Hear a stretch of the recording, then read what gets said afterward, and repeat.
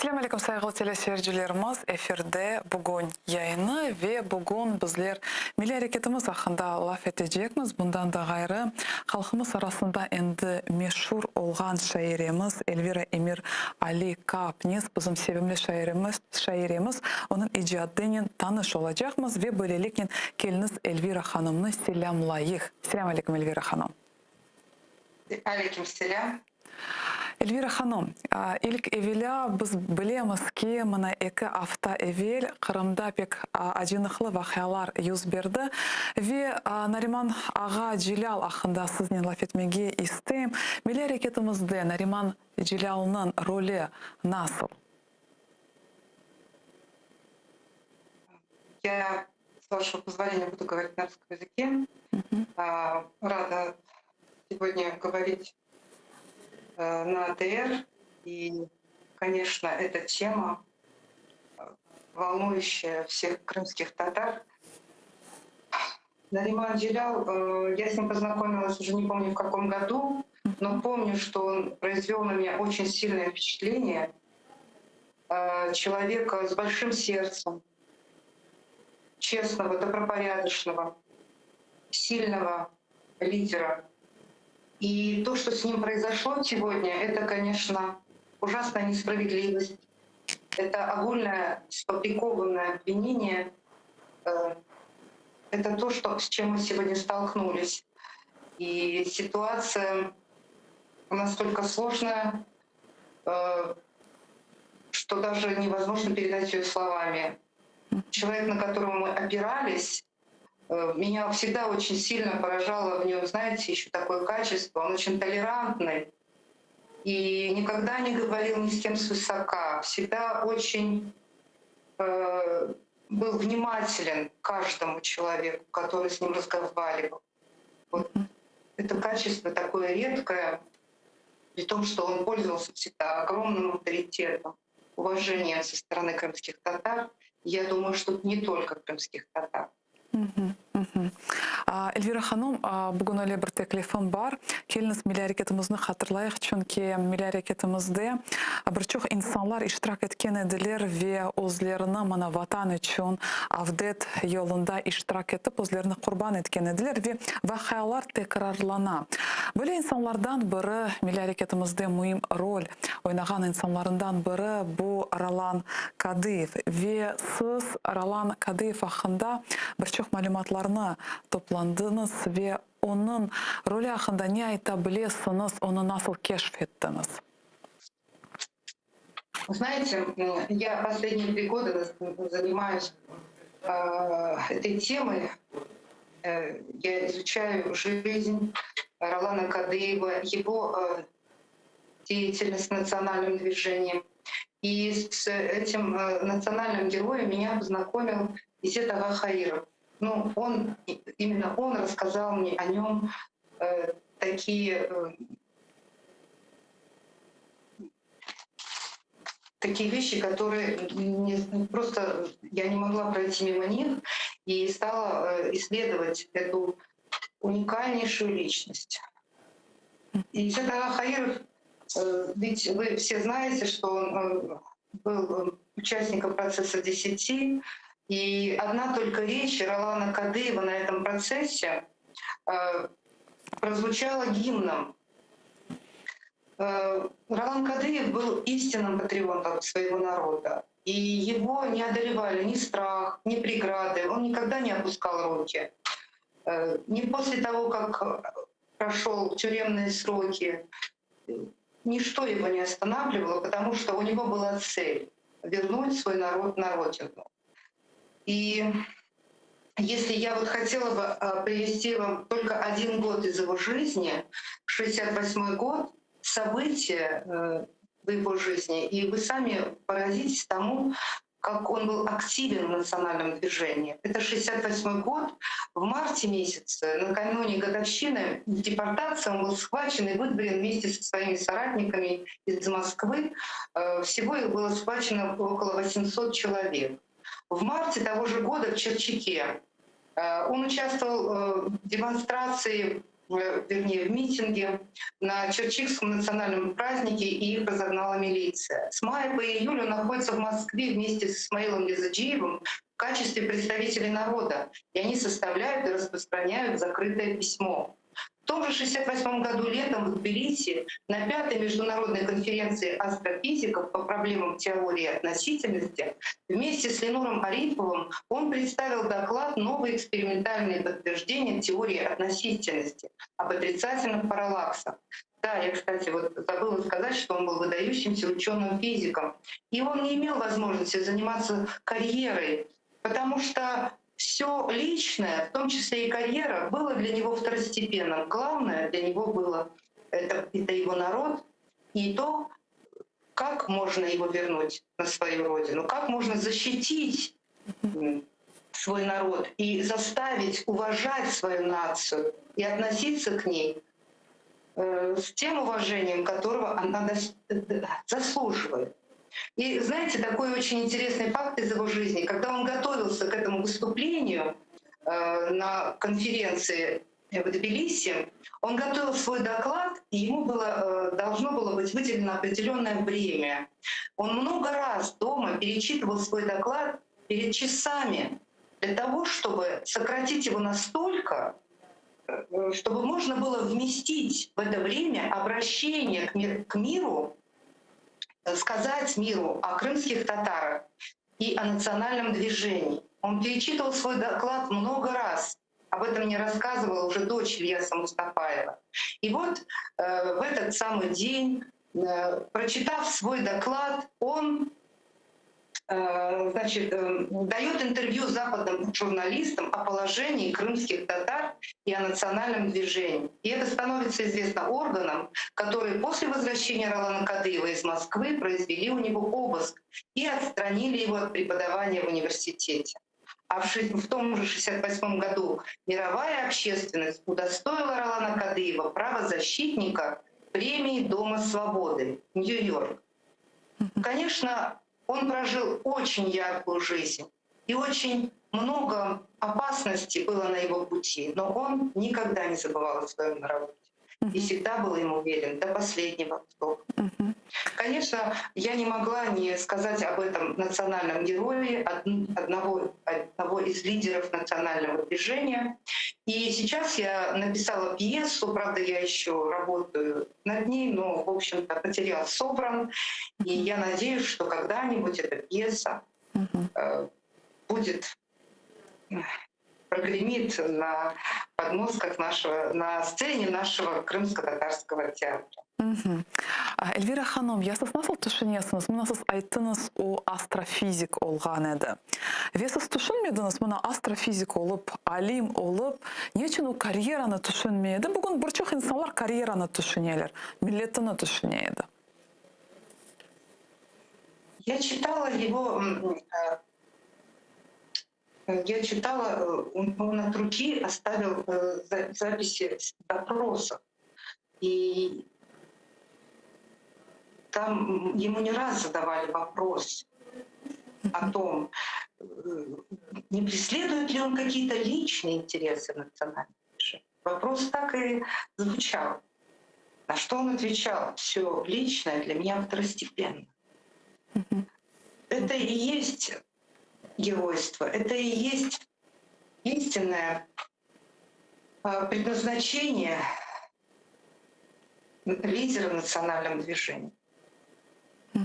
Он не может думать о себе, он в первую очередь думает о своем народе. А то он и лидер. Böyle ликнен Эльвира ханым, мына Ролан Кадыевның мисалінде милли әрекетіміз ақында не айтмаға мүмкін? Милли әрекетіміз ақында, я могу сказать, конечно, очень много. Вот эти 3 года я столько читала в архивах, столько говорила с нашими ветеранами национального движения. Меня эти люди поражают. Вот то, как вы сейчас сказали, они не думали о себе. Они рисковали своей жизнью, своими карьерами во благо своего народа. И опыт, который они нам подарили, дорогого стоит. Это наша школа. Это то, к чему мы должны обращаться. К их трудам. Ролан Кадыев тоже написал очень много трудов. И интересно их читать. Очень много можно подчеркнуть из них. И они сегодня тоже актуальны. Изидага Хаиров, вот недавно вышла прекрасная статья в «Голосе Крыма». Он очень хорошо сказал о том, что составляет основу идеологии национального движения. Нужно обращаться к тому, что они говорили, к тому, что они писали, потому что это для нас колоссальный опыт.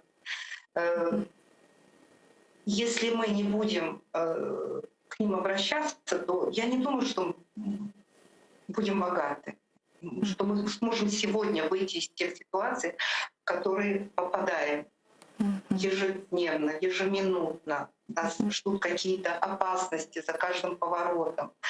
Нам готовят какие-то новые, скажем так, приключения, очень опасные. И нужно читать то, что они нам оставили. Нужно слышать их. Это для нас колоссальный опыт. Мен де білесіз сізден разым, мен де бірчоқ инсанларне лаф еткенде, мен өзіме дайыма суал қоям. Олар яшаған вақытында қиын олған еді, тентувлер олып кечеді. Ама не оларға күч береді бүтін бұл қиынлықларны енмеге? Олар өзінден емин еділер ме? Не үшін, не береді оларға күч? Я думаю, что вера. Вера, цель. Когда есть цель, вера, и когда за тобой народ, тогда ничто не может остановить. Это самое главное, это самое важное. Они без этого не смогли бы жить. Их жизнь не была бы полной. Нужна вера, нужно идти к своим целям. Нужно любить, уважать свой народ, свою родину. И еще очень важно расставлять приоритеты. Вот сейчас, мне кажется, мы очень сильно уходим в материал. Вот у нас есть возможности, есть люди с возможностями, которые могли бы больше думать о своем народе, нежели о личных благах.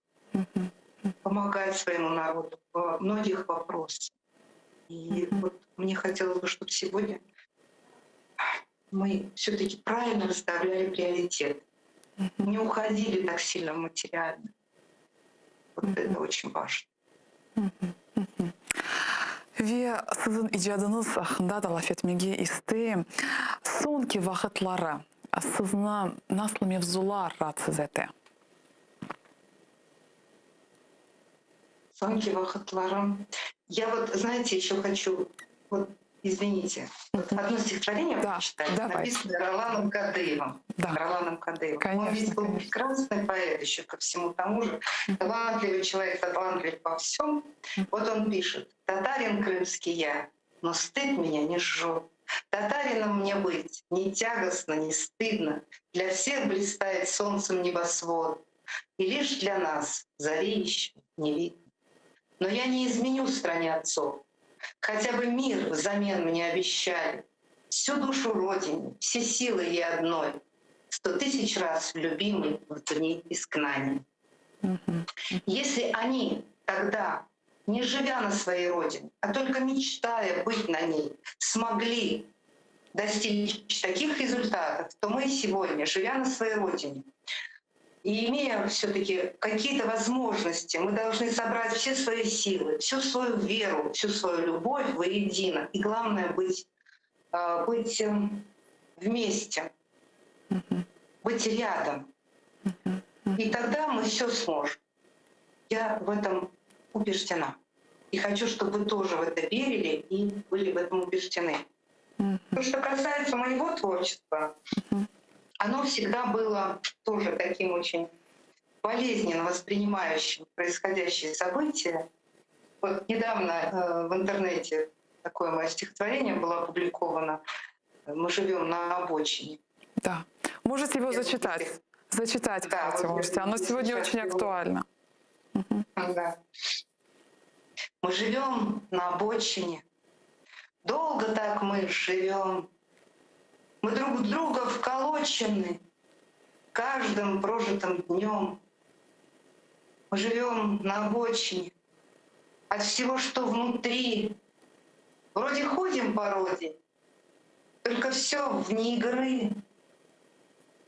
Мы стоим на обочине, впереди 100 дорог, двери все заколочены. Выживает, кто смог. Мы живем в одиночестве, груз взвалив на себя, и отрезок обочин обойти все нельзя.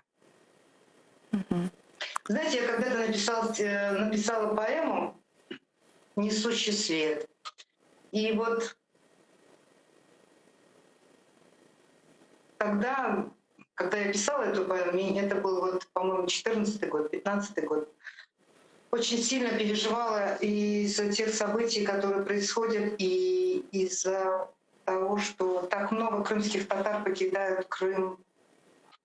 И мы так, знаете, сиротеем от этого, потому что уезжают умные, уезжают активные, сильные личности. Я не говорю, что мы вот оставшиеся такие все никакие, но все-таки очень жаль расставаться. И вот эта поэма, она, в общем-то, вот на этих чувствах началась писаться. Я вот хочу зачитать вам ее начало. Эпиграфом я взяла цитату из трактата Литвина, Михаила Литвина, который называется, трактат называется «О правах татар, литовцев и московитян». Трактат был написан в 1550 году. И вот он пишет такое: «Живут же народы татарские, скифы, пишет в кавычках, в скобках, без излишеств, послушные священному писанию. И живут они на земле той, Перекопской, многие дни, вольные, независимые и всегда уверенные в своей неистребимости». Первая глава звучит так. «Навстречу с Крымом колесница, спешит, спешит императрица, готова все к ее вторжению, и по ее же повелению разруху словно причесали, и кони будто бы влетали. Но испугались кони вдруг. Что вызвало у них испуг? Неужто бедный Муэдзин, не ведавший досель причин разгневать пением эзан? Пришельцы испугались, странно, таким событиям не рада императрица, ждет расплата за неугодный ей прием. Тотчас стреляют Муэдзина, испуг, но разве не причина? Причины выстроятся в ряд, и мертвый лишь не виноват. Это вот, понимаете, да, начало. 1783 год. В принципе, да, все вот имеет история свою цикличность. Есть еще такая глава, я вот буквально 2 главы вам хочу зачитать. Одна из первых глав. «Добычу делят. Сколько вам, а вам, извольте, все раздам. Распорядитель князь Потемкин разделит земли словом громким и уничтожит тех татар, кто не согласен, млад или стар, кто на режим не согласился с согласным, вместе удалит. И дел бумажных мастера татар ограбят на ура. Так долго ждали, пробил час. Ничто не остановит нас. Князья, графини на постой в Крым устремляются гурьбой. Другую жизнь они внедряют, и мусульман всех выдворяют. Земля кипит в сопротивлении, ее распиливают в рвении, и в океане слез ее топор под песню «Все мое» под корень вырубит леса, города и села, небеса, тем разорением ужаснутся, а горы все стоят, не гнутся, ведь нерушима эта связь, так и умрут, не побоясь. Добычу делят, рай земной перетворяют в мир иной. Насилие учинив в земле, оставят в нищете в зале. У площадей ее разрухи вид покосившейся старухи, что будет на углу стоять и милостыню долго ждать. Узнать с ней Крым вам будет сложно. Колонизатор всевозможно ее веками истязал и перед Богом не дрожал. Ее прохлады пил вино и ненавидел все равно. Вот такая глава. Çok sağ olunuz Эльвира ханым. Яхшы да бу сәйфелерни язасыныз. Мына мен динлеп, мағашым режиссерлар да тешекірлерни білдіре. Сağ olunuz böyle güzel satırlar için. Мына пек актуаль ве керчектен де оле пек тесірлі. Ве білесіңіз, оле суалим пейда олды. Мына не үшін бүгін yazıcılarga, шайырлерге бүгінгі күніні yazmak керек? Почему важно документировать? Ну, потому что мы пишем историю. Мы пишем свою историю, не ту, которую предлагают в книжных магазинах, придуманную, надуманную. Мы должны писать свою историю. А это наши дни, это наши годы, это наши чувства, наши эмоции. Через них мы можем передать следующим поколениям то, что мы прошли. А как иначе? Никак иначе. Эльвира ханым, я aslında sizin şiirleriniz nasıl peyda ola ve ne sizni ilhamdıra, nasıl öyle ola mına şiir yazmaya başlaysınız? Ну, началось это все очень странно, потому что я, в принципе, ничего не планировала такого. Но я не знаю, как это можно планировать на самом деле. Я не знаю, как этому можно учиться. Я просто однажды услышала стихотворение, и потом я его как-то прокрутила, оно мне понравилось. Я его записала, а потом все пошло. Вдохновение. Вообще я прочитала как-то однажды, что вдохновение, его нужно созидать. То есть редко бывает такое, что раз оно как волна накатило. Да, бывает такое, вот влюбилась или там что-то такое вот случилось в жизни. А в основном вдохновение, оно созидательное, нужно наполнять себя. А наполнять себя нужно любовью, знаниями, опытом, чувствами, делать свою жизнь интереснее, и тогда и будет вдохновение. Оно не будет из ничего. Из ничего не получается.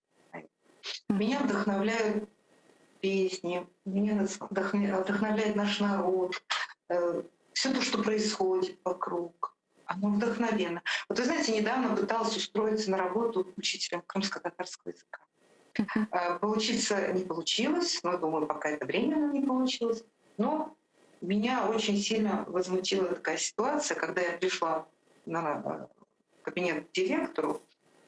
Это была учительская, и там было много учителей. Я стала говорить, что я хочу преподавать крымско-татарский язык и все такое. На что мне стали учителя говорить: а вы знаете, а у нас, собственно, и некого вам предложить. Я говорю: как это некого? Ваши учатся дети крымско-татарской национальности? Никогда учатся. Но вы знаете, родители написали заявление о том, что они не хотят учить крымско-татарский язык в ущерб русскому языку. Не могу сказать, что я была очень удивлена. Я слышу такое не в первый раз. Но вы знаете, тогда для меня прозвучало это как выговор, как приговор. Потому что то, что мы можем сделать сами с собой, с нами не сделает никто. Если мы сами свой язык вот просто закопаем и скажем: это нам неудобно, это нам не принесет знаний, это нам не принесет денег, собственно, куда нам с ним идти, то это трагедия. Я помню, недавно моя дочь пошла со своей дочерью, уже с моей внучкой, ей 2,5 года, пошли на детскую площадку. Надо сказать, что это район крымско-татарский, да, где на площадке были все дети крымские татары. И ни один из них не знал ни одного слова на крымско-татарском. Ни одного. Моя внучка, им говорила на крымско-татарском языке, они отвечали на русском. Вот это трагедия, которая находится внутри нас. Это ужасно. И вот я пришла, начала писать стихотворение, которое назвала «Чужой». Правда, еще не дописала его, но думаю, что писать. Вот. А Я хотела... да-да-да, buyurunuz, а потом я задам вопрос. Нет, Да. у вас есть вопрос. Давайте лучше вы. стихотворение, а потом вопрос все-таки. Хорошо. Вот то стихотворение я вам прочитаю в следующий раз. Я думаю, что мы когда-нибудь еще встретимся. Но хочу сказать еще об одном интересном опыте в стихосложении, стихотворчестве.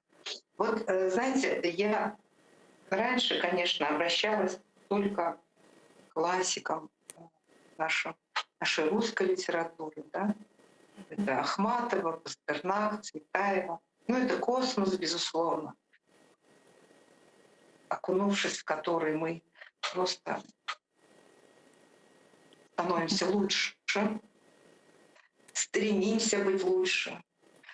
Но когда я стала читать наших поэтов, крымско-татарских, я поняла, что я очень много потеряла в те годы, когда не читала их. И вот сейчас я увлеклась переводами. Я стала переводить стихотворения с крымско-татарского языка на русский. Мне недавно задали вопрос, зачем? Ну, для того, чтобы не только крымские татары могли понимать, о чем говорили Бекир Чобанзаде, Амди Гирайбай. Я хочу, чтобы то, что они хотели нам сказать, знали и мы, в том числе, конечно, и те, кто не владеет крымско-татарским языком. Я хочу вам зачитать одно стихотворение и его перевод. Вот. Я надеюсь, что вы оцените по достоинству. Стихотворение «Эзан Сесы» Бекира Чобанзаде.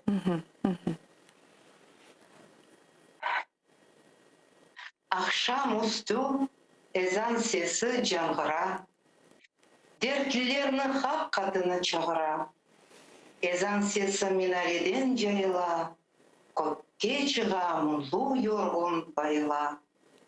Çay katında ak sakallı karbabay, titrek kolun salkın suda ubalay. Derenlerden Allah sesi hoş gelir. Ak mamlaylar жерге тие yüksele. Men garipmen, mescidim yok gelecek. Mihrabına munlu bedim sürecek. Ezan sesi bu yaklarga kele almay. Tatlı tatlı kulağıma tiye almay. Ak sakallı konşu mazin yaşay mı? Kene Allah dep sözünü başlay mı? Allah dese eşitkenler bola mı? Tanrım kurtar dep camisi tola mı?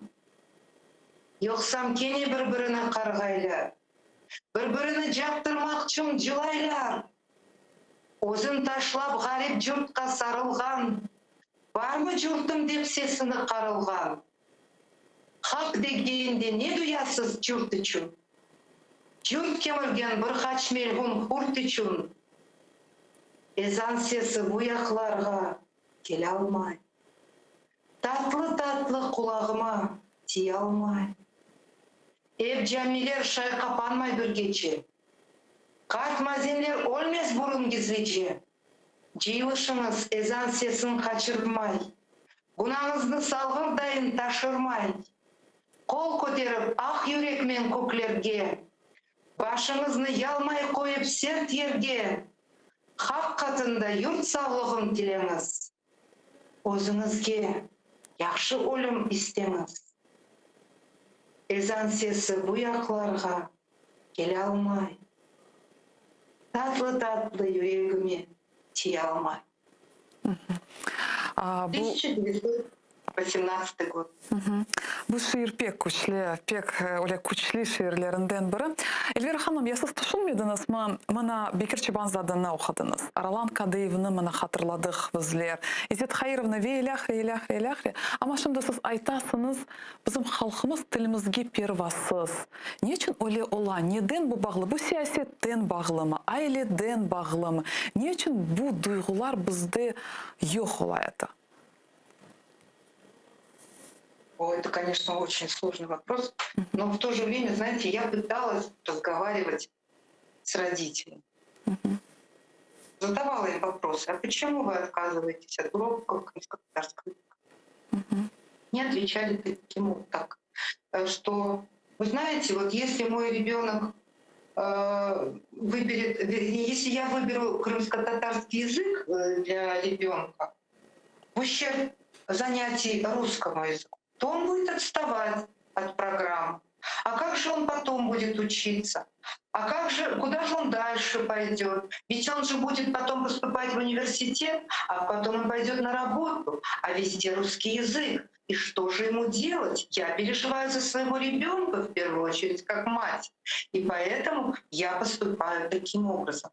На что я говорила им, что но если вы так переживаете за то, что ваш ребенок будет отставать по предмету русский язык, возьмите ему дополнительное занятие. Но не жертвуйте крымско-татарским языком, не жертвуйте им, потому что это большая потеря для вашего ребенка. И завтра вы почувствуете это, и ваш ребенок это почувствует.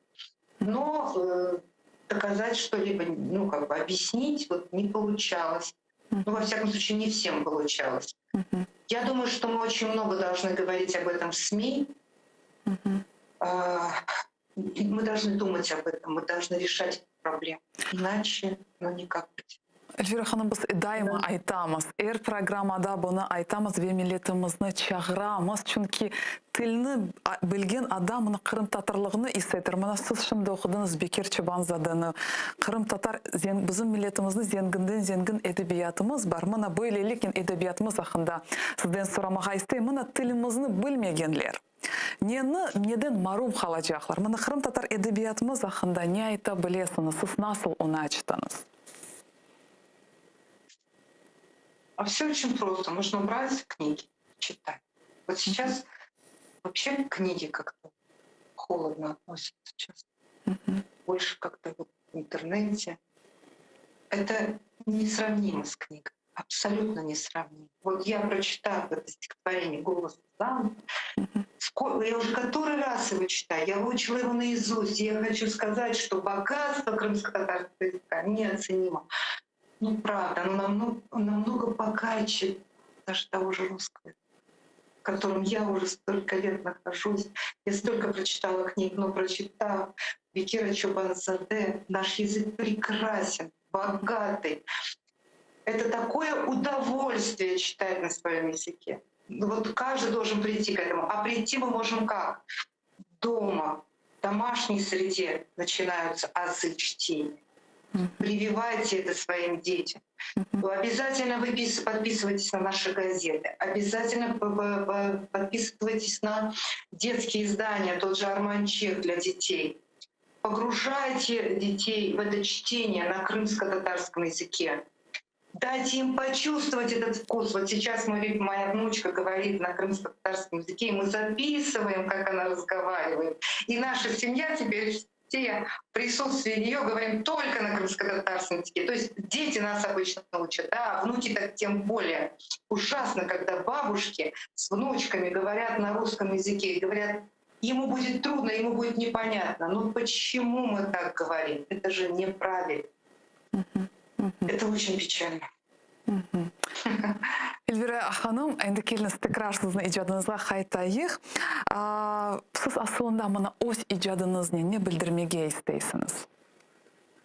Тербие етмеге, олған вақайларны көстермеге. Мне хочется вот сказать еще то, что, да, безусловно, пишущие люди чаще всего описывают то, что происходит, да? Через поэзию, через прозу. И, безусловно, в каждом произведении есть частичка самого автора, его отношений. Но очень хочется, чтобы наши авторы больше концентрировались, наверное, не только на том, что происходит, а то, к чему мы идем, то, чего мы хотим для сердца, для души, для нашего движения вперед. Вот мы должны увидеть это наше светлое будущее. И вот говорят, куда смотришь, туда идешь. Вот хочется, чтобы мы увидели это будущее и вот описывали его, мечтали о нем, шли к нему. Вот мне кажется, тогда мы будем больше вот идти вот эти, делать маленькие шаги, да? Вот будем больше в этом искусстве маленьких шагов. Каждый день делать по одному шагу туда, вперед. И мне кажется, что в нашем творчестве очень важно еще давать силу веры, силу духа, силу любви. Потому что если наш народ будет все время находиться в состоянии упадническом, он не сможет, у него не будет силы двигаться вперед. Потому что любовь, вера, надежда, эти чувства дают силу двигаться вперед. А мы должны двигаться, нам нельзя стоять на месте. Вот в чем дело. Поэтому я тоже пытаюсь в своем творчестве больше концентрироваться на таких чувствах. Стараюсь. Ви безлерге дане охырадыңыз. Мен сізге шынбек Бекир Чобанзаденің шиырының ezan sesін tercümesini okumak isteyeyim. Пек güzel, пек güzel. Buyurunuz.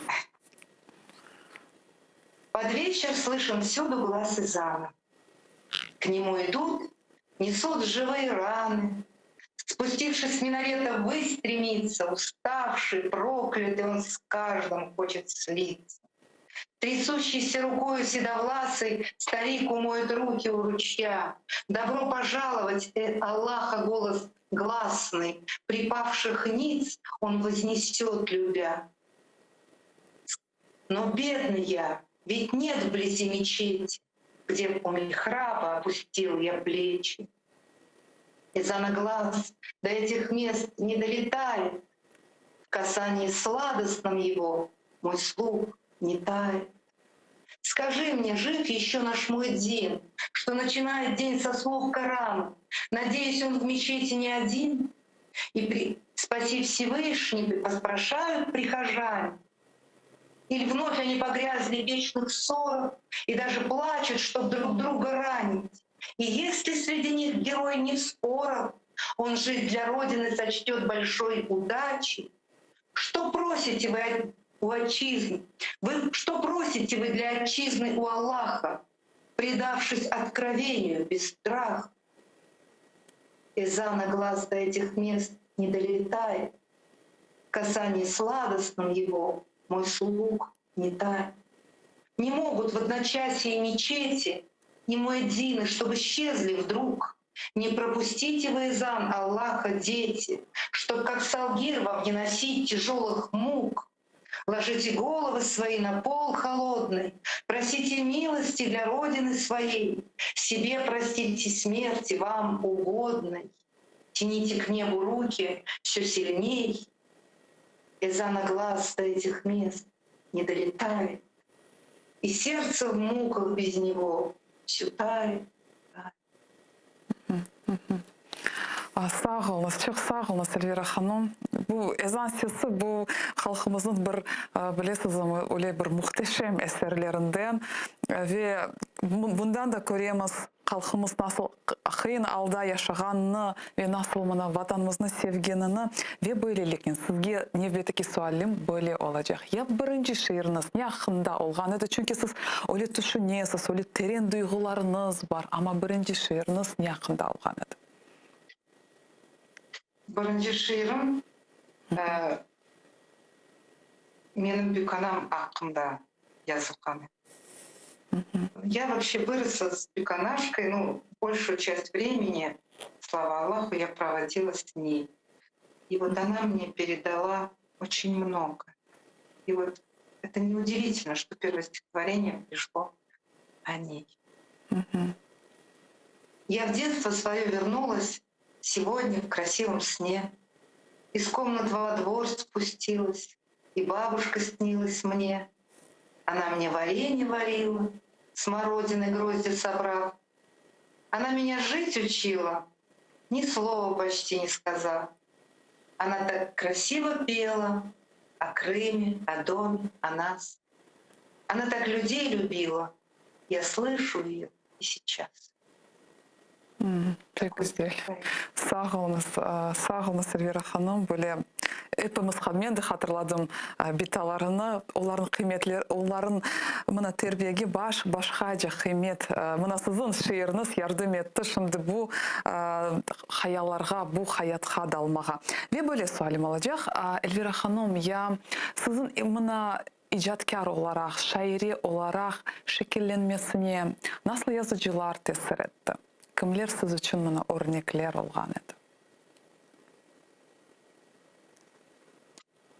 Ну вот если сейчас я очень внимательно читаю нашу классику, это и Чингис Дарджи, которого я считаю нашим Чеховым, нашим Достоевским.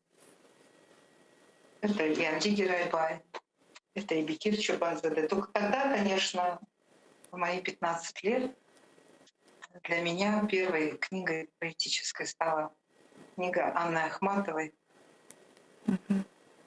И я очень счастлива, что в мои руки попала эта книга. Я каждое ее стихотворение знала наизусть. Я не думала, что я буду когда-то писать сама, но эти стихотворения были для меня каким-то открытием того, как можно любить, как можно верить, как можно чувствовать. И поэтому я призываю всех обращаться к поэзии хотя бы иногда. Потому что это красиво, потому что это мудро, потому что особенно когда столько трудностей, столько потерь, обращаясь к таким великим людям, таким как Анна Ахматова, Пастернак и многие другие, Бродский, ты понимаешь, что жить нужно, и жить нужно честно, красиво, с верой. Нельзя жить без поэзии, нельзя жить без искусства. Как бы трудно ни было, это спасает, это помогает. И нужно читать, обязательно читать, обращаться к поэзии. И обязательно читать нашу классику. Ve da böyle sualim olacak. Siz Selsebil poemanı yazdınız. Bu eser ne hakkında?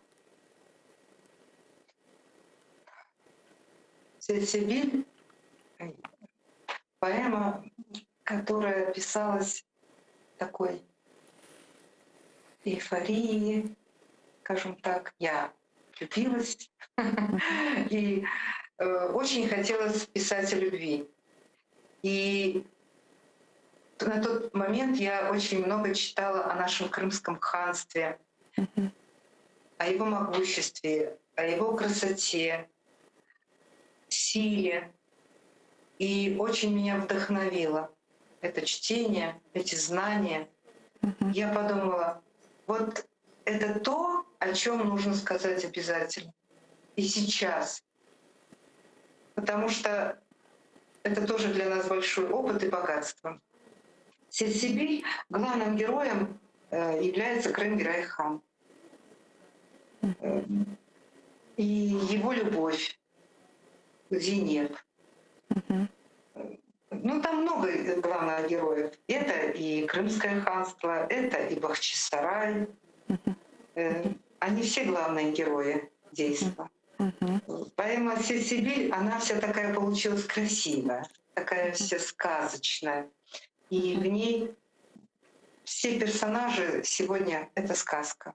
Потому что к этому времени мы обращаемся как не только как к истории, а как к той сказке, которую, к сожалению, вряд ли к которой мы, к сожалению, вряд ли вернемся. Поэтому Сельсибиль, он... Вы знаете, вот что удивительно, когда я читаю Сельсибиль, вот недавно я его читала в Казани, читала его на Байкале. Мне говорили, как много мы узнали. Мы не знали, что у вас такие големы были. А мы не знали, что у вас такая вышивка была. Потому что вот всей Сибири мне хотелось, знаете, рассказать обо всем. И о нашей вышивке, и о красоте нашей вышивки, и о том, что такое наши гаремы, что они из себя представляли, и какое было отношение к Аллаху, к женщине. Вот это все знания и чувства мне хотелось передать. И действительно, когда вот я уже еду куда-то с выступлением и читаю эту поэму, мне говорят о том, как много мы узнали, как здорово, что вы нам об этом сказали. То есть, ну, не зря. Да. Эльвира ханым, насыл сіз түшінесіңіз? Мана сіз Сельсибель мана поэмасыны яздыңыз, ханлық девіріні көстердіңіз, sonra біз білеміз ки 1783 senesi erşi gayip olmaya başladı, sonra 30. seneleri ve mına bugünkü günlerimiz böyle mına vaziyette halkımızga nasıl vazifeler düşe?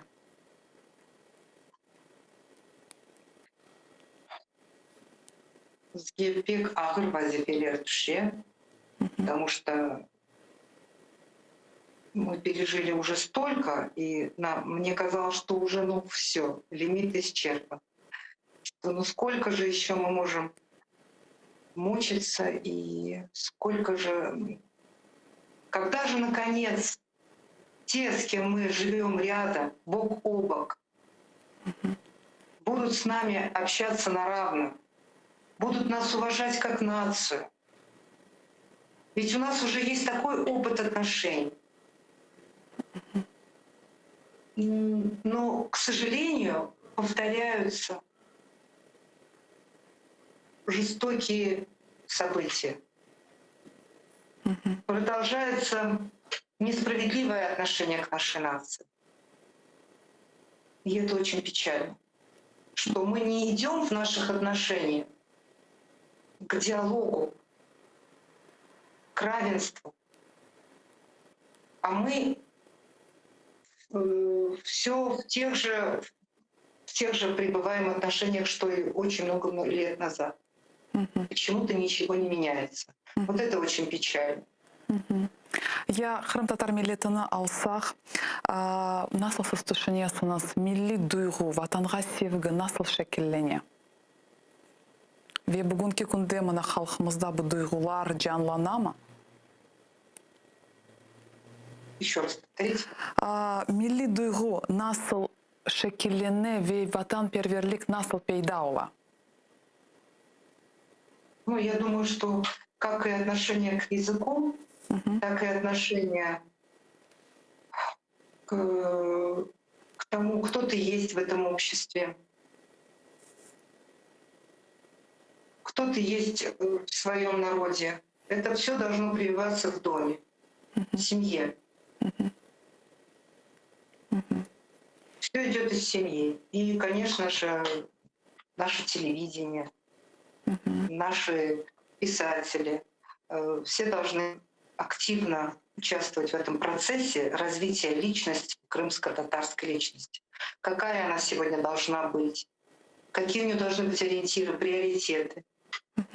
Формирование этой личности идет, как я уже сказала, из семьи, а потом уже и телевидение, и искусство наше. Все должно работать в этом русле. Не останавливаться. Наше движение не должно останавливаться. Оно должно всегда идти вперед, опираясь на опыт прошлого. Эльвира ханым, мерахлы, я тарихымызны алсақ, кім сіз үшін қараманлар? Белкім елі әрекетімізні алсақ, кім сіз үшін қараманлар? О, их очень много. Их очень много, конечно. О чем вы говорите? А ведь еще очень много тех героев, чьи имена забыты. И вообще, знаете, мне кажется, что каждый крымский татарин — это герой. Вот просто герой. Потому что он проходит такую школу жизни. Наверное, мы очень сильная нация, что... Нет, не наверное, это точно. Мы очень сильная нация. Если мы столько пережили и продолжаем проходить эти испытания, и при этом остаемся честными, порядочными, продолжаем идти на диалог, не замыкаемся в себе, то мы, конечно же, очень сильная нация. И хочется, чтобы наша нация продолжала свое развитие, не останавливалась на месте, потому что мы должны... У нас такая миссия, понимаете, видимо. Мы должны с каждым годом становиться все лучше и лучше, сильнее и сильнее. Стоять на месте нам точно нельзя. Вирухымызны көтермек үшін біздерге дане оқыр едіңіз. Рухамыз үшін... Да. Давайте я прочитаю последнюю главу из Сибирь. Вот. Надеюсь, это вот как раз то, о чем мы сейчас с вами говорим. На улице Центральной снова людно, Бахчисарай влечет туристов в строй. И сколь бы ни было экскурсоводу трудно, но нет у города истории другой. О ханах, о легендах незабвенных, о том, что все не вечно под луной. Расскажет гид о сведениях тем ценных, что словно россыпь под его ногой. К фонтану подведет свое название, берет он из Корана мудрых строк. Источника души он изваяние, и сельсибилем хан его нарек. Иссохли слезы и пласты историй, меняли его пышный антураж. И местность в исполнении рапсодий пытается усилить эпатаж. Но непрекаянность, спускаясь с горной кручи, ложится серым камнем, бурым мхом, и эпитафием как будто бы созвучен неумолкающий ее душевный стон. Там, средь кладбищ, средь саклей непроглядных, средь ханских залов, где их след остыл, на этом самом месте многократно мой пращур мне дорогу проложил. И мне идти, и мне не оступиться, и мне воздать старице мой удел, как сердце биться, только не разбиться, а в острый край души моей предел. И мне спастись от мук и расстояний, вновь разделивших нас на после до. У расстояний есть черта признаний и мысль о том, что есть мы, кто есть кто. И мне дан шанс, и данность беспристрастна, но страсть живет во мне, как щит и меч. Я сын, я дочь загубленного царства, и мантию свою не сброшу с плеч. Вот такая вот последняя глава. Sağ olun Elvira ханым. Рухымызны керчектен де көтердіңіз. Ве böyle мына репрессияларға түшкен ватандашларымызға, оларның айлелеріне ве миллетімізге не айтар едіңіз? У нас нет чужих детей. Это наши дети. Это дети нашего народа. И, к сожалению, на их долю выпало такое испытание. Поэтому я думаю, не только я так думаю, я думаю, все так думают, что мы должны не оставлять этих детей, заботиться о них. Эти семьи — часть нас, потому что мы единая семья. Мы должны быть всегда вместе и заботиться друг о друге. И об этих детях в первую очередь нужно всегда заботиться и не забывать. Я халқымызға мына бұл вазиетте. Ну, халқымызға быть бірлікте болмақ керек. Бірлікте, обязательно бірлікте. Мы должны, мне кажется, вот я как-то тоже смотрела одно интервью, вот быть единой семьей, быть единым организмом, слышать друг друга, быть друг к другу не столь претензионны и взыскательны. Вот почему-то мы очень часто друг друга вот прям так вот сильно-сильно критикуем, вот не жалея прям друг друга. Я понимаю, что мы друг за друга переживаем, но быть более дружными нужно, быть более добрыми друг к другу. быть одной семьей. Вот, и тогда нам будет легче пройти через все. И правильно расставлять свои приоритеты. Потому что нужно помогать друг другу, помогать тем, кто сегодня живет плохо материально, или кто ущемлен нашим теперешним положением. Их нужно помнить и нужно им помогать, а не думать только о личном благосостоянии. Вот это очень важно. Поэтому нужно начинать, конечно, с себя. Çok sağ olunuz Elvira Hanım. İcadınız için biz sizge çoxtan çok teşekkürlerini bildiremiz ve bizlerle canlı bağımızda olganız için çok sağ olunuz. Saygılı teleseyircilerimiz, bu güzel noktada yayınımızı yakınlayımız. Hatırlatam, yayınımızın musafiri, şairi Elvira Emir Ali Kapnis olgan edi. Keliniz birligimizni saklamağa tırışayıq ve bütün bizim abuslarımızı unutmayıq ve daima birlik olayıq. Yayınımızı yakınlayımız. Yayınlarımızı benim meslektaşlarım devam edecek. Bizle olunuz.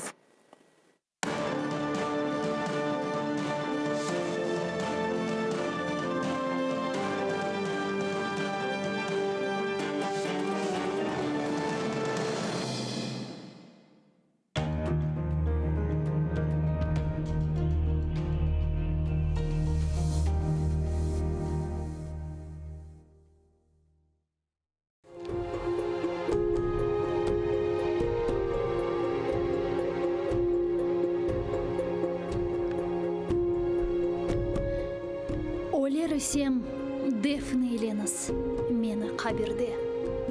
Азиз Украинамнан кеніш чөлі торынды. Ишітілеп ве көрініп тұрсын. Озы үйле кең чөллер, қайнақ нер еңілдісі, ұчырымлы сайылер. Озы душман қаныны ақызған сон деңізге, чеменлерні ве қырларны терк етіп ер yüzünde. Мен Tanrıға yol tutarım, kalben dua etmek için. Şimdi ise yaradanını bilmeyim ben akçın. Defne eyleniz ve kalkınız, buğavlarını uzunuz. Halis düşman kanını hürriyet üzerine suzunuz. Ulu serbest ailenizde unutmanız meni de. Hayriyetli sözünüzde tutunuz hep hatırda.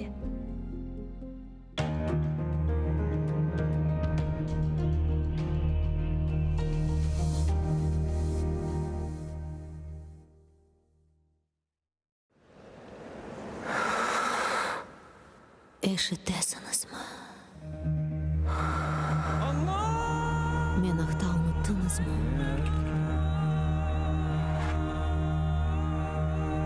Men mundam.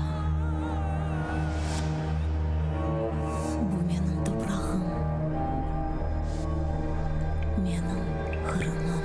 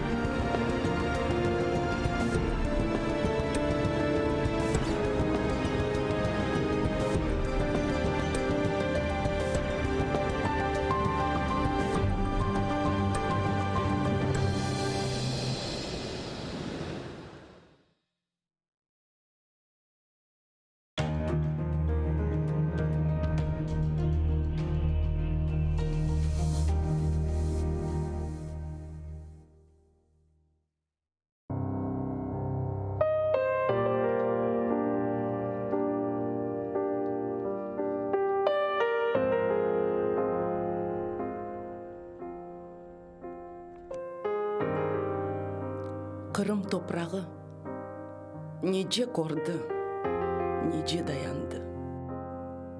Nice koz yaş, kar dertler başından geçti. Неше татарның қанлары топыраққа сынды, қан тамчылары қараны алға чевырды. Ал топыраққа түшкен қандан тереклер осер. Ал топыраққа басқан дұшман пешманлар етер. Ал топырақны тұтып алған сабасыны көрмес. Ал топырақтан Қырым татарының ізі сілінмес. Ах ватаным, сорғы сорған жевап істемей. Әр шейдайым текрарланса, аят деңішмей. Кәғытқа ятқан сөзлеріні девірлер сүртмес. Артта қалғанларны заман тоқтап беклемес. Огде ярық. Шубесіз дырдайым қыш олмас. Озыну сайып санған инсан yolundan қалмас. Келер бар. Ят байрақлар кечмішке батар. Мавы көкте, сары тамға, йылтырап, янар.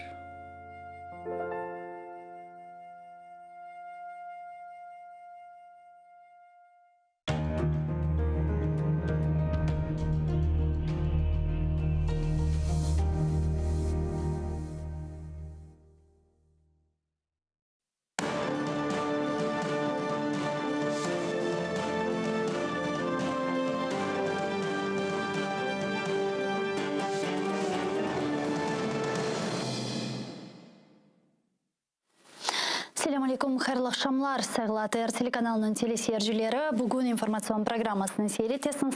Студияда сізлер үшін мен Гүлсім Халилова çalışам ve nevbetteki 5 saatini bu studiyada beraberlikte musafirlerinin biz yayınlarımızda alıp baracakmız ve kun devamında yüz bergen esas haberlerini muzakere edecekmiz. Yayınımızga çeşit türlü siyasetçiler, siyasetçiler, devlet memurları, ekspertler, milli meclis azalarımız, milli hareket iştirakçılarımız ve ilahiri bağlanacaklar ve biz Kırım etrafı, Kırım içerisi, Ukrayna etrafı ve dış siyasetiyle bağlı meselelerini көтерecekmiz. Elbette ki men hatırlatam ki biz canlı yayında çalışamız.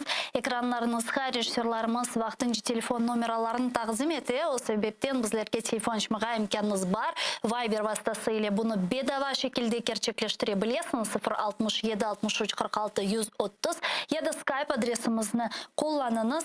tr.tv buyurunuz. Bizlerge telefon açınız. Sizin sesiniz bizler için çok mühim. Bununla beraberlikte sevgili arkadaşlar hatırlatmağa isterim ki biz canlı yayında çalışmakla beraber YouTube sayfamızda da canlı şekilde, yani online şekilde yayınlarımızı gösteremiz. Hem bununla beraberlikte anda YouTube sayfamızda programmalarımızın kısımlarını, meraklı kısımlarını ve bölüklerini yükleyemiz. O sebepten YouTube sayfamızda abone olunuz. Sizin için sadece böyle bir tıklama bizim için hakikaten de büyük bir destektir. Çünkü ne kadar çok insanlar YouTube sayfamızda abone olsa o kadar tezce çeşit türlü haberlerinin kun tertibine çıkması, ilk saflarda olması ola ve TR telekanalının haberleri ilk sıralarga kele. Bu diğer insanların haberlerimizini görmege, Kırım meselesinin yanına meraklanmağa, Kırım'da olup bitkenlerini anlatmağa fırsat verecektir. Yani bu fırsatını siz diğerlerine bağışlayabilirsiniz. TR telekanalının YouTube sayfasına abone olarak.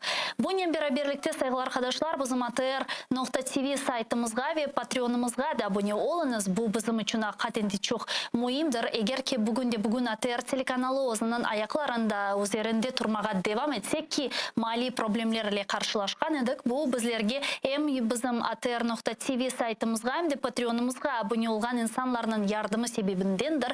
O sebepten bizge informasyon cebide yardım etmege isteseniz, destek etmege isteseniz bizim bu demek ekranlarınızda görgen linklerge abone olunuz. Bu destek bizim için çok mühim. Sevgili arkadaşlar, men elbette ki esas mevzularga geçmege isteyim. Malum olganı ki bu Birleşken Milletler'in Baş Asambleyasının 76. sessiyası başlandı ve biz tunevin sizlerge yayınlarımız devamında aytıp geçken edik, tarif etken edik. Demek Birleşken Milletler'in Baş Asambleyasında çarşamba günü Ukrayna Prezidenti Vladimir Zelenskiy çıkışta Донбасста булунмалы ки булунды да. 20 дақалық бойлы бір өзінің чықышында Украина президенті Владимир Зеленский Украинаны Қырымны мерақландырған меселеріні көтерді ве Қырымда Донбасста өзберген адиселерінің не себептен дүнияны мерақландырмалы, не себептен дүния бұл меселерді асла бір шекілде сесіні сұстырмамалы ве сүкінетіні сақламамалы,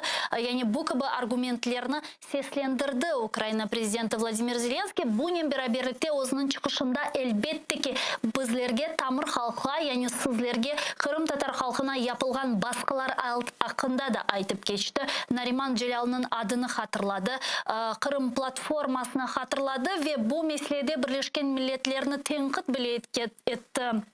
Зеленский не үшін Бірлескен Миллетлер Қырым платформасында иштирак етмегеніне бойлы теңқітлерін сеслендірді деп айтмаға мүмкін. Ве sonra әлбетте ки Бірлескен Миллетлерінің кенеде бойлы күчлі, қуветлі ве шиддетлі қарарлар ала білежек бір мейдан олғанını айтып кечті. Бұның іле бераберлікте Украина президенті Владимир Зеленский өзінің чықышында Донбасста юзберген ве елек олған, өлдірілген, яраланған инсанларының миғдарыны айтып кечті ве ең мұйым бойлы месажлардан бірі о Бірлескен Миллетлерінің уянмасына чағырды.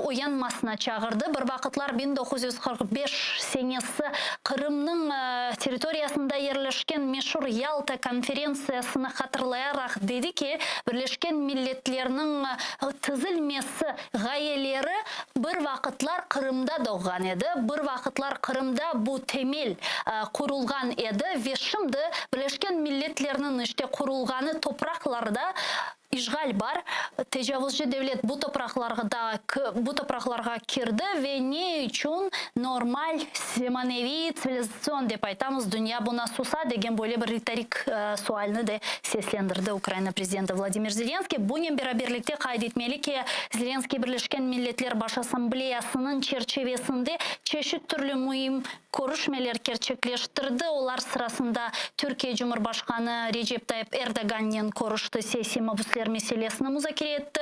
Birleşken Milletler'in baş katibi Antonio Guterres ve Birleşken Milletler'in 76. sessiyasının prezidenti ve Maldiva Cumhuriyeti'nin dışişleri naziri Abdullah Shahid'nin NATO baş katibi Jens Stoltenberg'nin ve de birçok mühim devletler ara görüşmeler olup geçti. İşte bu görüşmelerin neticelerini, bu görüşmeler bizlerge ne vereceğini, Birleşken Milletler'de bu gibi şeylerin seslendirilüğü bizlerge hangi bir yollar açacağını biz bugün yayınlarımız devamında muzakere edeceğiz. Fakat bu aytıp geçkenlerim çok doğru ama gene de Ukrayna prezidentinin nutkundan dinlemek daha yaxşı da faydalı olur edi dep düşünem. O sebepten sizin dikkatinize saygılı arkadaşlar, şimdi Ukrayna prezidenti Vladimir Zelenskiy'nin Birleşken Milletler Baş Asambleyasındaki çıkışını takdim etemiz. Keliniz beraberlikte onun aytkanlarının tamamısını dinleyik.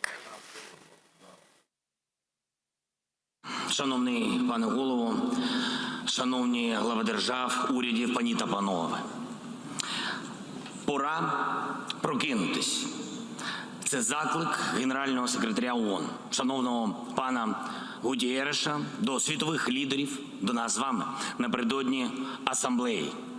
Для мене цей заклик, він особливий. Для мене кожна ніч перед Генасамблеєю ООН – це безсонна ніч. У 2019 році це хвилювання перед першим виступом. 2020 загалом був роком без сну для всього світу через COVID-19. А про минулу ніч я розповім детальніше. 3 година ночі, десятки дзвінків. На першого помічника президента України здійснено замах. 12 пострілів. 3 влучили у водія. Ось вам ціна змін в державі. Ось вам ціна реформ. На щастя, Сергій живий. На щастя, життю водія вже, а на зараз нічого не загрожує. Але цей мій виступ буде нетиповим для ООН. Хоча, вірю, точно корисним для кожного з вас. Пора прокинутись. Без лестощів і лукавства Я можу сказати, Україна зробила це давно. Відтоді не засинала. Не засинала, коли пережила Голодомор, Бабин Яр. Не засинала, коли весь світ пережив 2 світові війни, Голокост. Втратив 100 мільйонів людей. Це була ціна за усвідомлення людством саме того, що всі народи, всі країни рівні, а всі конфлікти треба вирішувати діалогами. І тільки діалогами, а не танками. З вірою в це, у 1945 році Україна стала однією з держав-засновниць ООН. І сьогодні вони були, я впевнений, шоковані, побачивши у темі Генасамблеї слова «забезпечити права усіх народів». Я впевнений, вони б сказали, а що ж ви робили всі ці 76 років?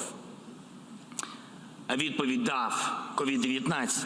Ми грали у рівність, ми грали у єдність, де одна справа ділити спільні цілі, інша спільно ділити вакцини. Вакцини, що дають життя. Виявилося, що у статтях про рівність, як у рекламах, є зірочка і напис дрібним шрифтом «Всі ми люди, всі ми в одному човні, але рятувальні шлюпки першими отримують пасажири першого класу». Україна не чекала допомоги від інших і допомагала іншим, не чекаючи подяки. Ми відправляли в Італію своїх медиків, відправляли необхідні засоби. Україна допомагала всім, хто потребував цього. Коли світ забув, що пандемія не назавжди, і всі держави колись знову зберуться саме тут. Але як вони тепер будуть дивитись один одному в очі? Україні не соромно. Вона має право сказати: хочемо оживити ООН. Хочемо. Для початку треба оживити її статут. Це не рекомендації, які можна виконувати за своїм бажанням. Ви не знайдете там слів «кожен сам за себе». І тоді б світу не довелось визнавати, що він провалив іспит на ковід, провалив цей іспит на єдність. І ховати очі у 20-те сторіччя, у 20-річчя Дурбанської декларації ООН про ліквідацію усіх форм расової дискримінації. Хто міг уявити, що колись знаряддям для дискримінації стануть саме ліки? В контексті постійних розмов про світову продовольчу кризу цікаво, невже колись ми так само будемо ділити між собою хліб та воду? Прокидаємось, хочеться вірити. Бо COVID-19 не подолано остаточно. Глобальний план вакцинації від нас нікуди не втік. Плюс гарантії, що в світі не буде нових вірусів, такі ж в лапках міцні, як гарантії безпеки Будапештського меморандуму. Пора прокидатись. Чесно, Україна не засинала. Це складно зробити під звуки вибухів, під звуки пострілів, які лунають на нашому окупованому Донбасі 8-й рік поспіль. У 2019 році з цієї трибуни я сказав: війна в Україні – це понад 13 тисяч загиблих, 30 тисяч поранених. Уявіть, 1,5 мільйони людей змушені покинути свої домівки. Щороку ці цифри звучать в ООН з однією лише поправкою. Щороку ці цифри, на жаль, зростають. Я казав про це і у 2020 році, і кажу зараз, у 2021-му, і це вже майже 15 тисяч загиблих людей. Ось вам ціна свободи, Ось вам ціна незалежності. Можливо, у Централ Парк або Медісон Сквер постріли чути не так гучно, як в Україні, у Авдіївській промці або на Світлодарській дузі. Ми хочемо оживити ООН. Може, для цього ООН має рухатись, бути мобільними, швидкими. Може, нам час зустрічатись там, де можна реально почути, побачити ці глобальні проблеми. У світі тисячі гарячих точок. Україна готова брати участь у засіданнях ООН поруч з будь-якою з них. Щоб оживити ООН, треба, на мою думку, правда, коли б усі, хто має вплив, щиро підтримали миролюбні зусилля світової співдружності, сьогодні на афганській землі не вибухали б снаряди, автоматні черги не тероризували б мирне населення. Це слова першого представника незалежної України в ООН Леоніда Кравчука, першого президента незалежної України, сказані 30 років тому на 46-й Генасамблеї ООН.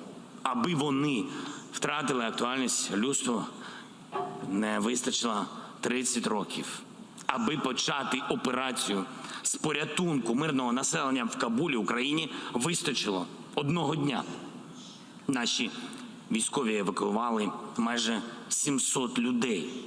Це громадяни України, а також громадяни інших, різних держав, члени правозахисних організацій. Це журналісти різних видань: Global Mail, Wall Street Journal, USA Today, Stars and Stripes. Це були чоловіки, жінки, це діти, люди похилого віку з різних держав, абсолютно різних національностей, різних віросповідань.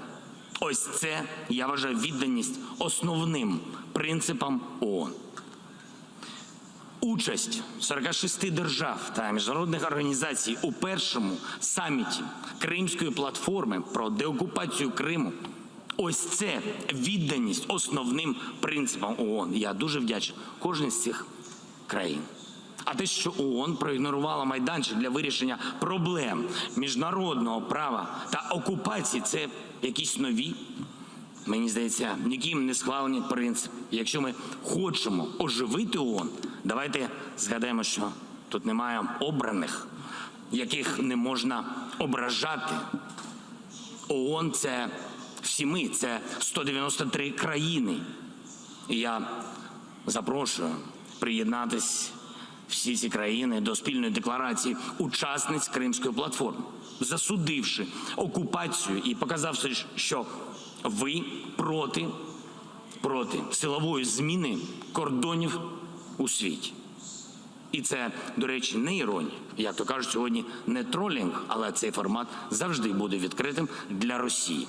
Я готовий пояснити, чому. Бо у світі більше ніхто не почуває себе у безпеці. Підкреслюю, ніхто не почуває себе у безпеці. І не може заховатися за міжнародним правом, як за кам'яною стіною. Это может привести к обрушению всей архитектуры международных отношений. И тогда у нас действительно не останется никаких правил, кроме права сильного. Это будет мир, в котором вместо коллективной работы будет главенствовать эгоизм. Мир, в котором будет все больше и больше диктат, и все меньше равноправия, меньше реальной демократии и свободы. Ведь что такое государственный суверенитет? Это прежде всего вопрос свободы, свободного выбора своей судьбы для каждого человека, для народа, для государства. Все, що я сказав зараз російською, все це слова президента Росії Володимира Путіна, сказані, до речі, в Мюнхені у 2007 році та на Генасамблеї ООН у 2015. Хіба вони були неправдою? На жаль, відповідь Москви ми знаємо. На початку вересня цього року в Криму був незаконно затриманий перший заступник голови Меджлісу кримсько-татарського народу Наріман Джелялов. Російська Федерація звинувачує цього політолога, видатного журналіста, телеведучого, викладача права та історії у спробі підірвати ділянку газопроводу. Ось вам ціна свободи слова. Ось вам ціна боротьби за свої права, за права людини. Я дуже розраховую на підтримку міжнародної спільноти, кожного з вас у цьому питанні, у питанні його звільнення та звільнення близько, уявіть собі, 450 українців, які незаконно утримуються на тимчасово окупованих територіях України та в Російській Федерації. Закликаю вас підтримати оновлення резолюції щодо ситуації з правами людини в окупованому Криму та мілітаризації нашого українського окупованого півострова, які будуть внесені на розгляд Генасамблеї до кінця року. Ми вдячні, що пункт про ситуацію на тимчасово окупованих територіях України було включено в порядок денний цієї асамблеї. Хоча, як залишаючись окупованими, Крим і Донбас можуть зникнути з порядку денного. Це очевидно і не тільки нам. Я дякую всім державам, які цьогоріч згадали Україну у своїх виступах. Саме тут це дуже важливо, і багатьом іншим, які не соромляться, що Україна їх друг, що Україна ваш партнер, які можуть називати речі своїми іменами, окупацію називати окупацією, а агресію називати агресією, не боючись нічого, що хтось там показово покине цю залу. Не треба цього робити, це майданчик діалогу. Щастя Україні це точно не принесе. Щастя Україні могло принести, якби хтось показово покинув наші державні території, наші державні кордони. У 1945 році в Криму відбулася Ялтинська конференція, де складались нові основи світового порядку, і було вирішено провести першу конференцію зі створення ООН. І Ялта, і Крим 8-й рік окуповані. Як ми хочемо оживити ООН, якщо місце, де зароджувались ідея ООН, окупована постійним членом Ради безпеки ООН? Пан голова 76-ї асамблеї говорив багато про зміну клімату та захист довкілля і природи на планеті. І в цьому контексті Крим потребує уваги ООН ще більше. Із унікальної природи зробили військову базу. Замість фауни і флори там флот і солдати. А у душах кримчан протилежна для світу проблема. Не глобальне потепління, а глобальне спустошення. Слід визнати, світ не встигає розібрати все, що на нього звалилось. ООН підіймає дуже важливі теми і не встигає їх вирішити, бо з'являються нові, важливі теми. Щоразу ми ніби обираємо собі глобальне лихо року, про яке через рік мало вже хто згадує, бо буде нове. Кожну асамблею світ складає їх у великий рюкзак загрози, який тягне роками, який вже максимально заповнений. Якщо зазирнемо ще глибше, у ньому голод, бідність, грамотність, питна вода, чисте повітря, окупація. Щоб вирішити це, нам бракує часу. А головне, нам бракує сміливості, бо ми діємо не як лідери, а як політики, які просто бояться, що колись людство запитає про все це і лишають собі шлях відходу. А ми нічого вам не обіцяли. Ми не обіцяли подолати голод. Ми сказали, що докладемо усіх зусиль для подолання. Ми не обіцяли, що здолаємо зміну клімату. Ми обіцяли активізувати нашу взаємодію для подолання змін клімату. Якщо порахувати на всі ці в лапках, ми рішуче налаштовані, ми підтвердили спільну зацікавленість у подоланні. Ми домовились суттєво посилити співпрацю. Скільки ми витратили часу, паперу, енергії. Хочемо оживити ООН, давайте говорити один з одним просто. Давайте говорити чітко, конкретно, а головне – чесно, відверто. Тоді ми перестанемо називати ООН дебатами. Це не дебати, бо дебати – це, мені здається, живий діалог. Це активний спір різних сторін. Це можливість задати прямі, відверті запитання. Наприклад, видача сотням тисяч українців на окупованій території України сотень тисяч паспортів іншої держави. Що це, як не доказ міжнародного злочину?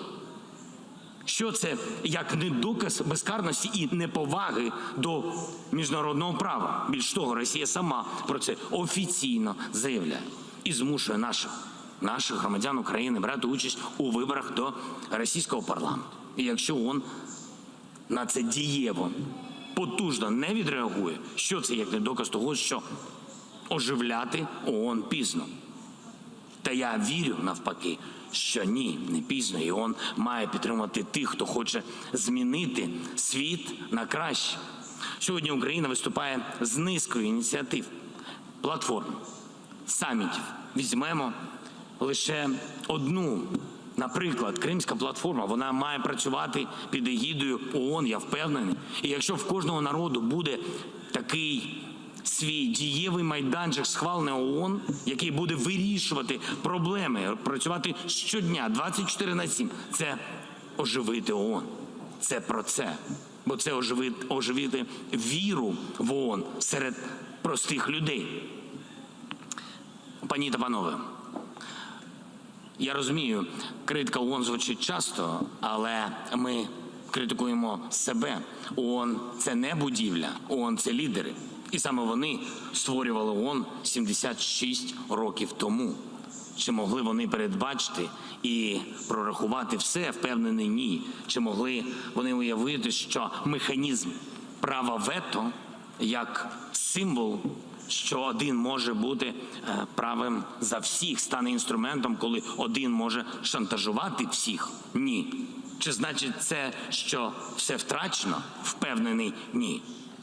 Нам з вами, а отже ООН, просто треба знову повірити у себе. ООН довго чує тільки критику, звинувачення, що ООН нічого не може. Найстрашніше, що ООН стала Лігою націй. І сьогодні ООН як супергерой на пенсії, який забув, що він міг зробити.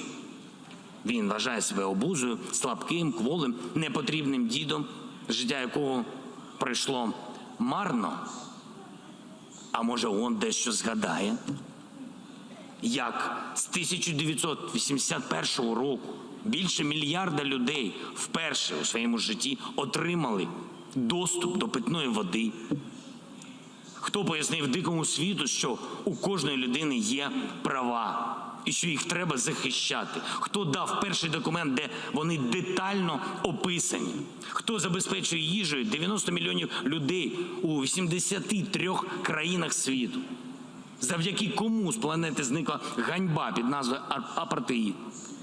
Чиї голубі шоломи підтримували і продовжують підтримувати мир у десятках країн? Хто створив ЮНЕСКО, що охороняє Ватикан, Версаль, Акрополь та загалом 1154 унікальних об'єкта культурної спадщини світу? Хто створив ЮНІСЕФ, яка у понад 190 країнах світу захищає дітей? Найважливіше, що у нас є. А тому не може бути банальним або застарілим заклик об'єднуватись заради них. Що скажете ваші високоповажності, вельмишановні лідери держав та урядів? Давайте покажемо, що ми рішуче налаштовані докласти всіх наших зусиль, щоб посилити нашу взаємодію. Покажемо. І просто зробимо, навіть без резолюцій, без декларацій, узгоджень, постійних позицій, а просто зробимо як люди, як нації, як об'єднані нації, які зробили свій вибір. або їх вчинки будуть наповнені змістом, або ці крісла будуть порожніми. Ось вам ціна цього вибору. Дякую.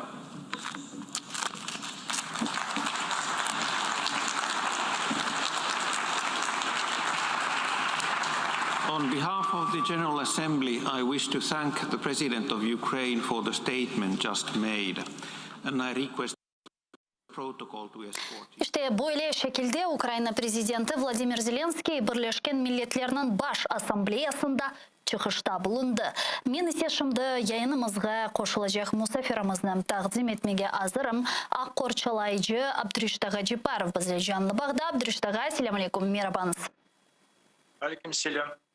Abdurishta G'a, şimdi beraberlikte Ukrayna Prezidenti Vladimir Zelenskiy'nin Birleşken Milletler Baş Asambleyasında çıkışını dinledik.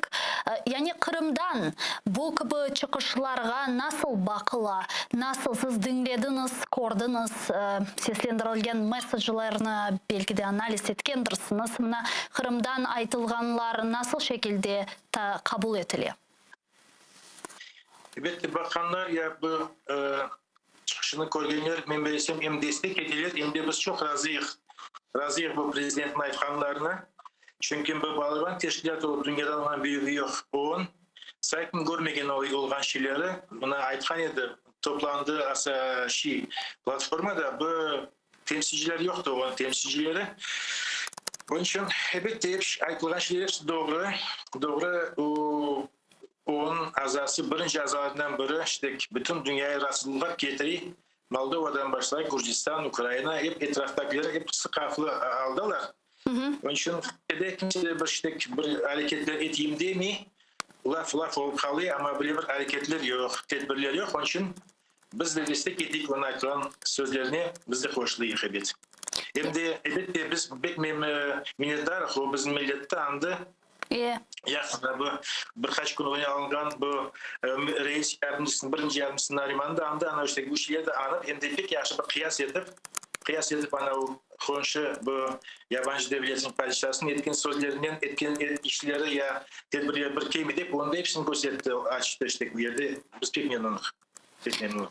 Yamna Abdurishta G'a, umumen alganda halkara teşkilatlarda yapılgan bu gibi faaliyetler Ukrayna'nın yani diplomatik cihetten çıkışları, bu gibi problematikasını seslendirilüvü ve ilahri işgalinin 7. yılında endi Kırım'da böyle ciddi şekilde kabul etile mi ya da Kennedy işte aytılar rezolüsiyalar kabul etile fakat yani praktik cihetten, fizik cihetten bir tesiri olmaganı için skepsis bile var.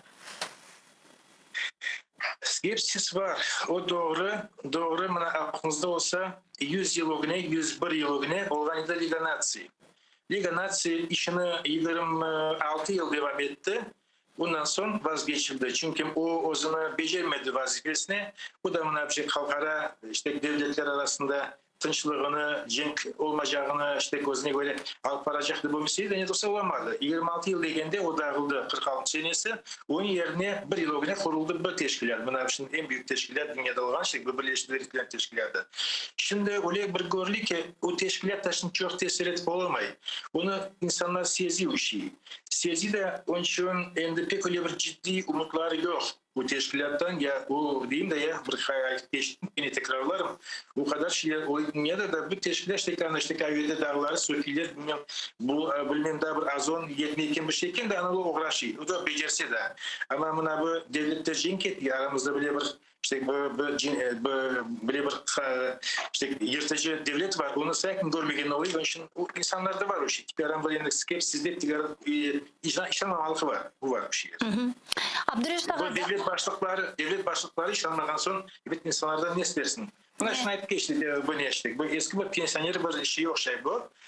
İşte baştaki namı yaxşı şimdiki elinin belinin dediğin şey yok. Onun için insanlar da öyle düşünüyor. Çünkü bu padişah, o prezident olmazdı eğer insanların duygularını, bilgilerini burada açıklasa.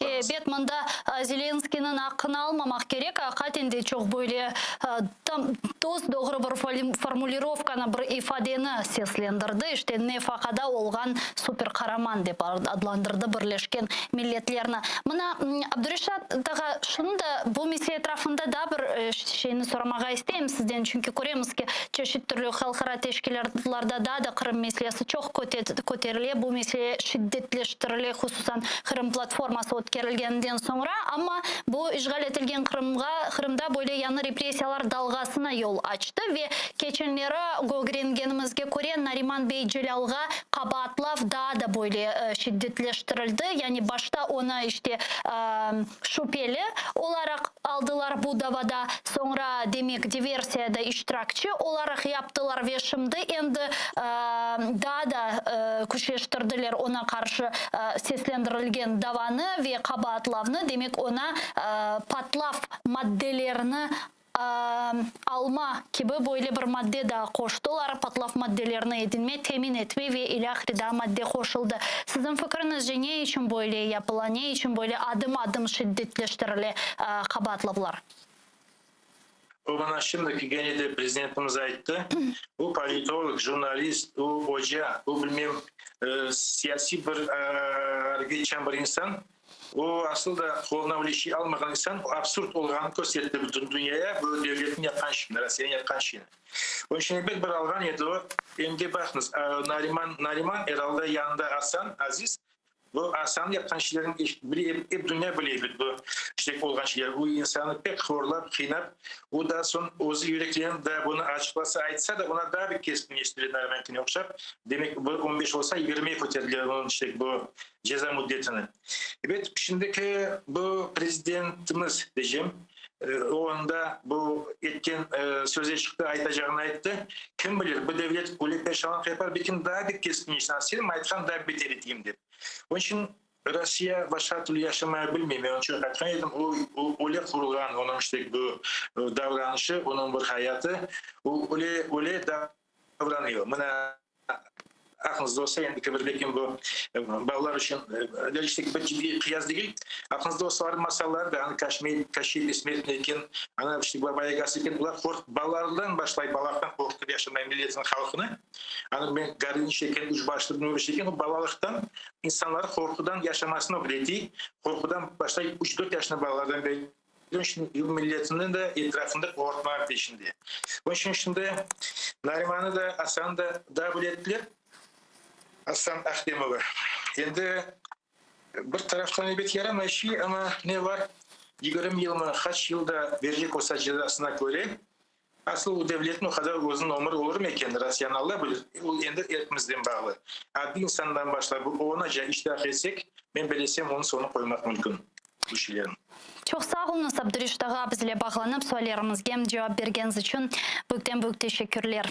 Korçalaycı Abdurrashad Jiparov bizle canlı bağda edi ve mana muharirlerimden kaydetkenine göre yayınımızga şimdi Milli Meclis Reisimizden muavini Elmiyaga Umirov bağlana. Kelin sonu selamlar. Elmiyaga selamun aleyküm, merhabanız.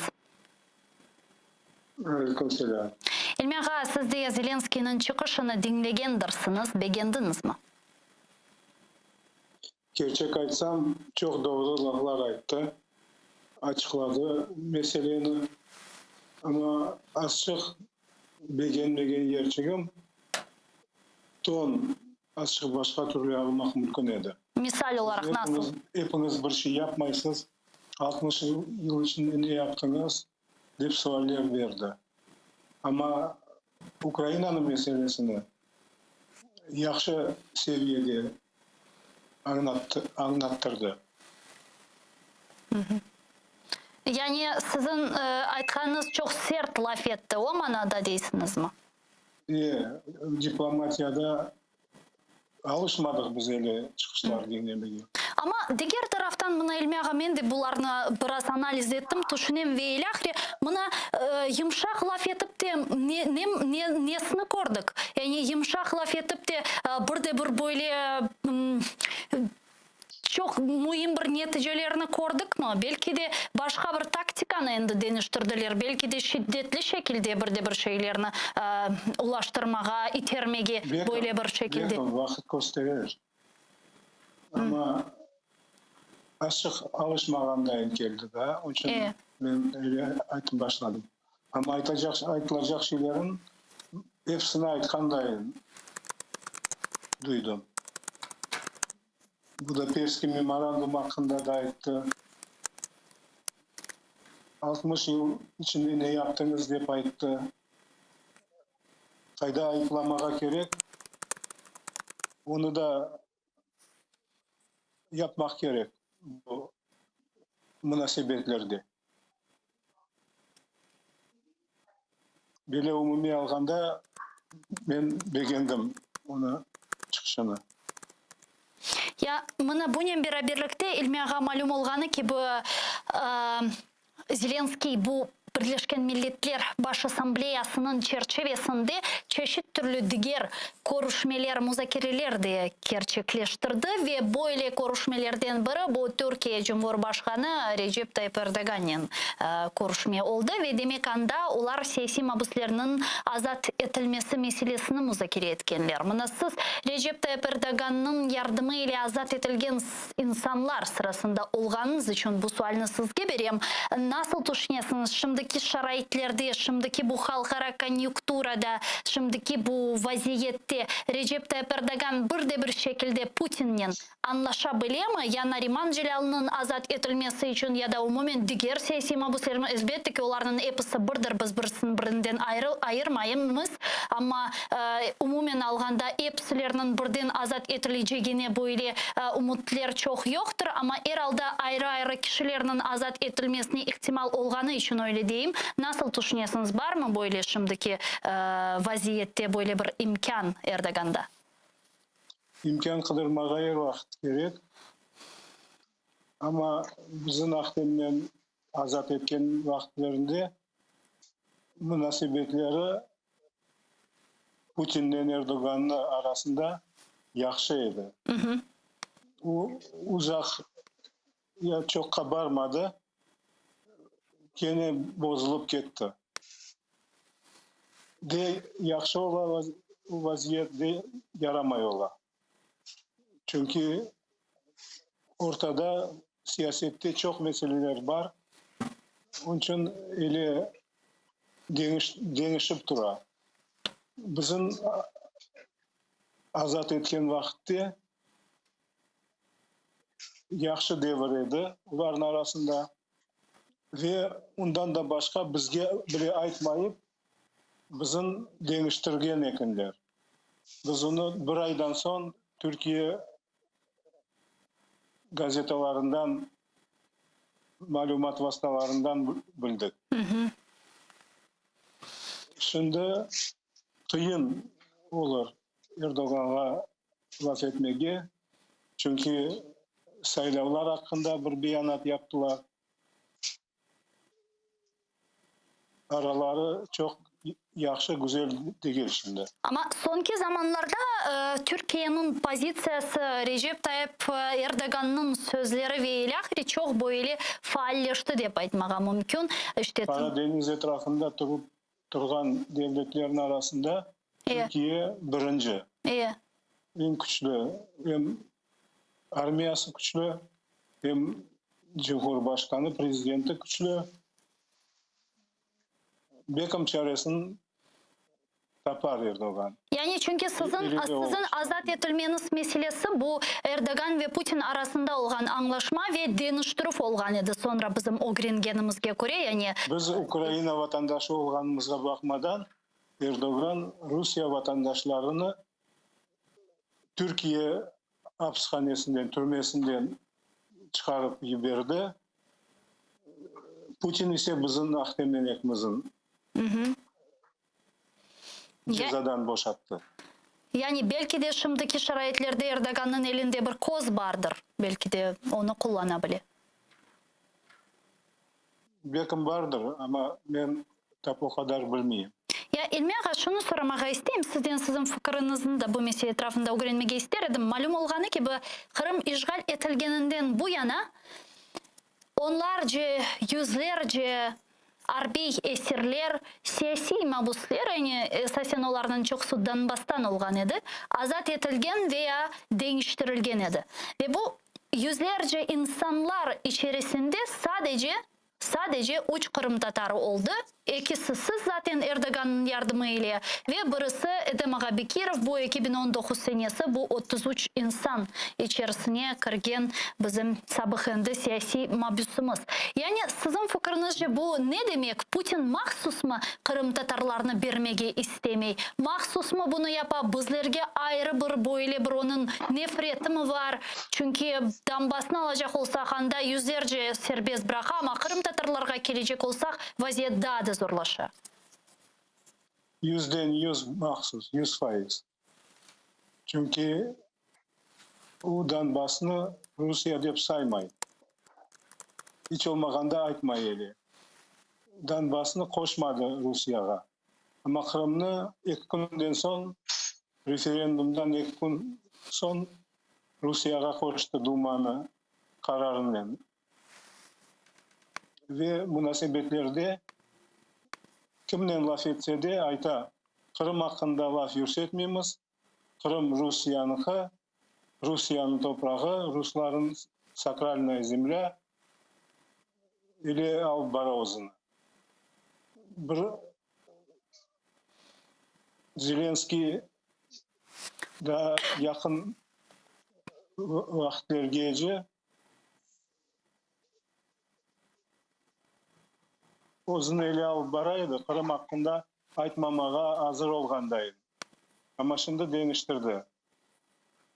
Bu yaxşı bir değiş oluyor. Çok sağ olun Selmi ağa. Bizle bağlanıp sorularımızga cevap bergeniz için büyük teşekkürler. Milli Meclis reisimizden birinci muavini İlmi Umerov bizle canlı bağdaydı sayılı arkadaşlar. Elbette ki aytıp geçkenimiz gibi Ukrayna Prezidenti Vladimir Zelenskiy Türkiye Cumhurbaşkanı Recep Tayyip Erdoğan'a siyasi mabuslarının cedvellerini berdi.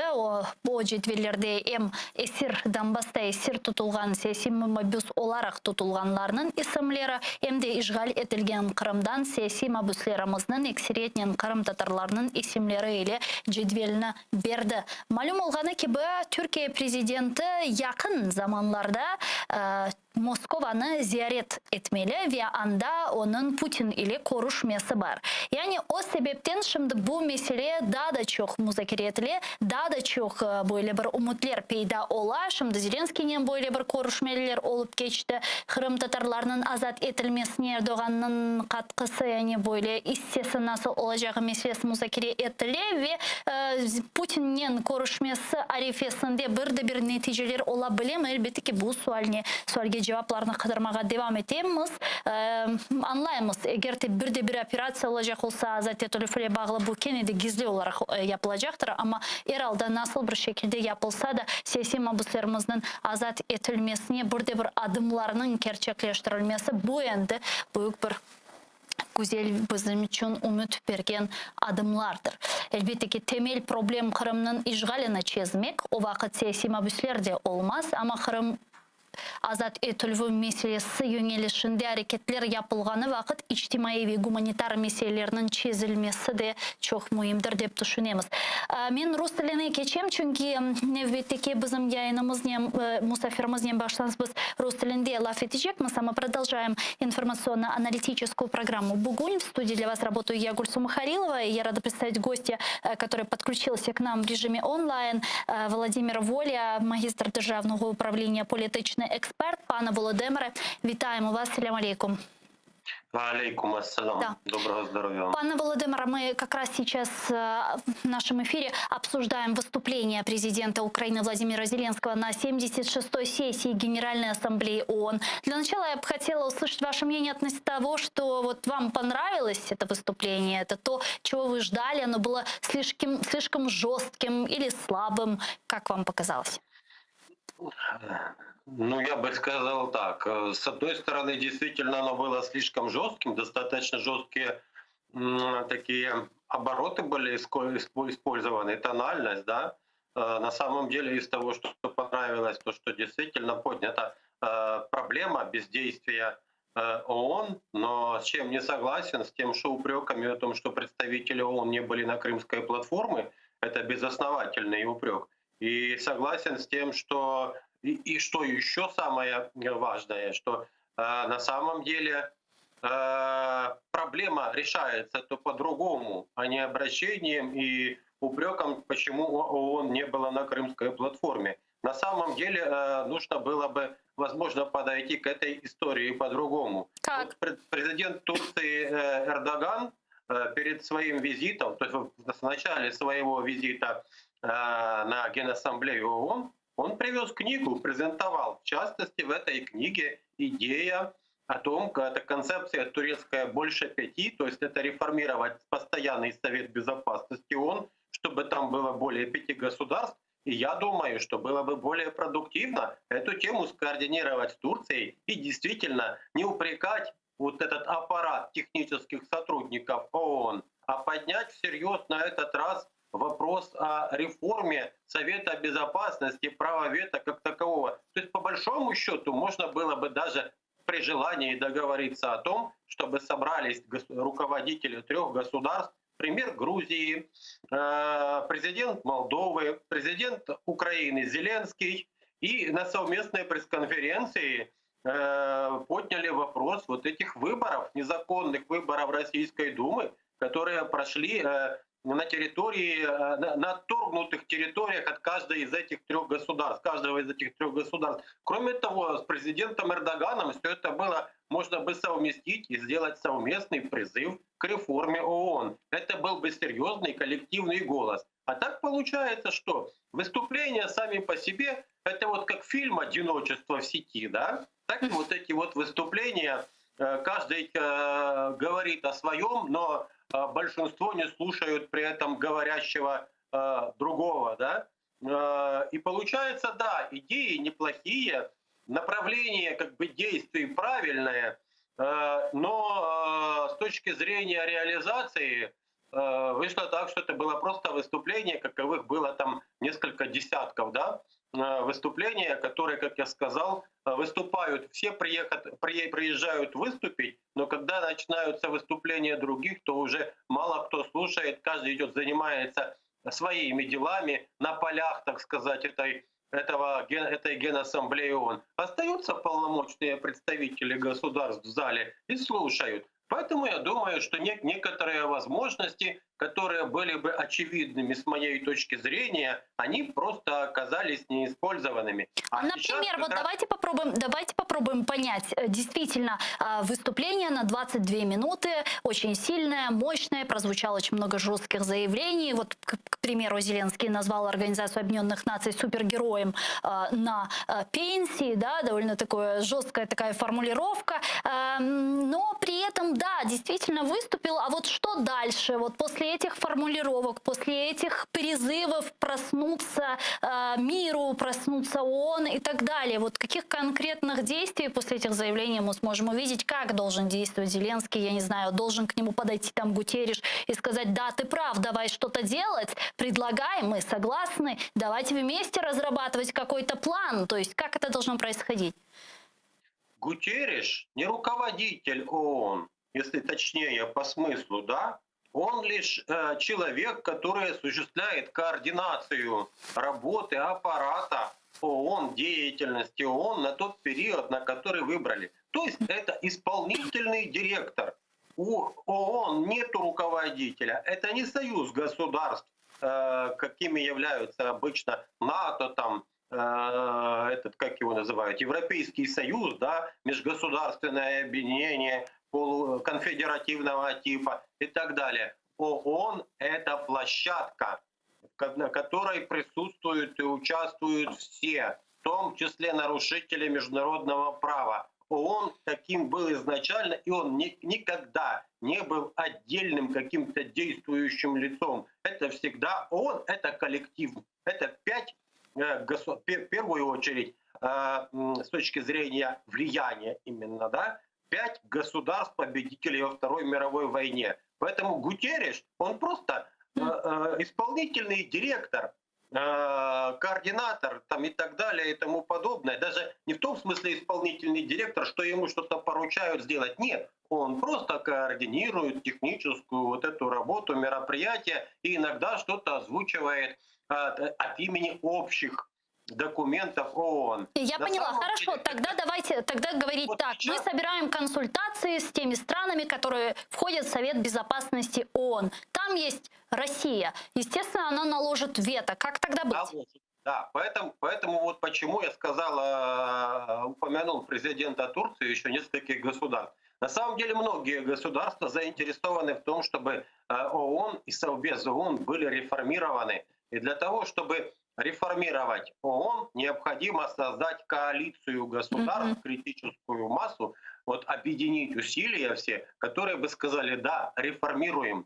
Потому что это как собрание акционеров, понимаете, собрание акционеров. И нужно собрать определенный контрольный пакет акций для того, чтобы принять важные решения. И вот для этого нужна очень кропотливая работа по созданию такого альянса и продвижению. Есть несколько разных видений относительно того, как реформировать Совет Безопасности ООН и ООН в целом. Но то, что этот Совет Безопасности ООН, чтобы подчеркнуть, что вот Зеленский правильно сказал, что Ялта, в которой рождался ООН, собственно говоря, да, сейчас оккупирована одним из постоянных членов Совета Безопасности, то есть Россией. Поэтому вот это коллективное обращение, о котором я говорил, оно было бы важно, чтобы вот использовать вот эти незаконные выборы, которые провела Российская Федерация на всех отторгнутых территориях, как раз более жестко поставить вопрос о необходимости реформирования ООН. Без реформирования ООН, чтобы вы понимали, у нас все вот эти вопросы с Крымом зависли, потому что любые санкции против России, они не могут быть введены, потому что действительно у России есть право вето. В чем же и проблема ООН? И как это Россию, согласно уставу, попытаться на время отстранить от голосования? Там есть определенные пункты в уставе ООН, которые как бы предписывают, то есть, такую возможность предусматривают. Но я думаю, что просто упрекать ООН, это было, знаете, все равно, что поставленного какого-то упрекать курьера, который привез вам пиццу, в том, что пицца приготовлена неправильно. Потому что готовят ее другие. А главные, так сказать, игроки — это 5 государств, членов Совета Безопасности ООН. Они имеют контрольный пакет акций. С этой монополией нужно заканчивать. Для того, чтобы попытаться изменить что-то и по Крыму, и по Донбассу, и по всем тем многим вопросам, которые блокируются. И Совбез, и ООН были всегда такими. Они все 75 лет тоже вот какие-то острые вопросы они собирались обсуждать. Единственное, что польза от ООН, ООН создавался для того, чтобы не допустить новой большой войны в мире, да? И эти 5 государств-победительниц во Второй мировой войне, они как бы самые мощные в экономическом, военном смысле, они были гарантами, потому что весь мир остальной бедный. А сейчас этого мира уже нет. Уже на смену семерке пришла 20-ка экономическая. Да. Много политических государств, которые имеют большой вес. Да. Пане Володимире, а как вы считаете, Соединенные Штаты Америки, Британия, Франция и Китай, которые входят в Совбез ООН, согласились бы на исключение России, ну или хотя бы на приостановление ее деятельности в Совбезе? Британия, США и Франция согласились бы. От Китая можно было бы добиться, воздержались, да, но это было бы однозначно, что молчаливое согласие Китая. Но для того, чтобы запустить эту процедуру, с украинской стороны должны быть правильная подача правильных действий, правильной интерпретации и привязки. К сожалению, таких материалов я не видел, не знаю, в чем проблема. Возможно, в таком превратном понимании ООН, что ООН — это какой-то мужик Штайнмайер, простите, кто там, Гутерреш, да, вот он руководит всем. На самом деле это нельзя, несопоставимые это международные То есть ООН — это не организация международная, не международное объединение, если точнее. Это международная организация, но не международное объединение. А вот НАТО, там, Евросоюз — это объединение. Так вот, фактически можно для того, чтобы попытаться запустить процедуру временного приостановления права вето для России, нужно против России собрать определенный фактаж, так сказать, да, компромат, и правильно его интерпретировать, обосновать. И плюс еще найти союзников для того, чтобы, то есть, убедиться, что все члены Совбеза ООН непостоянные тоже проголосуют. То есть это хлопотная, масштабная работа, ну, которую можно было бы попытаться сделать. Как я сказал, Китай тоже при определенных условиях может не возразить, но Китаю тоже, учитывая партнерские отношения с Россией, нужны определенные, как бы, достаточно весомые аргументы. Кроме того, с Китаем можно разговаривать по вопросу того же Тайваня, да?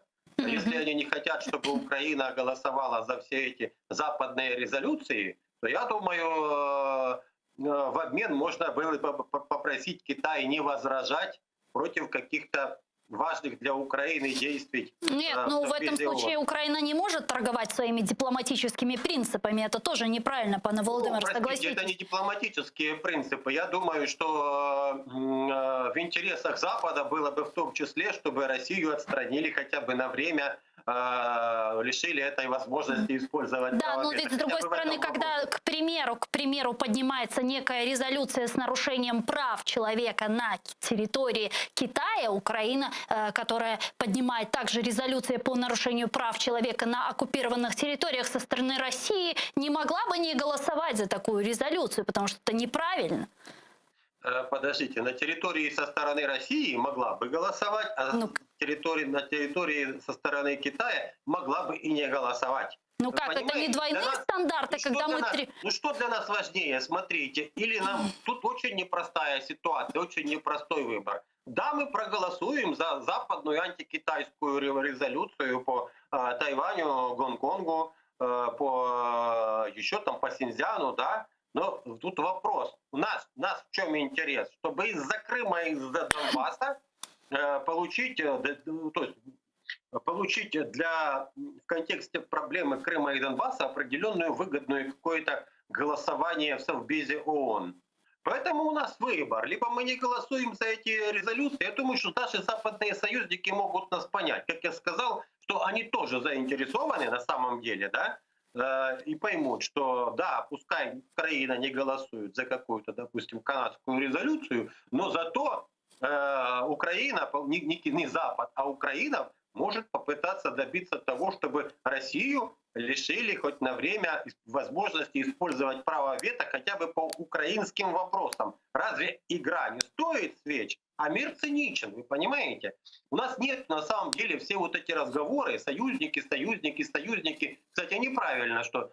А может и правильно, он так не слишком привязан к ООН, Зеленский Будапештский этот меморандум вспомнил. Но на самом-то деле союзники.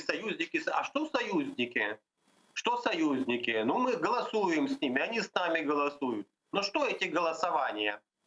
Они что, остановили что-то? Сейчас вторая аннексия, ну это тоже вопрос к команде президента Зеленского и к МИДу. Вторая аннексия по отношению к Украине происходит. Аннексия ОРДЛО. С января началась плотная реализация этой стратегии. Где это видение? Что они там в этом МИДе делают?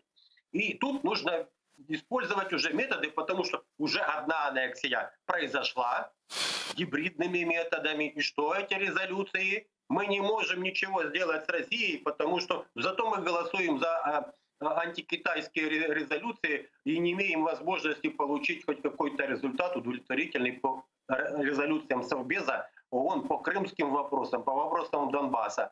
Поэтому тут очень непростая ситуация. И нужно делать, в первую очередь, ставить интерес Украины. Потому что нарушение прав человека и в Крыму, вот, кстати, президент правильно поднимал, да, и на территории ОРДЛО, и все. А что по этим вопросам мы видим? Голосование резолюций. А что дают эти резолюции? Ну что они дали, эти резолюции? Осудили, да, мы поддерживаем в фокусе внимания. Это нужно делать. Это новые моменты правильно президент осветил там во время этих всех встреч, связанные с... Призвал освободить заместителя руководителя Меджлиса, да. То есть это нужно делать на самом деле, приезжать эти резолюции, которые не дают такого эффекта. Но нужно по-другому начать мыслить. Нужно искать возможности для того, чтобы дальше не было. С Украиной это будет вообще ужасно. Да, я поняла вас. Вторая аннексия сразу. Слушайте, через 7 лет, через 8 после первой. Дякую вам дуже, пане Володимире. Чухсагу, що знайшли время і підключились к нам в ефір. Володимир Воля, політичний експерт, був з нами на прямому зв'язку. А мы с вами не прощаемся, сейчас прерываемся буквально на 5 минут. Далее мы продолжим информационно-аналитическую программу «Бугунь». Не переключайтесь и не забывайте подписываться на наш YouTube-канал. Там мы вещаем как в онлайн-режиме, так и выкладываем самые интересные фрагменты из наших эфиров. Выкладываем практически все наши программы в записи. И поддержать телеканал АТР вы можете, подписавшись на наш сайт и на наш Patreon. Я попрошу сейчас наших режиссеров вывести на экраны ссылку нашего Патреона. Да, вот сейчас вы ее видите. patreon.com. Можете пройти по этой ссылке, выбрать уровень поддержки и стать частью большой крымско-татарской семьи АТР. Это поможет нам продолжать работу на информационном фронте. Не переключайтесь. Через 5 минут Коршкенч.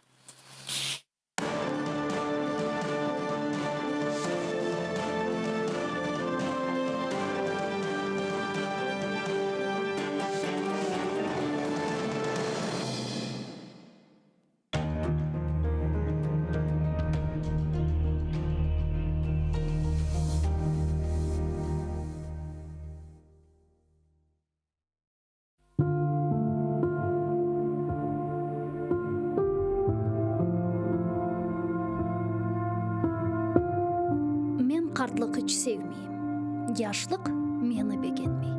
Миллетке қол аяқлıyım, амма о да іч білмей. Өз башыма қалам yolda бір şey келмей елімден. Ағлайым. Айтам алымны kimse аңламай тілімден. Көкке ұчачағым келе, көк менден ұзақ қача. Ерде мені ютмақ істей yılanдай ağzын ача. Үрке ютылмақтан жаным, яшамақ істейім мен. Душман олса жаныма халық, валлай, достыйым мен. Шаштым артық, білмейм мен не ішлемек керек. Пек айлана башым билля, тітре içimде юрек. Көзлеріме перде ола түрлі шейлер, авалар, көзім илек көрамайым, кімлер мені саралар. Юмсам егер көзлерімні, içim янмақтан көе. Açsam, birçok osallıklar tap bebegeme diye. Böyle çeke kulaklarım burnun dünyanın zorun tapmay gönlüm iç bir yerde. Tutmağa rahat orun. Çölge çıksam tek başıma ağlanam ölenlere. Aylanam taf kenarların yaslanam çerenlere. Duygularımını toplayım kökке yerge bakınam. Her şeyde bir hoşluk görem deyim. Ne için sıkınam? İşte tavlar, işte göller bir-birine bakışa.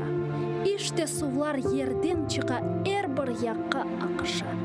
İşte güneş hiç kızganmay, sıcak yaraklar saça. İşte kuşlar toplanalar, korkmayıp uça, uça.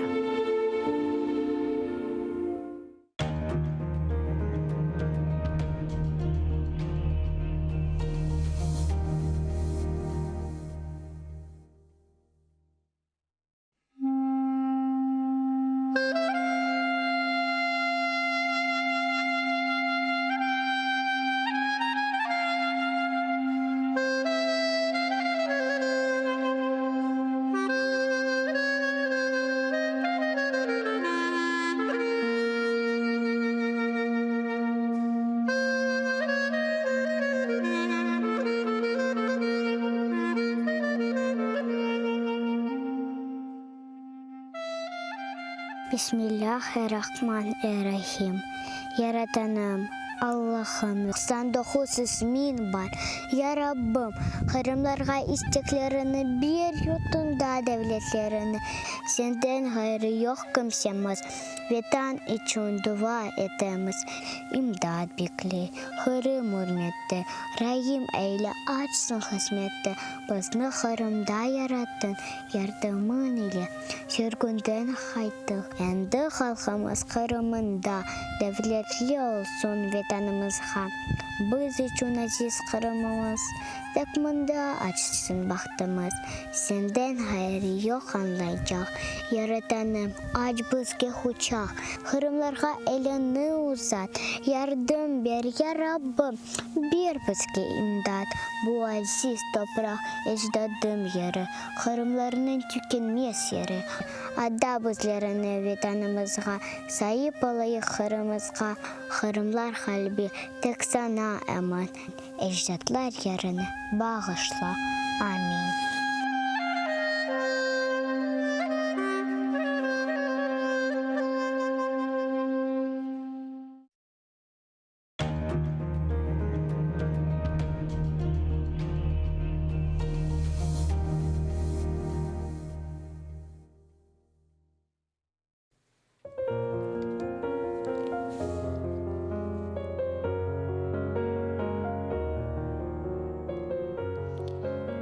Derенdir denizin suvunda kayık.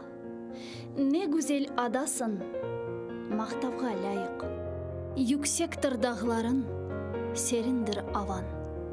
Bilmeyim ne vakit bakılır davan.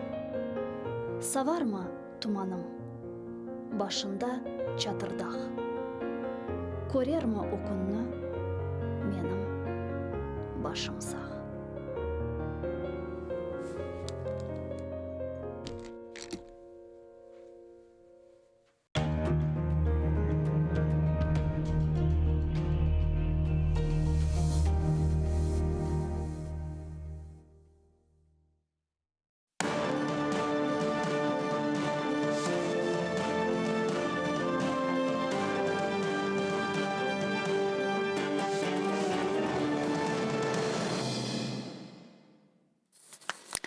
Ассаляму алейкум, хайрлах шамлар. Добрый вечер. В эфире телеканала АТР. Вы смотрите информационно-аналитическую программу «Бугунь». В студии для вас работаю я, Гульсум Халилова. И следующий час в этой студии с гостем мы обсудим основные события и новости сегодняшнего дня. Напомню, что мы работаем в прямом эфире на экраны ваших телевизоров. Режиссеры периодически выводят номер телефона, так что вы можете звонить к нам абсолютно бесплатно по Вайберу +3 8067 63 46 130. Можете присоединяться по скайпу. atr.tv — это наш адрес. Звоните, задавайте ваши вопросы. Нам важен ваш голос. Не забывайте подписываться на наш YouTube-канал. Там мы вещаем как в онлайн-режиме, так выкладываем самые интересные фрагменты из наших эфиров. Выкладываем практически все наши программы в записи. Там вы тоже можете оставить свой вопрос, который мы можем озвучить в нашем эфире гостю. И поддержать телеканал АТР вы можете, подписавшись на наш Patreon. Таким образом, вы станете частью большой крымско-татарской семьи АТР, а это поможет нам продолжать работу на информационном фронте. Я рада представить гостя нашей студии. Тарас Чорновіл, політичний діяч, екс-народний депутат Украины. Пане Тарас, вітаємо вас. Витаю, алейкум ассалям. Я предлагаю начать наш эфир со следующих новостей. Президент Украины Владимир Зеленский выступил на 76-й сессии Генеральной Ассамблеи Организации Объединенных Наций в Нью-Йорке. Глава государства призвал оживить ООН и обновить ее устав, чтобы организация стала эффективной и действенно реагировала на глобальные проблемы. Глава государства предложил проводить заседания ООН вблизи горячих точек, которых много в мире. Тогда, по его мнению, ООН сможет воочию увидеть глобальные проблемы, которые существуют в мире. Давайте послушаем его прямую речь. У 1945 році в Криму відбулася Ялтинська конференція, де складались нові основи світового порядку, і було вирішено провести першу конференцію зі створення ООН. І Ялта, і Крим 8-й рік окуповані. Як ми хочемо оживити ООН, якщо місце, де зароджувались ідея ООН, окупована постійним членом Ради безпеки ООН? Пан голова 76-ї асамблеї говорив багато про зміну клімату та захист довкілля і природи на планеті. І в цьому контексті Крим потребує уваги ООН ще більше. Із унікальної природи зробили військову базу. Замість фауни і флори там флот і солдати. А у душах кримчан протилежна для світу проблема. Не глобальне потепління, а глобальне спустошення. Пане Тарасе, для начала, понравилось ли вам выступление Зеленского? Знаєте, я його оцінював з двох боків. Одного боку, я колись працював політтехнологом, я відразу можу сказати, воно зроблено добре. Як для політтехнолога, для мене воно мені сподобалося в цьому плані. Воно спрямоване на дуже конкретних людей, на дуже конкретні середовища всередині української держави. А друге, моя освіта і основна моя професія – все-таки міжнародник, юрист-міжнародник. Я можу сказати, що там це вистріл в пустоту.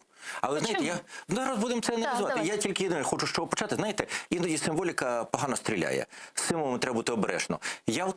Ялтинська конференція, там не закладалося ООН, там закладалося, як він правильно сказав, нові порядки світу. Нові порядки передбачали сфери впливу, двохполісність. І ось ті країни, незалежно від волі їхніх народів, там, чи це Польща, чи це Чехія, чи це Угорщина, вони мають бути під Радянським Союзом, тому що побідітелі так захотіли. А оці віддаємо їх під волю США. Так США виявилася демократичною державою, яка не так сильно, хоча теж втручалася в внутрішні справи, але не так сильно, а Радянський Союз міг вводити терор, репресії, знищення, що завгодно будь-якій з тих держав, які попали під його вплив. І Ялтинська конференція заклала це. А ідея Організації Об'єднаних Націй в чіткому виразі її почалася в Сан-Франциско, а не в Ялті. І ще один момент.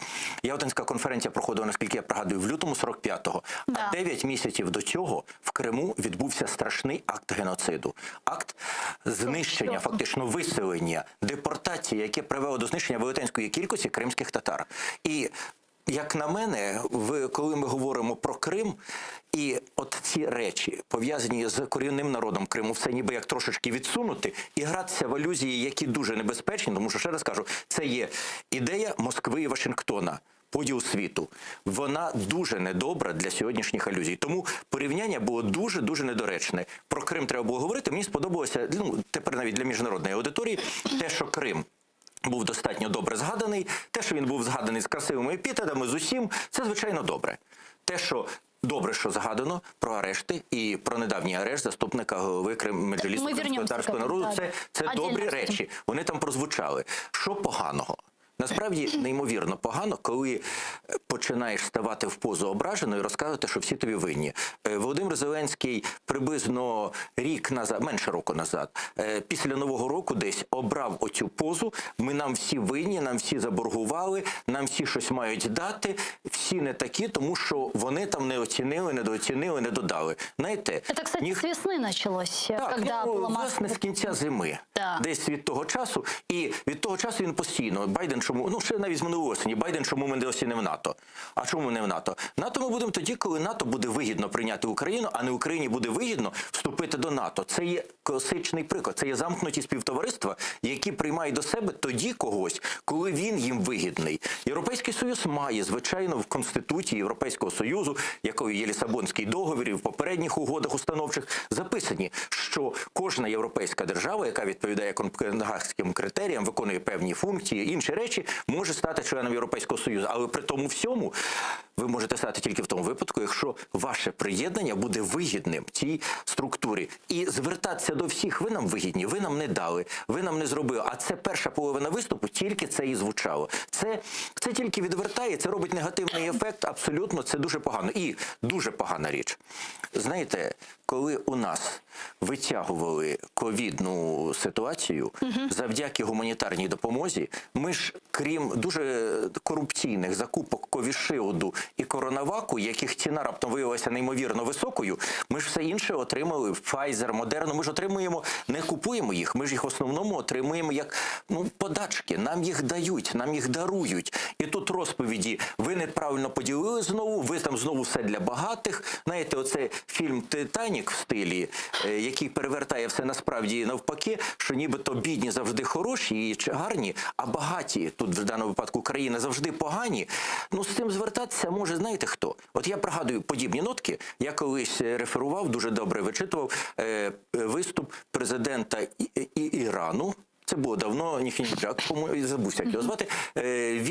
Він говорив ті самі речі. От я коли слухав Зеленського першу половину виступу, я чув виступ іранського лідера, я чув виступи, які іноді кубинські представники виступали з подібними тезами. Тобто це країни, які в нормальному, цивілізованому світі сприймаються десь як ізгої. Вони вічно з претензіями, вони всім незадоволені, він не тикають про паршивий капіталізм, який неправильний. І Зеленський теж саме казав, те ж саме лівацтво. Ви неправильно розподіляєте все. Це те, що не може бути. І ще один момент.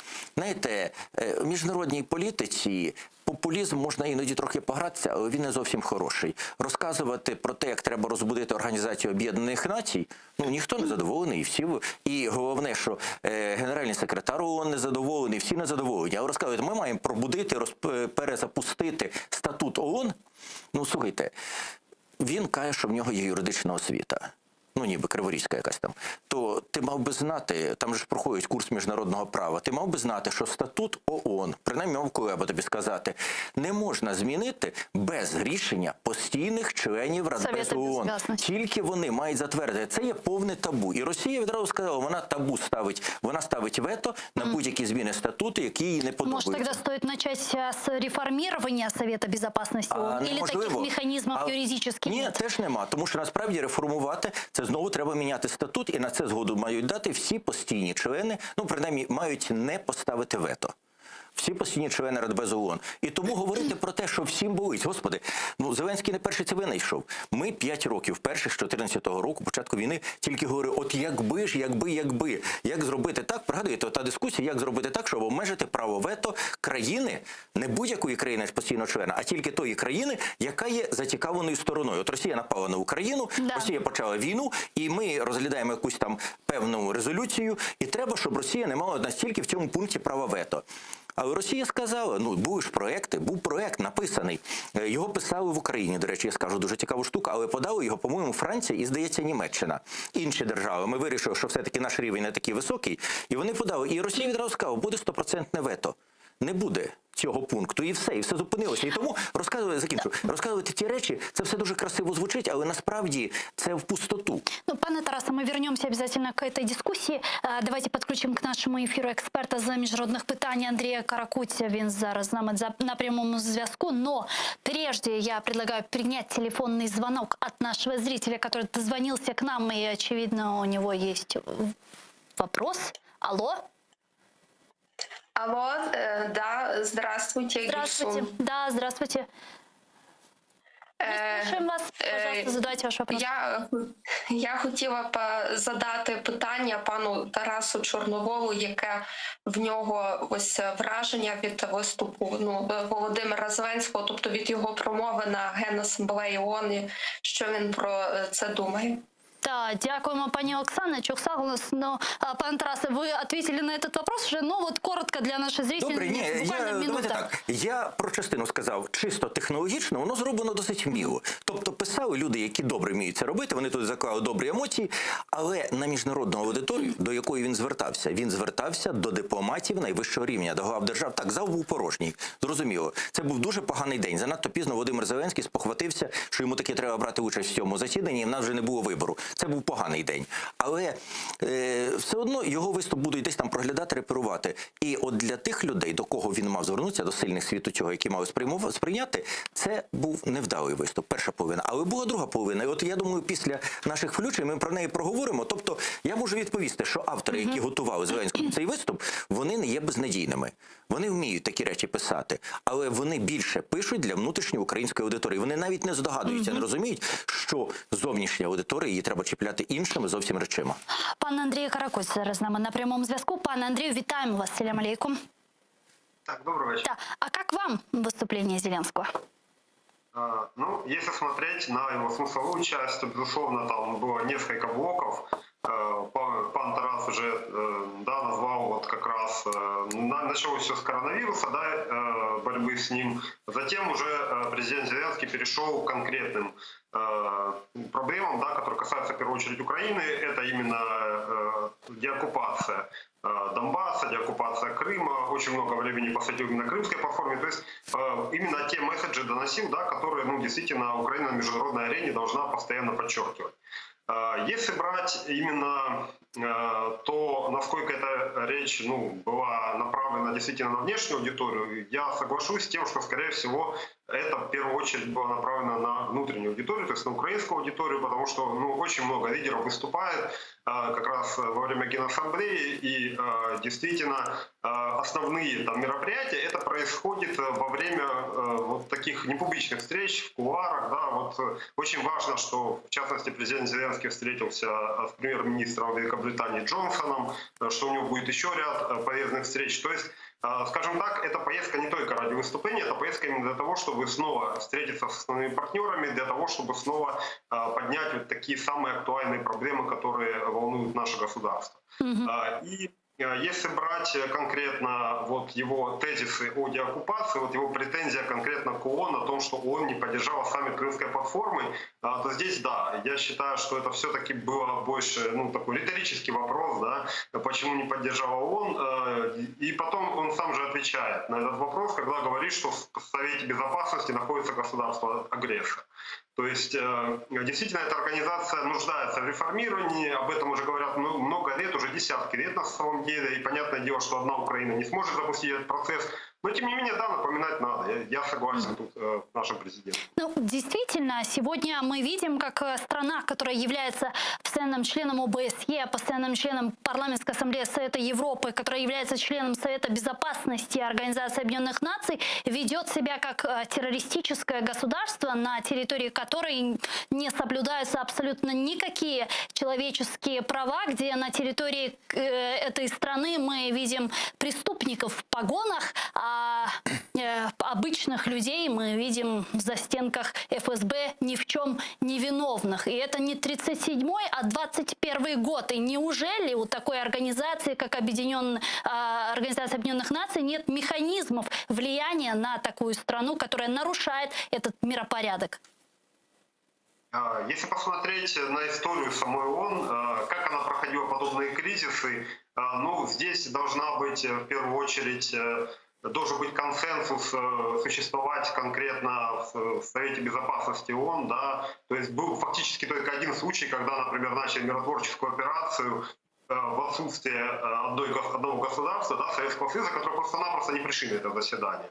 Это было в Корее в 1950 году. После этого запуск таких механизмов, которые действительно бы разрешали конфликты, действительно позволяли бы запускать миротворческие миссии без согласия так называемых великих держав, на самом деле он тут, к сожалению, вряд ли тот механизм, который действительно будет работать по отношению к Российской Федерации. То есть Российская Федерация вообще на международной арене пытается максимально использовать вот как раз вот эти все правовые механизмы, которые вроде бы как должны ее осуждать, вроде бы как должны работать против нее, наоборот, используют для того, чтобы демонстрировать, и показывать, что вот это международное право, международная безопасность не работает. Не работает, соответственно, существует право сильного, соответственно, Россия может насаждать свою волю так называемому малому государству. Но в таком случае тогда на кого ориентированы эти месседжи Зеленского, то есть чего мы ждем от ООН, когда говорим о том, что те не приняли участие на саммите Крымской платформы, когда мы говорим о том, что ООН нужно уже просыпаться и так далее, то есть чего мы ждем, каких действий от ООН мы ждем?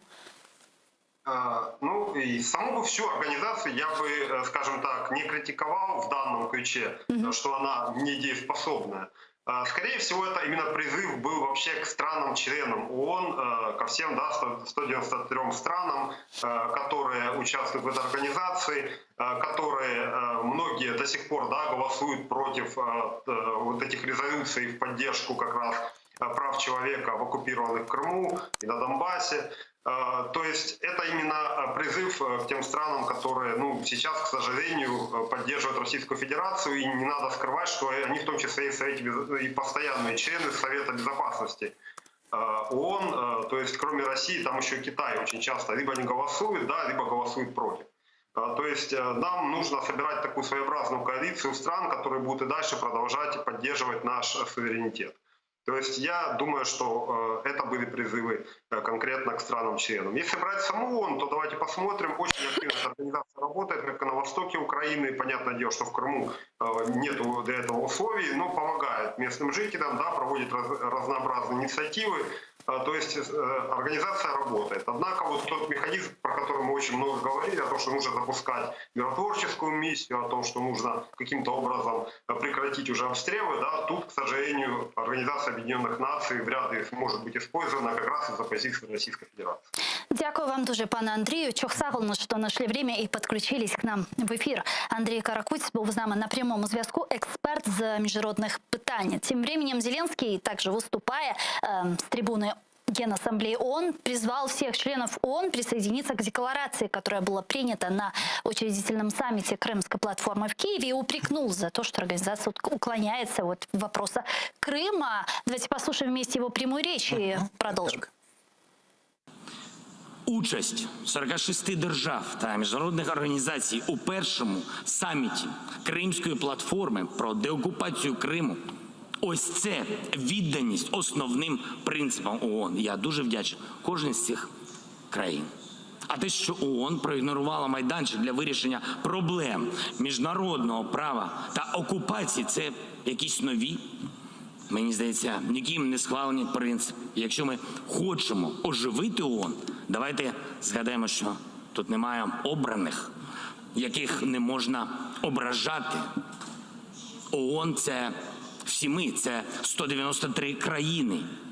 І я запрошую приєднатись всі ці країни до спільної декларації учасниць Кримської платформи, засудивши окупацію і показавши, що ви проти силової зміни кордонів у світі. Министр иностранных дел Украины Дмитрий Кулеба также заявил, что Крымская платформа предлагает миру действенные решения глобальных проблем. Он отметил, что таким образом Украина не на словах, а в действительности оживляет ООН.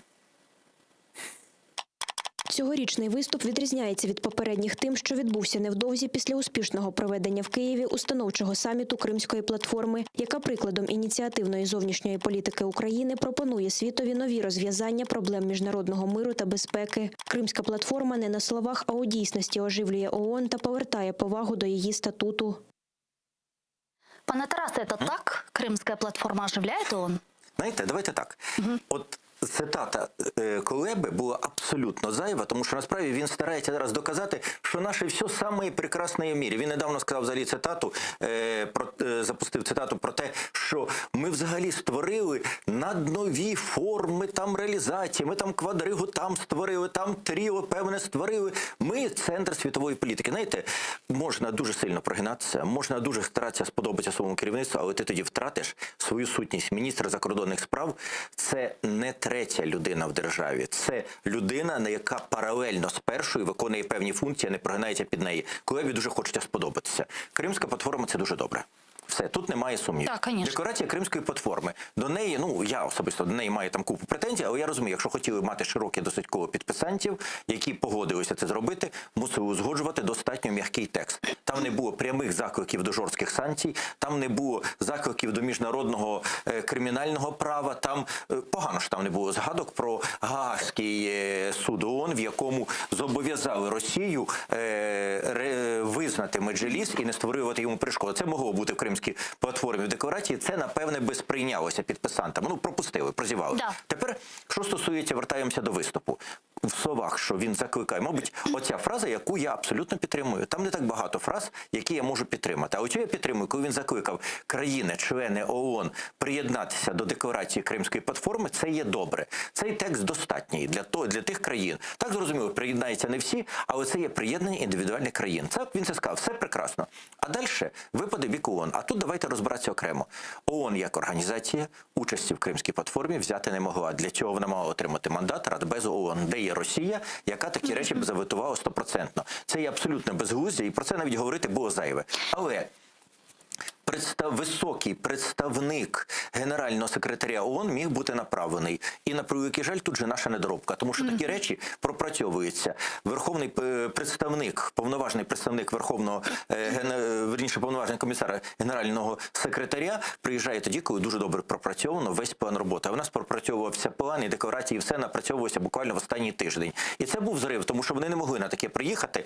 Генеральний секретар не ризикне, тому що він тоді він же ж не є президентом ООН. Він є певним спікером, де є, в першу чергу, постійні члени Радбезу, перед якими він підзвітний. Він не має права зробити щось, що є викликом прямим для них. І коли Росія проти, а вона є постійним членом, то зрозуміло, що вони поїдуть. Но мы вот, видите, опять упираемся в то, что Россия является постоянным членом Совета Безопасности ООН и может блокировать все вопросы. Но вот в нашем эфире у вас был пан Володимир Воля, политический аналитик, который сказал, что коллективное большинство Совета Безопасности ООН могло бы приостановить деятельность России в Совете Безопасности и придумать здесь какие-то механизмы. Такого невозможно? Це 45-й рік, коли створювалося ООН, воно створювалося на принципі протистояння, вірніше, урівноваження двох систем.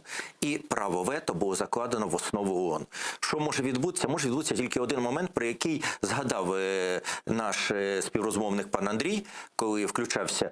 Він сказав про 50-ті роки, коли в Кореї йшла війна, і тоді був якийсь конфлікт, тоді ООН не мало такого суттєвого значення в світі, і тоді Радянський Союз, гримнувши кулаком, сказав, а ми припиняємо своє членство. І на якийсь момент вийшли. От якби на той момент, так як зараз, була готовність провести термінову реформу статуту ООН і реформу ООН, в той момент без Радянського Союзу це теоретично зробити було можливо. Але ніхто тоді не думав. Якщо в якийсь момент, в силу якихось обставин, смерть Путіна, дуже надіюсь, що буде скоро, коли там вона не буде, в той момент там може або відразу відбудеться передача влади, і то все цементується, а може відбудеться певний конфлікт протистояння. І в той момент Росія буде слабша, їй доведеться домовлятися. В той момент можна витиснути такі речі. Він колись буде. Це може бути через рік, може бути через 5 років, може бути через 10 років. Але на той момент просто треба, щоб ця тема висіла в повітрі. Але я ще раз звернуся, тут проблема навіть присутності представника ООН, тут навіть питання не в Росії. Ми їм мали представити текст декларації, який він має підписати, і який він фактично своєю присутністю освячує як представника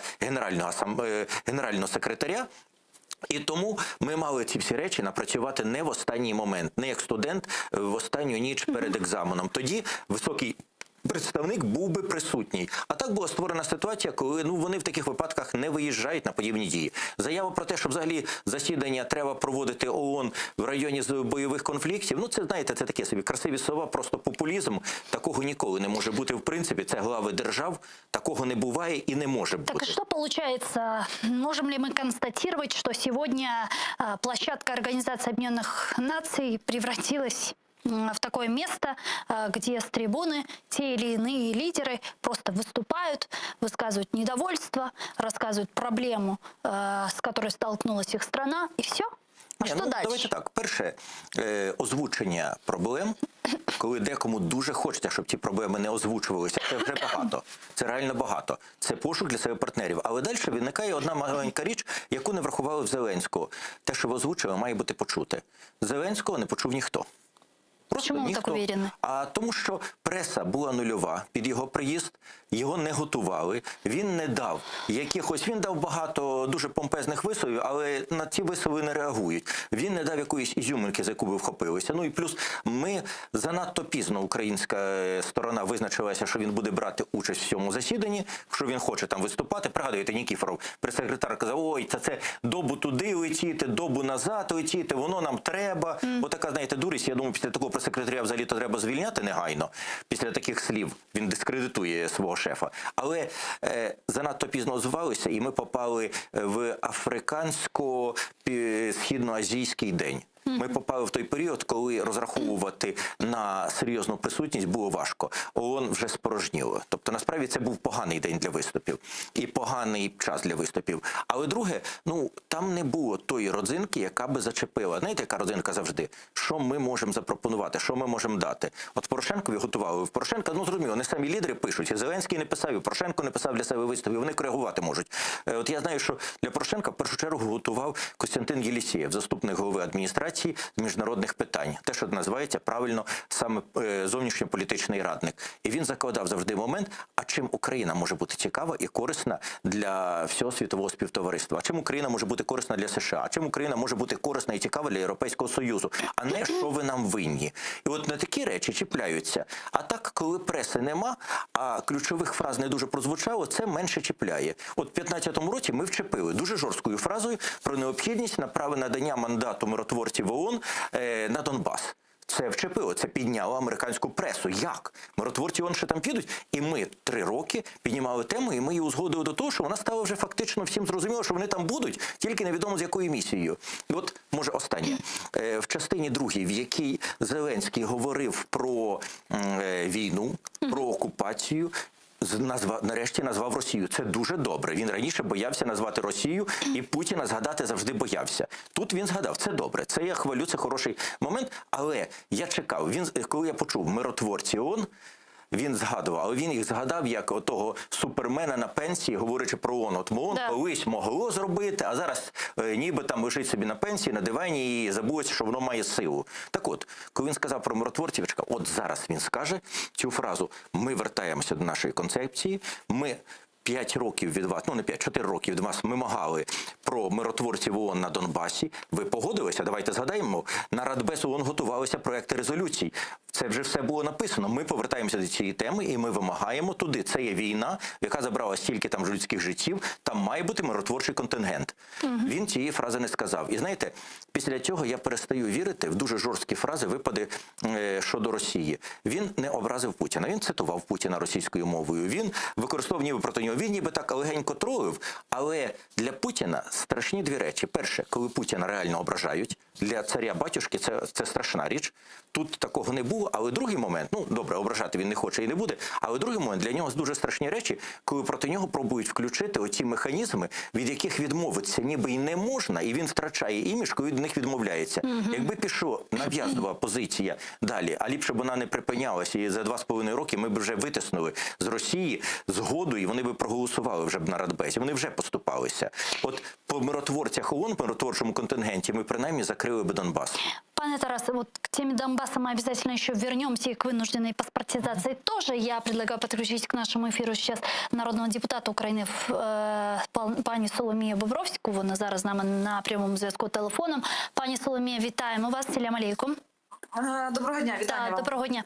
Пани Соломия, понравилось ли вам выступление президента Украины Зеленского на Генеральной Ассамблее ООН? Какие тезисы важнейшие вы для себя почерпнули? Ну, в першу чергу, я б хотіла відмітити, що мені прикро, що президент почав з своєї промови про вартість реформ і про реформ, які коштували пострілів його заступника голови Офісу президента. Як на мене, це далеко не ті тези, які мали би звучати на Генасамблеї серед таких присутніх, і це не ті меседжі, які мали б лунати від України. Бо в нас на сьогодні до сих пір українське суспільство не дало жодної оцінки, що це відбулося, і судячи з того, як стріляли, що стріляли, чи це була частина якоїсь постановки, чи це ще якісь там розборки між собою, воно доволі дивно і всередині України виглядало. Друге, це момент щодо, я б сказала, такої претензійності та й доволі такого сміливого кроку про те, що про необхідність існування самої системи і, в принципі, Організації Об'єднаних Націй, наскільки вона ефективно, ця махінна система працює. Тобто, якщо це рівність з рівними, то хто б міг подумати про те, що ліки свого часу стануть ціною один по відношенню до одного, і хтось привілейованіший отримає першими чи другими, хтось взагалі не отримає і так далі, і так далі. Ну, це були такі світові трендові моменти. А про те, що справді його риторика не була жорсткою, яка вже мала б нарешті вродитися на 3-й рік його президентства, і вже він начебто до цього підходить. І на параді ми бачили на День Незалежності якісь його намагання вже чіткіше артикулювати. Алло? Так, прервался, я так понимаю, телефонный звонок с пани Соломеей Бобровской, народным депутатом Украины Верховной Рады. Мы попробуем, наберите, пожалуйста, ее еще раз, потому что мне есть еще несколько вопросов. Да, может, все-таки нам удастся возобновить связь с пани Соломеей, потому что все же ей хочется еще задать вопрос про закон о деолигархизации, но вроде вернулась к нам пани Соломея. Алло, да, вы можете продолжить. Так, ну власне, я про те, що хотілося чіткіших артикуляцій відносин між Україною і Російською Федерацією і далі наступних років справді і по ОРДЛО, і по Криму. І те, що відбулося, це те, що його виступ був фактично після виборів в Державну Думу, його позицію заклик через до світу про те, що ці вибори є нікчемними, незаконними і такими ж не можуть бути визнаними законними. Ось. Ну вот действительно мы видим в последнее время такую достаточно последовательную риторику, последовательности в своих заявлениях страны Зеленского, Кулебы, там, Резникова, Ермака и так далее. Вот такая эволюция, она что означает? У нас разрабатывается внешнеполитический курс, вот меняется какая-то тактическая ситуация, может, Зеленский уже меняется полностью в какую-то другую сторону. То есть как вы бы описали эту трансформацию риторики президента? От ви знаєте, тут я не буду йому союзником, бо представляючи комітет Верховної Ради з питань міжнародної політики, хочу сказати, що нас фактично взагалі забортували в бік і не допускають фактично до жодних ані дискусій, комунікацій, заяв, прийняття рішень і так далі. Тобто це комітет, який поставлений на паузу, а і сумно, тому що це в західних країнах це один з найбільш політичних комітетів. І нам фактично сьогодні закрили рот, тому що в більшості є слуги, і відповідно жодні намагання і старання пропрацювати певні теми, починаючи від безпеки Чорного Азовського морів, закінчуючи питаннями НАТО, ми фактично, ми точно не в дискусії ані з МЗС з цим, ані з офісом президента. Наскільки я розумію, подібні речі відбуваються в МЗС, які теж показують пальцем на офіс президента, де власне приймаються рішення по тим чи іншим питанням. Чи це стосується Кримської платформи, до речі, на яку не було запрошено членів комітету, коли в серпні була Кримська платформа в перше установче засідання, і де приймаються глобальні важливі рішення нашої міжнародної політики, які ні з ким не обговорюються. І мені, чесно кажучи, прикро, що навіть на сьогоднішній день ми не бачили плану трансформації, який був начебто представлений або оголошений на зустрічі з Байденом між Зеленським. Тобто така дуже дивна історія. Тут вона існує, чомусь Штати мають бачити це першими, але воно їх не бачили ані уряд, ані парламент, ані українське суспільство. Тому мені важко прокоментувати, які там зміни грядуть в головах Офісу президента. Ну і такі речі, як мені здається, що коли опозиція і влада має грати разом спільно назовні, цього наразі не важко бачити це сторони слуг. Пани Соломея, вот такой еще вопрос. Сегодня Верховная Рада Украины проголосовала за закон о деолигархизации. Как голосовали вы и реальной деолигархизации в нашей стране все же быть? Ви знаєте, я голосувала за. Попри те, що в першому читанні ми утрималися під час голосування, цього разу об'єднання «Справедливість», до якого я належу, ми підтримали цей закон. Ми добре розуміємо, що він є не ідеальний, що рішенням Ради нацбезпеки і оборони це не рішення суду і не може фактично давати санкції, які навіть сьогодні даються РНБО. Але тим не менше, мені здається, що це важливо, що нарешті слово олігарх введений і в законодавчий обіг, і цілком притомно, але дуже рамково говорить про те, дає визначення, хто є ця людина, з якими повноваженнями, з якими можливостями, і безперечно говорить про її потенційний вплив на політику місцеву, державну і так далі. Тому ми віддали голоси за. И, пани Соломея, для наших зрителей объясните эту дефиницию слова «олигарх». Це певна особа, яка має в активі 2,2 мільярди гривень плюс, яка на якій зареєстрована медіа, яка може бути чи є монополістом в певній державній сфері або мала відношення до приватизації, і в державних підприємствах теж є монополістом. І впливає на формування політичної сили. Дякую вам дуже, пані Соломія. Чохсагуна, что нашли время и подключились к нам в эфир. Народный депутат Украины Объединения справедливости Соломия Бобровская была с нами на прямой связи. Пане Тараса, мы с вами обсуждали вопрос Крымской платформы в рамках Генеральной Ассамблеи ООН. Мы знаем, что сразу после проведения инаугурационного саммита Крымской платформы Кремль возобновил массовые репрессии на территории оккупированного полуострова, задержал первого заместителя председателя Меджлиса крымского народа Наримана Джелялова и еще ряд крымских татар. И Зеленский, естественно, об этом говорил, в том числе и на Генассамблее ООН. Давайте послушаем его прямую речь. На початку вересня цього року в Криму був незаконно затриманий перший заступник голови Меджлісу кримсько-татарського народу Наріман Джелялов. Російська Федерація звинувачує цього політолога, видатного журналіста, телеведучого, викладача права та історії у спробі підірвати ділянку газопроводу. Ось вам ціна свободи слова. Ось вам ціна боротьби за свої права, за права людини. Я дуже розраховую на підтримку міжнародної спільноти, кожного з вас у цьому питанні, у питанні його звільнення та звільнення близько, уявіть собі, 450 українців, які незаконно утримуються на тимчасово окупованих територіях України та в Російській Федерації. Также в рамках Генеральной Ассамблеи ООН президент Украины провел ряд важнейших встреч. Так, он провел переговоры с генсеком ООН Антонио Гутерришем, провел переговоры с генсеком Североатлантического альянса Янсом Столтенбергом, президентом 76-й сессии Генеральной Ассамблеи ООН и одновременно министром министром иностранных дел Республики Мальдивы Абдуллой Шахидом, а также провел переговоры с президентом Турецкой Республики Реджепом Таипом Эрдоганом, где обсудили возможное освобождение и непосредственное участие в этом освобождении Турецкой Республики. Об этом сообщил пресс-секретарь президента Украины Сергей Никифоров. Давайте послушаем его цитату.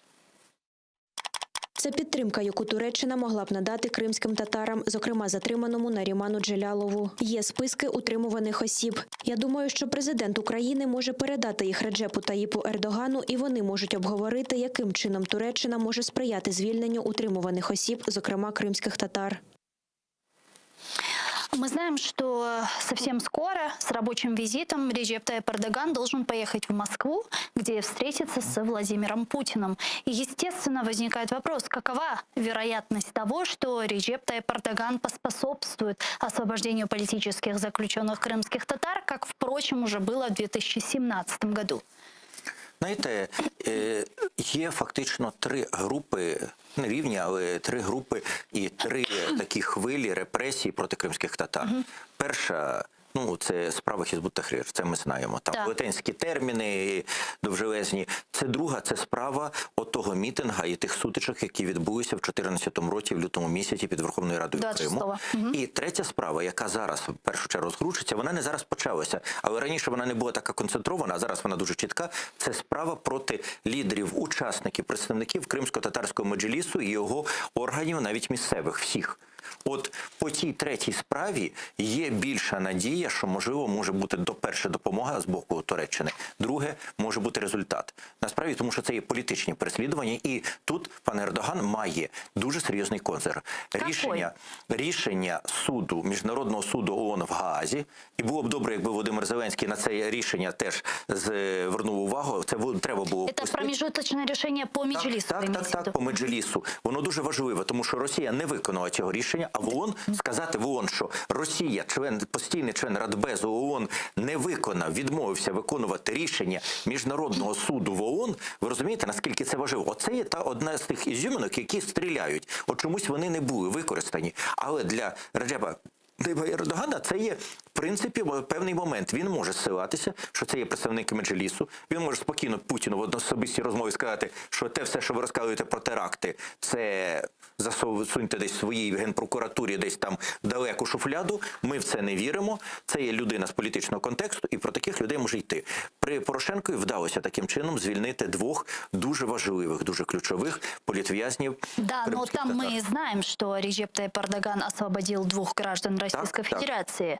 в обмен на Ильмигу Умерова и Ахтема Чаегоза. И здесь, естественно, возникает вопрос, есть ли сейчас козырь в руках Ердогана? Я думаю, що там козирів є достатньо, тому що, давайте не забуватися, російські спецслужби достатньо багато працюють на території Туреччини і підбурювали часто і курдське питання, там інше, там дуже нечиста ситуація. Так. І не обов'язково мати людей в обмін, достатньо іноді буває просто засвітити певні прізвища, певні списки для того, щоб це був певний козир відповідь. Але зараз я говорю про політичні козирі. Яким чином прикрити і зробити формалізацію, щоб не виглядало, що ніби Путін не просто робить жест доброї волі, а щось робить і для Росії, це вже питання дипломатів обох країн. Але реальна можливість є по звільненню людей, пов'язаних з Меджлісом. Для двох інших груп, на жаль, імовірність звільнення дуже низька. Дуже низька. Чому? Мені здається, що в даному випадку... Тому що є проміжуточне рішення суда? В цьому випадку, так, це є дуже серйозний політичний контекст. Він дуже серйозно допомагає. Тобто, по чисто політичних питаннях сьогоднішніх, саме пов'язаних з діяльністю Меджлісу, політичного представництва кримських татар, це зробити трошки легше. По всіх інших це буде набагато важче, тим більше там є великі групи людей засуджені. І там навіть сам вибір, все інше. Тут мусила б Україна не просто подавати списки, але робити дуже важку річ – це подавати першочергові списки, кого найперше треба, хто найважливіший. Поки що по пану Джилявову тут все зрозуміло. Він перший в цьому питанні. Тут про нього абсолютно зрозуміло. Але чи в цій розмові з паном Ердоганом Зеленський зробив ці акценти, ми не знаємо. Далі питання, чи сам Ердоган буде готовий... Списки передали, як нам известно. Так, ми поки списки загальні передані. Побачимо, списки 450 чоловік, що передані, там є різні люди, там не тільки кримські татари, там є і наші військові, тому це досить широкий. Ердоган не буде займатися, скажімо, питаннями людей, які утримуються на Донбасі, це очевидно. Тому насправді це вже питання Генерального секретаря ООН, це питання Нормандської четвірки, це питання США. Тому тут ми не знаємо, що ми просили. Що українська сторона просила. Тому відповісти на це зараз поки що важко. Чи можливо обмежений обмін, чи обмежене звільнення, в принципі, можливо. І такий подарунок, що раптом з Москви в літаку Ердогана вилетить до Анкари хтось із кримсько-татарських активістів, в принципі, така можливість є. Але для цього, розумієте, кожна річ, це має боліти нам в першу чергу. Ініціатива має йти з нашої сторони, з сторони нашої держави. Чи Володимиру Зеленському готують ці речі, ми ж знаємо, що в його оточенні тема кримських татар, вона, скажімо так, далеко не першочергова. Вони, коли ми обговорювали з вами стратегію деокупації Криму, де взагалі кримських татар таких немає, Меджлісу немає, нічого нема. Тобто, насправді, і в виступі вони не так прозвучали. Добре, що хоч прізвище прозвучало, але насправді Крим ніби як територія розглядався, а не як батьківщина кримських татар і територія, на якій вони підбувають під репресіями. Тому це питання в тому, наскільки готували цю зустріч. Коли ми говоримо взагалі про ті зустрічі, які відбулися, двосторонні, добре, що вони відбулися, але давайте трошки мінусувати. 3 зустрічі носили чисто протокольний короткий характер, це зустрічі вічливості. Зустріч з міністром з Мальдів, який сьогодні очолює Генеральну асамблею, головує. Це чисто протокольно. Це потиснути руки, сфотографуватися, висловити свою повагу і розійтися. Жодного обміну інформації не було. З генеральним секретарем розмови не було, була протокольна зустріч. На жаль, зустріч з генеральним секретарем НАТО, наскільки я чув уже, вона негативна прийшла. Так, мы еще к ней вернемся. Я предлагаю подключить к нашему эфиру сейчас народного депутата Украины, фракции «Слуга народа» и первого заместителя главы комитета по вопросам прав человека, деоккупации и реинтеграции временно оккупированных территорий Максима Ткаченка. Пане Максиме, вітаємо вас. Салям алейкум. Витаю вас тоже. Добрый вечер. Пане Максима, мы сейчас как раз в нашей студии с паном Тарасом Черноволом обсуждаем последнюю волну репрессий на территории временно оккупированного полуострова. Вы являетесь членом профильного комитета по нарушениям прав человека, деоккупации и реинтеграции оккупированных территорий. Скажите, по линии комитета, по линии парламента, что сегодня делается в вопросе защиты прав наших граждан на территории полуострова? Смотрите, это не только сегодня делается, это делается на протяжении 2,5 лет уже работы нашего комитета. И я горжусь тем, что в нашем комитете есть представители полуострова Крым. Это мои коллеги и Мустафа Джемилев, и Рустем Умеров, и Чаегоз. То есть комитет наш очень достойно представлен людьми из Крыма, и собственно, они занимаются, у нас есть в комитете, вы знаете, подкомитеты, И вопросами Крыма занимаются в большей степени мои коллеги, а то, что обострилось сейчас вот последнее время, и вот задержание, которое громкое было вот в начале сентября, это, конечно же, мы, собственно, и не только комитетом, а и всем парламентом, конечно же, это все не поддерживаем и работаем над тем, чтобы как-то все-таки помочь нашим людям, крымским татарам там в Крыму. Так, а как, вот если мы говорим о конкретике? Ну, смотрите, еще раз говорю, я не занимаюсь вопросом Крыма, я представитель Донбасса, и вот, конкретно я не могу ответить на ваш вопрос. Я уточню у своих коллег, что именно сейчас мы разрабатываем, вот именно сейчас. Окей. Вот, А есть у вас какая-то информация? Поддержку от этих репрессий. Да, я поняла. А есть ли какая-то у вас информация по поводу законопроекта о политических заключенных? Разрабатывается ли он, рассматривается ли в комитете? Есть ли наработки какие-то? Он разрабатывается уже в течение года, и я думаю, что он скоро появится уже в комитете. Сначала в комитете он должен пройти сначала комитет, а затем будет вынесен уже в здание парламента. Да, хорошо. Давайте тогда обсудим профильную вашу тему, обсудим Донбасс, учитывая, что Российская Федерация перед выборами в Государственную Думу РФ массово паспортизировала жителей Ордло и привлекла незаконно их на выборы в Государственную Думу. Там 12 поездов, свыше 200 автобусов даже отправили на территорию неподконтрольную Украине, чтобы тех отвезли в Ростов-на-Дону. Чем это грозит Украине и что мы можем в этом вопросе делать, вот помимо ноты протеста? Смотрите, эта информация действительно соответствует действительности, то, о чем вы сейчас говорите. Вот. Единственное, что мы не знаем до конца все-таки, какое количество людей на самом деле паспортизировано и какое количество приняло участие в выборах. То, что нам сообщает Российская Федерация, это все-таки верить этому до конца, наверное, не стоит.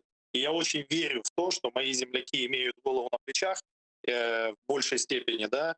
Вот, понятно, что есть, не побоюсь этого слова, наверное, может, там кому-то это будет обидно, но мне все равно, что их будет, зашкваренные, которые однозначно участвовали в выборах, и не только в онлайне, да, потому что я знаю, что, опять-таки, специально под эти выборы они включили эту систему онлайн-голосования. Конечно же, я понимаю, что это было сделано в первую очередь для вот этих людей, которые получили российские паспорта на наших оккупированных территориях, пока временно, к сожалению. Вот. Какое количество людей голосовало, неизвестно. Еще раз повторюсь, я все-таки очень верю, что это количество было небольшим. Чем это грозит Украине? Я очень надеюсь, что ничем это не грозит, и очень хочется верить в то, что действительно вот эти зашкваренные люди, которые я, может быть, не до конца был хорошо воспринял информацию, когда услышал от нашего президента по поводу все уезжайте, те, кто смотрят в ту сторону, да, в сторону Российской Федерации, и тем более получают паспорта. Вот. Немножко, может быть, оно там кому-то из них там звучало как бы там обидно для земляков, для моих, да, но я на 100% согласен с президентом о том, что те люди, которые надумали и допустили вообще в своей жизни то, что, живя в Украине, они получили российский паспорт, этим людям точно нет места на нашем украинском Донбассе. Поэтому им точно нужно уехать для того, чтобы дальше не раскалывать тех людей, которые все-таки еще верят в возвращение наших территорий и то, что мы будем вместе. Вместе с этим многие политические аналитики и политики, комментируя ситуацию с вынужденной паспортизацией жителей Ордло, говорят о том, что таким образом Путин формирует некий далеко такой долгосрочный план по возможной аннексии или инкорпорации Донбасса в состав России. Какова вероятность, на ваш взгляд? Я думаю, что не доживет Путин до этого времени, и мы не допустим этого, и будем все делать максимально для того, чтобы все-таки вернуть эти территории в состав Украины. И ни в коем случае даже мысли, чтобы не было у людей присоединиться к России. А как вы считаете, в рамках Минских соглашений нормандского формата в нынешних условиях и реалиях можно урегулировать войну на востоке Украины? Ну, к сожалению, я думаю, что нет. Все говорят об этом, и я тоже к этому, в принципе, склонен к тому, что минские переговоры себя уже изжили. То есть нужно однозначно придумывать и работать над новым инструментом и над новыми переговорами. А на ваш взгляд, что бы это могло быть? Потому что уже было озвучено очень много планов. Говорили, вот Данилов недавно говорил о том, что в случае, если будет приказ, Украина может отвоевать эти территории. Зеленский говорил о том, что если не удастся реализовать план А, можно выносить этот вопрос на референдум и строить некую стену, непонятно, физическую или метафорическую, с Донбассом. Уже есть планы, какие-то кластеры, которые предложила Франция и Германия. Вот какой план, на ваш взгляд, сейчас наиболее вероятный? Смотрите, все-таки вы еще третий вариант не озвучили. Все-таки еще попытаться продолжить это мирным путем регулировать без стены и тем более без войны, военных действий. Все-таки попытаться в рамках каких-то переговоров. Да? Вот, мне, например, я почему-то, вот когда были в декабре последняя полноценная нормандская встреча, я очень верил в нее, я думаю, как и все, собственно, да. Вот, и, ну, сказать, что после нее совсем не было никаких изменений, тоже нельзя сказать. Был обмен пленными несколько раз сразу же после нормандской встречи в декабре. То есть почему-то мне кажется, что вот нормандская все-таки четверка, это встреча в Нормандии, это то, что вот, ну, это действительно высокий уровень, и это то, ну, на что нам нужно рассчитывать и максимально надеяться. Потому что вот эти встречи в онлайне, особенно, вот я знаю, что в последнее время практически все время это происходит в онлайне, минские переговоры, ну, это, к сожалению, оно ни о чем. А как вот, вы считаете? Я надеюсь на нормандскую следующую встречу, которая очень, опять-таки, верю, скоро состоится. А с Путиным можно договориться, по-вашему? Ну, я думаю, что особо договариваться с ним, вот слово «договориться», ну, многие могут по-разному трактовать. Решить, я думаю, что решить мирным путем возвращения Донбасса возможно. При Путине ли это или уже без Путина? Я думаю, что и при Путине это тоже возможно, но не всем. Я думаю, что президенту Зеленскому это возможно. Дякую дуже, пане Максиме. Чохсагом. Я вам тоже дякую. Да, что нашли время и подключились к нам в ефір. Максим Ткаченко, народний депутат України, фракція «Слуга народу», був з нами на прямому зв'язку. Пане Максиме говорит о том, что Зеленскому удастся решить вопрос с Путиным. Я думаю, що ні, по одній єдиній причині. Вона дуже-дуже серйозна. Насправді Путін, він мислить Плацдармом. Він завохоплює певний Плацдарм, він його тримає, від нього планує далі виходи вгору. Другий момент. Путіну що потрібно? Йому потрібні ці райони Донбасу? Так, Крим йому був потрібний. Це у них там ідеологема, це одна скреп російський, Крим, там Севастополь, город русських моряків і все інше. Ці скрепи їм були потрібні. Вони йому тоді певний період навіть досить серйозно рейтинги підняли. А Донбас йому був потрібний не як частина Росії, не як якась там незалежна сепаратистська територія. Він мріє засунути Донбас в Україну. Для нього це дуже важливо, тільки засунути на таких умовах, після яких нормальне існування України стане неможливим. І до 18-го року Путін потрохи втрачав надію, що він щось витисне з України. І тому в нас 16-17, ну, практично активні бойові дії припинилися, були позиційні, причому іноді вони нагострювалися, коли українська сторона наступала. Ми поверталися до тої лінії, яка була обмовлена тоді в Мінську, на Мінську-2, і ми потрошки десь там якісь населені пункти, сіру зону потрошки вертали. В той момент, коли він зрозумів, що Порошенко вже не буде обраний президентом, він почав знову тиснути. З кінця 18-го року припинилися обміни, припинилися нормальні переговори, і він став витискати, надіючись, що в нього появиться шанс отримати те, що він хоче. І він, 2 роки, Володимир Зеленський, робив все для того, щоб йому сказати, що він може це отримати. Це було дуже недальновидно, тому що Путін набрався апетиту. Так зараз Зеленський говорить речі, які неприємні Путіну, так він говорить правильні заяви. Але Путін вже зайняв для себе всередині в своїй голові певний плацдарм, і він з нього відступати вже не хоче. І тому щось зробити можна не Зеленському, а загальними зусиллями міжнародного співтовариства, наших гарантів, США. Треба нарешті вибудовувати нормальні, а не отакі напружені, з такими нездоволеними обличчями, як відбувалися ті переговори з Байденом, а нормальні дружні відносини, щоб Американцям хотілося нам допомогти, а не просто через силу, тому що вони, як найпотужніша країна світу, мусять десь до всього мати якесь втручання. Тому насправді не вдасться, на жаль, не вдасться ця історія надовго, а якщо вдасться, то дуже на поганих умовах. Мы уже вскользь обсудили паспортизацию жителей Ордло. Давайте остановимся подробнее на этой теме. Мені здається, вона важлива, тому що вона тільки Донбасу, вона дуже серйозно і в набагато гіршому ключі стосується Криму. Да, вот я просто хочу сейчас, чтобы мы все вместе послушали Зеленского, который, выступая с трибуны Организации Объединенных Наций, затронул эту тему и сказал, и призвал ООН действенно отреагировать на раздачу российских паспортов. И вернемся непременно к этой беседе. Давайте послушаем прямую речь Зеленского. Хочемо оживити ООН, давайте говорити один з одним просто. Давайте говорити чітко, конкретно, а головне чесно, відверто. Тоді ми перестанемо називати ООН дебатами. Це не дебати, бо дебати – це, мені здається, живий діалог, це активний спір різних сторін, це можливість задати прямі, відверті запитання. Наприклад, видача сотням тисяч українців на окупованій території України сотень тисяч паспортів іншої держави. Що це, як не доказ міжнародного злочину? Що це, як не доказ безкарності і неповаги до міжнародного права? Більш того, Росія сама про це офіційно заявляє і змушує наших громадян України брати участь у виборах до російського парламенту. І якщо ООН на це дієво, потужно не відреагує, що це як не доказ того, що оживляти ООН пізно? Та я вірю, навпаки, що ні, не пізно, і ООН має підтримувати тих, хто хоче змінити світ на краще.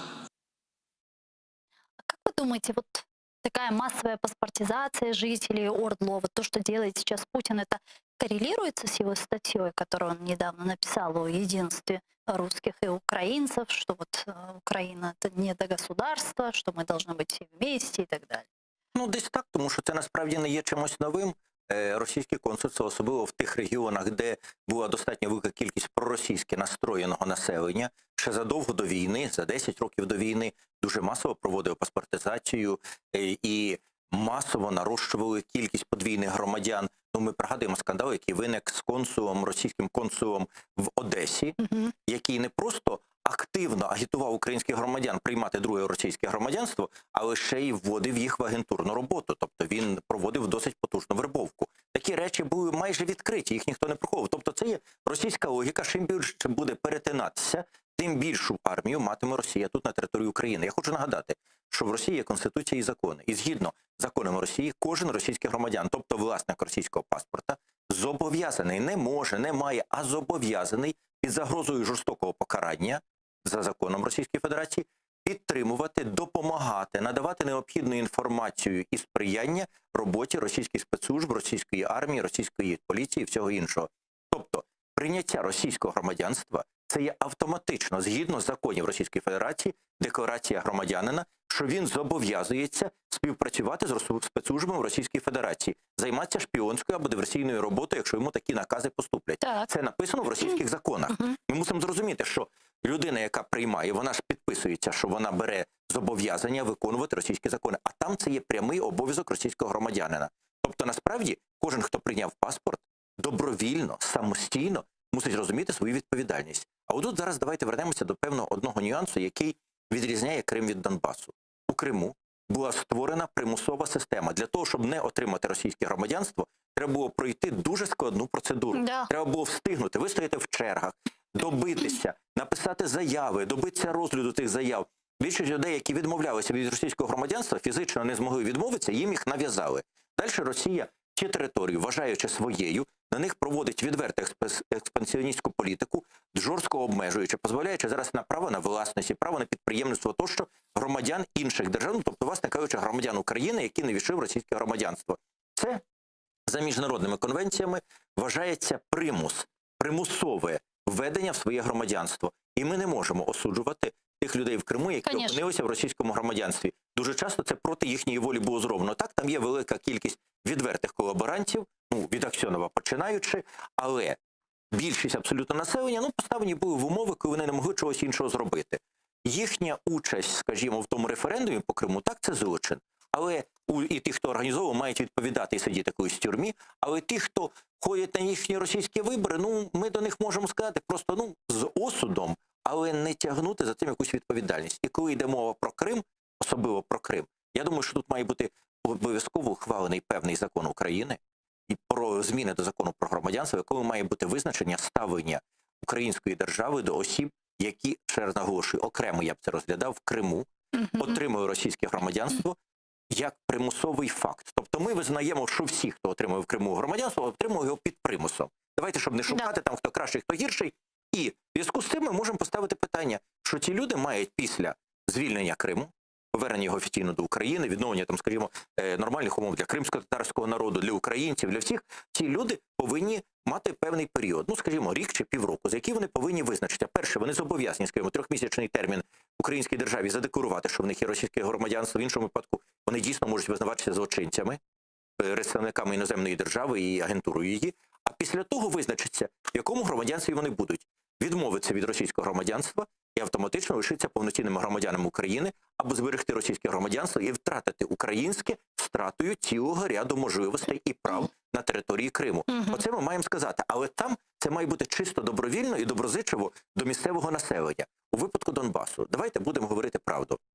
Особливо сильно на Донбасі ніхто не примушував українських громадян приймати російське громадянство. Ніхто їх не змушував. Вони просто вирішили, ой, мы ведь хотели стать частью России, а если нас здесь так будет много, может Путин нас всех заберет, а в крайнем случае, если здесь укры придут, там бандеровцы заявятся, так может мы тогда с русскими паспортами сможем в Ростов виїхати, а може даже в Москву. Знаєте, ці люди для мене далі вороги і зрадники. Серед них, можливо, є якась невеличка часточка, які там будуть залякані і все, і думаю, щоб врятувати своє життя, прийняти російське громадянство, мовляв, їх не будуть рухати, але я дуже в цьому сумніваюся. Тому насправді по Донбасу я думаю, що ми можемо ставити трошки жорсткіші речі. А щодо виборів за російську Госдуму, це було чисто добровільний акт, ніхто їх не примушував. Вони хотіли це зробити, тому що вони відверто проросійські. Це не така страшна була кількість. Вони вірили, що вони там дістануть за це якісь винагороди, їм там сухпайки давали. Вони думали, що їх там цілими сумками будуть кульками великими обгороджувати. Вони думали, що вони зможуть десь там в Ростов поїхати і там на весь день там погуляти, і на закупи зробити, і ще там щось. Насправді, мені здається, що отут, отой варіант змін закону до закону про громадянство, який Порошенко пропонував, що коли був президентом, він був би доречний. Там було передбачено, що отримання людини взагалі іноземного громадянства – це ще не є підстава для втрати української автоматично, але якщо вона використовує фактор українського іноземного громадянства для того, щоб брати вибори, участь в виборах, інші робити речі, дії, послугуючись правами того іноземного громадянства, то в такому випадку вона має втрачати українське громадянство автоматично. Я вважаю, що цю норму не можна застосовувати до Криму, бо там була абсолютно інша ситуація, але її можна жорстко застосувати до Донбасу. Там людей винуждають йти на вибори, а якщо не йдуть, то угрожають уволити з роботи. А тут їх ніхто не примушував, вони просилися на ці вибори. Але мене дуже стривожила одна фраза. Ну, я ще раз кажу, у нас якось так окремо. От Росія з Україною має одну спільну річ. Прес-секретарі президентів. Що Пісков, що Нікіфорова, при тим Мендель, це взагалі було соромно. Але обоє, ну, про Піскова Путін навіть колись сказав, правда, то він іноді таку пургу гонить, що на голову не налазять. І те ж саме з Нікіфоровим. Вибачте мені, прес-секретар президента може озвучувати тільки позицію свого шефа. Тільки, більше нічого. Якщо він хоче сказати щось особисто своє, він має 5 разів повторити, що це моя особиста думка, я зараз говорю, я зараз не на роботі, я зараз вільний час, я говорю те, що мені самому хочеться сказати. Нікіфоров сказав фразу, що люди там на окупованих територіях, щоб не мати загроз, щоб не мати проблем з місцевою владою, вони зовсім не проти, щоб вони пішли проголосувати за Госдуму. Вибачте, те, що там якісь люди пішли в Криму, ми взагалі не можемо ставити претензії, тому що їх там дійсно переслідують за це. На Донбасі ми можемо ставити претензії за це, а у людини, яка це закликала, має бути відповідальною за 111 статтею Кримінального кодексу. Пан Нікіфоров мав бути негайно звільнений, і за заклики до українських громадян вступити в державну зраду сам має бути означений як людина, яка скоїла державну зраду. Ну, це абсолютно дикі речі.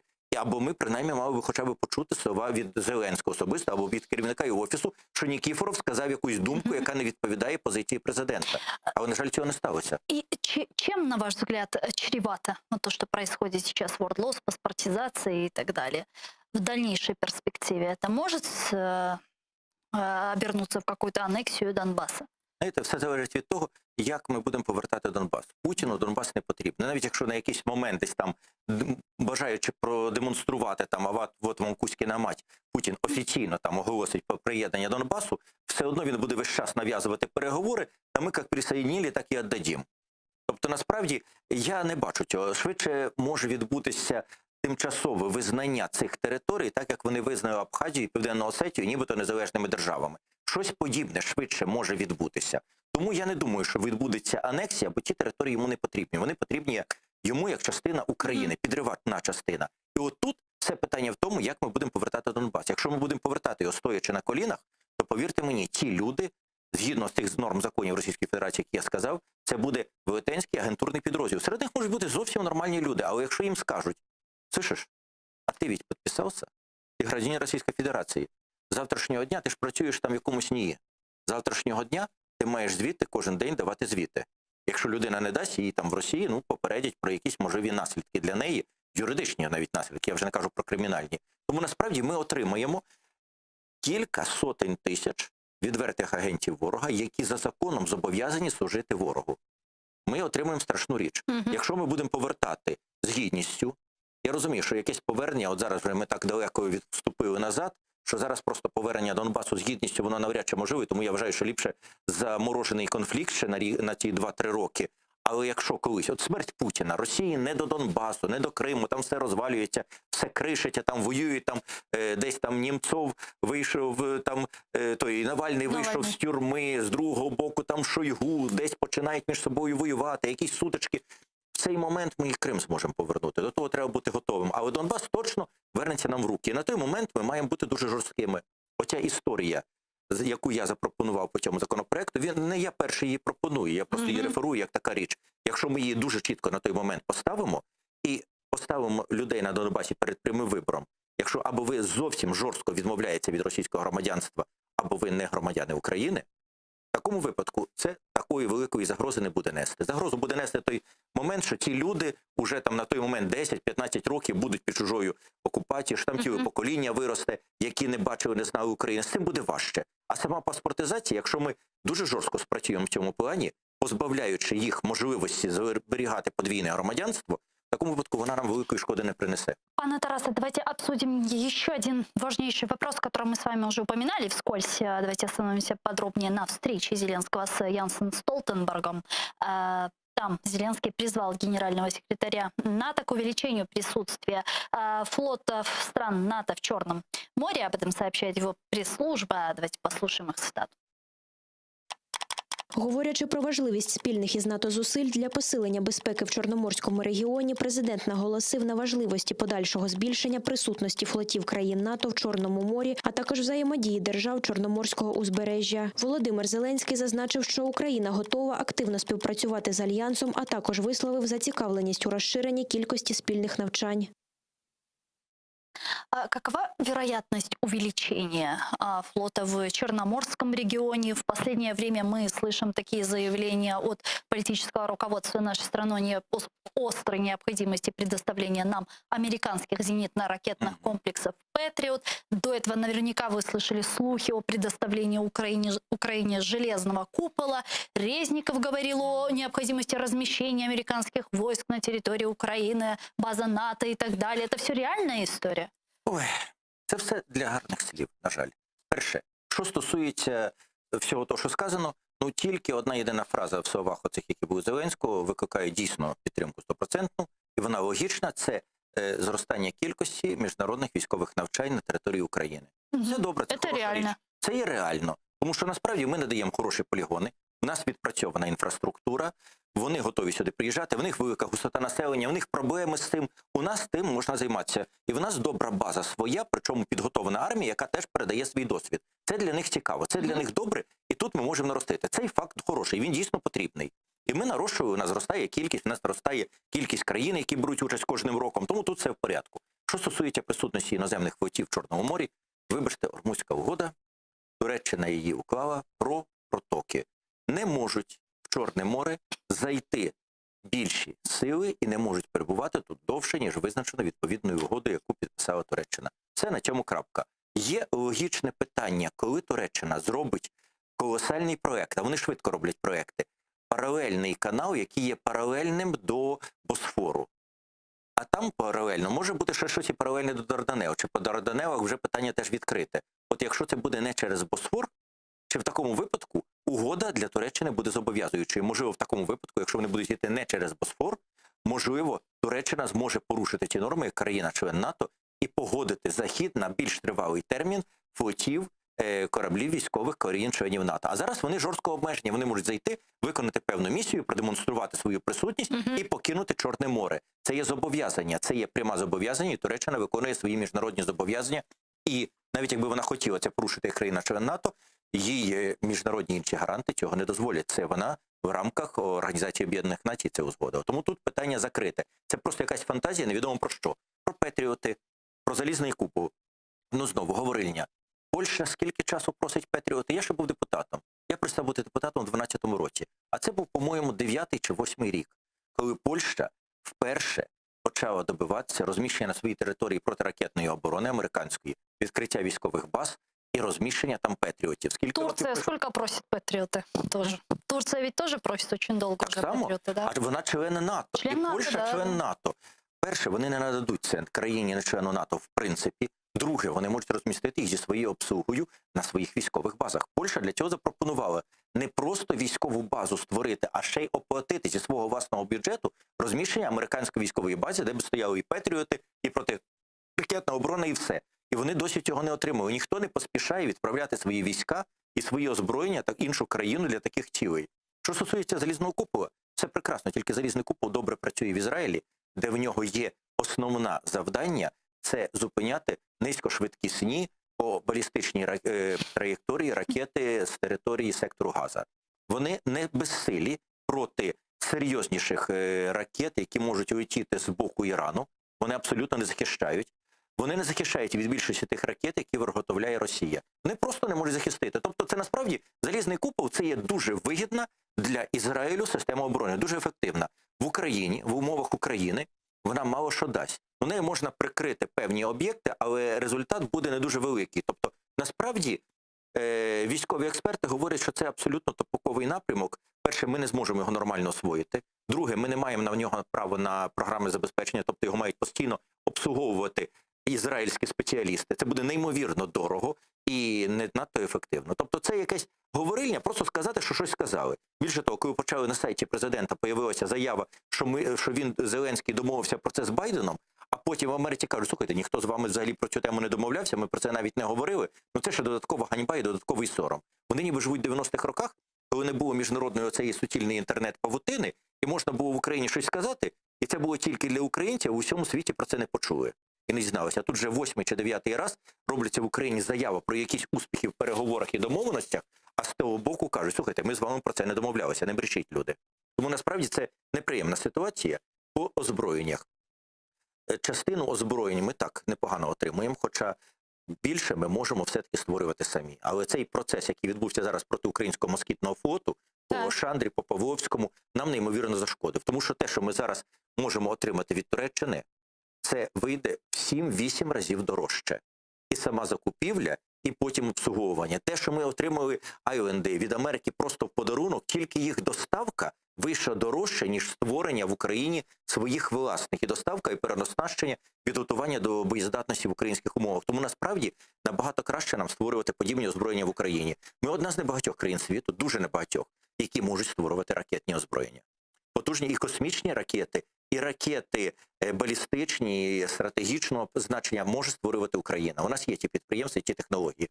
Ми показали, що ми створили Нептун, але його досі не беруть на озброєння української армії. Оголошено про те, що беруть, але його не закупили, його нема.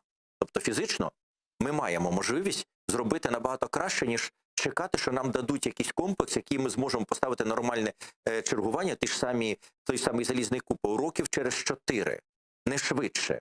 А тут упродовж року ми можемо повністю забезпечити себе від будь-яких впливів Чорноморського флоту Російської Федерації. Але робиться щось діаметрально протилежне. Тому у мене відчуття таке, що це говорильня. І зовсім останнє про можливі військові бази на українській території. Звичайно, Звичайно, що можна. І колись, коли ми станемо членом НАТО, це цілком можливо, що ми їх і будемо розміщувати. Це буде теж додаткова гарантія для України нашої безпеки. Але для цього треба поміняти одну статтю Конституції, в якій чітко написано, що на території України не можуть розміщуватися військові бази, окрім іноземних держав, окрім тих, які були на момент утворення Конституції. Ну, це рішення парламенту должно бути. Так. Тобто, насправді, треба 300 голосів, і оскільки це є перший розділ, саме перший розділ Конституції, це ще треба буде і на референдумі підтримувати. Я думаю, що це в нас пройде, коли ми наберемося вже і сил, і переконаності, і наші партнери будуть готові нас запросити до НАТО, нам, можливо, запропонують провести референдум щодо вступу в НАТО, і паралельно з тим ми можемо проголосувати тоді за оцей момент по військових базах. Тому що це, насправді, буде дуже важкий процес. Але, в принципі, без цієї зміни до Конституції, до першого розділу Конституції, жодна військова база на території України розміщена не може бути. Тому, насправді, знову, коли нам розказують про це знову просто сова. И последний вопрос. Вот у нас буквально 4 минутки до завершения нашего эфира. Это вопрос Северного потока-2. Почему мы это обсуждаем? Потому что там в Госдепе заявили, что приняты новые санкции против Северного потока-2, а именно... Давайте послушаем Ветренко, он с нами, его цитату, и вернемся. Палата представників Конгресу США щойно прийняла правки до оборонного бюджету, які містять обов'язкове накладення санкцій на Північний потік-2. Тепер черга за Сенатом, другою палатою Конгресу США. Да, то есть Палата представителей Конгресса США приняла, значит, правки в оборонный бюджет о санкциях в Северный поток-2. Это серьезно? Ну, поки що це є достатньо серйозно, але ще є Сенат. І зараз ми побачимо, наскільки Байден був щирий в двох випадках. В випадку, коли він підтверджував, що він буде захищати і підтримувати Україну, і в другому випадку, коли він обіцяв Ангелі Меркель не створювати проблем для Північного потоку-2. Тому що, насправді, Байден дуже жорстко, дуже вороже настроєний щодо Путіна, дуже вороже. І повірити, що він готовий був Путіну зробити подачку, відкрити йому цей фронт, відкрити йому цю дорогу, я в це не вірю. Я можу припустити, що це було під певним примусом, під певним тиском з окремо європейських партнерів, з якими йому треба було помиритися, окремо з Меркель, але Меркель йде в відставку, і в нього немає особливих зобов'язань перед її спадкоємцями. Прийдуть нові канцлери, прийде нова коаліція, і цілком ймовірно, що Байден готовий до такого кроку, який може нанести Росії удар в спину дуже серйозний. Тобто вони закінчили цей потік, вони витратили страшні гроші на підкуп політиків, все, і тут раптом їм його заблокують сертифікацію. Тому ми скоро побачимо, як будуть голосувати в Сенаті, зокрема, як будуть голосувати демократи. Якщо вони підтримують, тоді все. Тоді Байден скаже, а в мене зв'язані руки, в мене представницький орган, в мене Конгрес підтримав цю тему, я більше не можу нічого зробити. Але тепер другий момент. Насправді, Росія грається на цей фронт теж. Вона це розраховує, вона зараз тероризує Європу оцими просто колосальним створенням оцеї провокації енергетичною. Фактично енергетична війна. Вона створила умисно дефіцит, при тому, що не було жодної проблеми збільшити прокачку через українську трубу. Українська труба пропускає понад 80 мільярдів кубів, і повністю дефіцит був би погашений. А вона створює спеціально, щоб примусити Європу до прискореної сертифікації. США пробує цьому зашкодити, якщо це дійсно стане частиною закону, і Байден не буде цьому суперечити і не буде цьому перешкоджати. Якщо це відбудеться, це буде для України дуже хороший сигнал. Росію фактично вдарять і підіб'ють так, що вона на певний період принаймні стане на коліна. Але те, що Росія попробує на цей же ж самий час завдати енергетичний удар ще більший і змусити Європу війти в зиму з неймовірними цінами на газ, а європейці, ми розуміємо, що вони не дуже стійкі, в них бізнес – це основне. Це означає, що Росія може переграти. Вони знову почнуть, вони піднімуть європейське лобі, яке почне тиснути на США, а Байден, на відміну від Трампа, не хоче з Європою сваритися. І тому можливість, що Росія переграє через європейський лобізм, є досить висока. Це гра велика. Вся проблема в тому, що ми в цій грі не є учасниками, і це погано. Знаєте, навіть такій маленькій детальці, я вже не говорю про нашу можливу пасіонарність, але у нас є сховища, найбільші в Європі. Вони зараз закачані трошки більше, ніж наполовину. З тих 19, які закачані мільярдів кубів, там тільки 5 державних. Тільки 5. Це означає, що ми не захищені, ми не маємо того кількості, якою можемо захистити. Але якби ми закачали всі понад 30 мільярдів, ми б могли Європі гарантувати певну енергетичну стабільність на той період, коли Росія буде гратися в оцей шантаж. А ми не можемо, нам самим там не вистачає. Дякую вам дуже, пане Тарасе. Чухсагом, что приехали к нам в студию, ответили на наши вопросы. Тарас Чорновіл, политичный діяч, народный депутат Украины, был гостем нашей студии. А мы с вами не прощаемся, мы сейчас прерываемся буквально на 5 минут. После вернемся в эту студию и продолжим информационно-аналитическую программу «Бугунь» на крымско-татарском языке. Не переключайтесь. Коршкинч.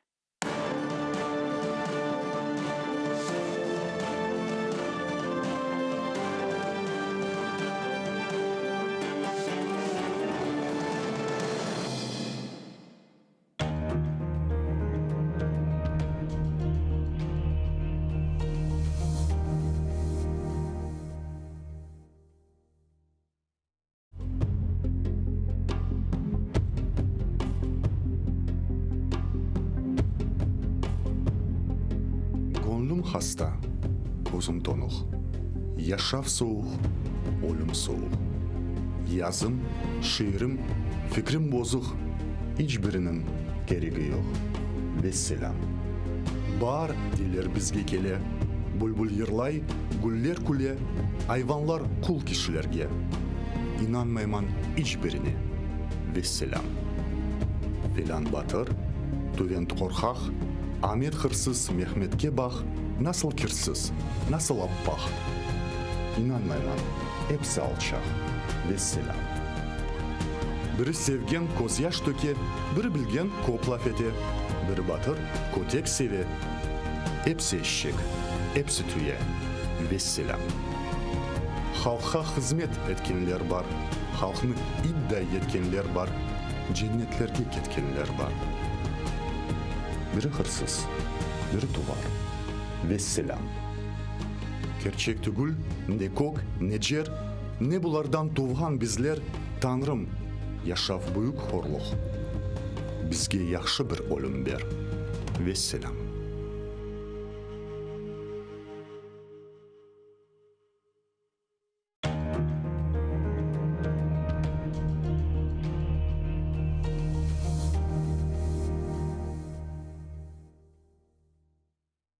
Марифчы, нешырчы, драматург ве публицист Асан Сабри Айвазов Алупка көйінде майысының 6-сында 1878 сенесі дүнияға келді. О елке тасыны иптидаи мектепте алды. Медреседе оқыды. Медреседе оқуыны бітіріп, мектеплерде муалlimlik yaptı. Sonra bilgi seviyesini yükseltmek maksadымен кетіп, İstanbul ve Каир университетlerinde tahsil aldı. Асан Сабри Айвазов çetel memleketlerden qaytып келген son, başta Baku şehrinde neşir etilgen Hayat adlı gazetada muarir olup çalıştı. Sonra Karasuv Bazar şehrinde Abdurashid Midiyev ile beraberlikte Vetan Hadimi namında gazeta çıkardılar. Асан Сабри Айвазов Vetanı Kırımға avdet olgan son 1913 senesinden başlap Kadimi Bahçesaray'da İsmail Gaspralı tarafından çıkarılgan Tercüman gazetasında çalışa başladı. İsmail Gaspralı 1914 senesi vefat etken sonra Асан Сабри Айвазов tercümanın baş muariri oldu. Sonra o Ahmetçit şehrinde Millet dep adlandırılgan gazeta neşir etti ve aynı zamanda Kırım Milli Kurultayı reisi vazifesinde bulundu. Асан Сабри Айвазов publitsist olmak ile beraberlikte hem yazıcı, hem dramaturg, hem de acayip edebi tercüman edi. Anneciğim neredesin? Kel, neden bu alga kaldık? Gibi bedi eserler ile bir sırada Ivan Turgenev, Anton Çekhov, Lev Tolstoy, Avrupa edebiyatından Knut Gamsun, Longvili gibi müelliflerinin işlerini Kırım Tatar tiline tercüme etti. Асан Сабри Айвазов'ның icadi umur faaliyeti gayet gürlegen vakitte o Bolşevikler tarafından represiyaga uğrab 1938 senesi aprelinin 17'sinde vahşice öldürüldü. Асан Сабри Айвазов'ның Neden bu alga kaldık piyasasından küçük bir parça. Seyitbek, şimdi biz ne işleyelim? Avrupalılarının kulturası fenadır diye cahil mi kalalım? Abdülislam, hayır evladım. Hoşa sim hoşa. Hazreti Fahir-i Kainat Efendimiz sallallahu aleyhi ve sellem beşikten mezara kadar ilim aranız buyurdukları gibi ilim nerede olsa da gidip alınız buyurmuştur. Avropalılarının ilimi ve marifini, fünun ve sanayisini alınız. İhtirat ve keşfiyetlerini de öğreniniz. Milli mekteplerimize sokunuz. Ana lisanınızga tercüme ediniz. Binaenaleyh Avrupa'ya gideceğinizde birbirinize lisanı milli bulunur ise size büyük bir siladır. Her yerde sizi selameti çıkarır. Elinizde İslamiyet, lisan gibi bir kuvvet olur ise Avrupa'nın ateşi sizi yakamaz. Mamafih ne Frankistan'ın Paris'i, ne Almanya'nın Berlin'i, ne de İngiltere'nin Londra'sı, ne de Avrupa maişeti millet ve kavmiyetinizi unutturamaz. İşte bizim fikrimiz budur evlatlarım.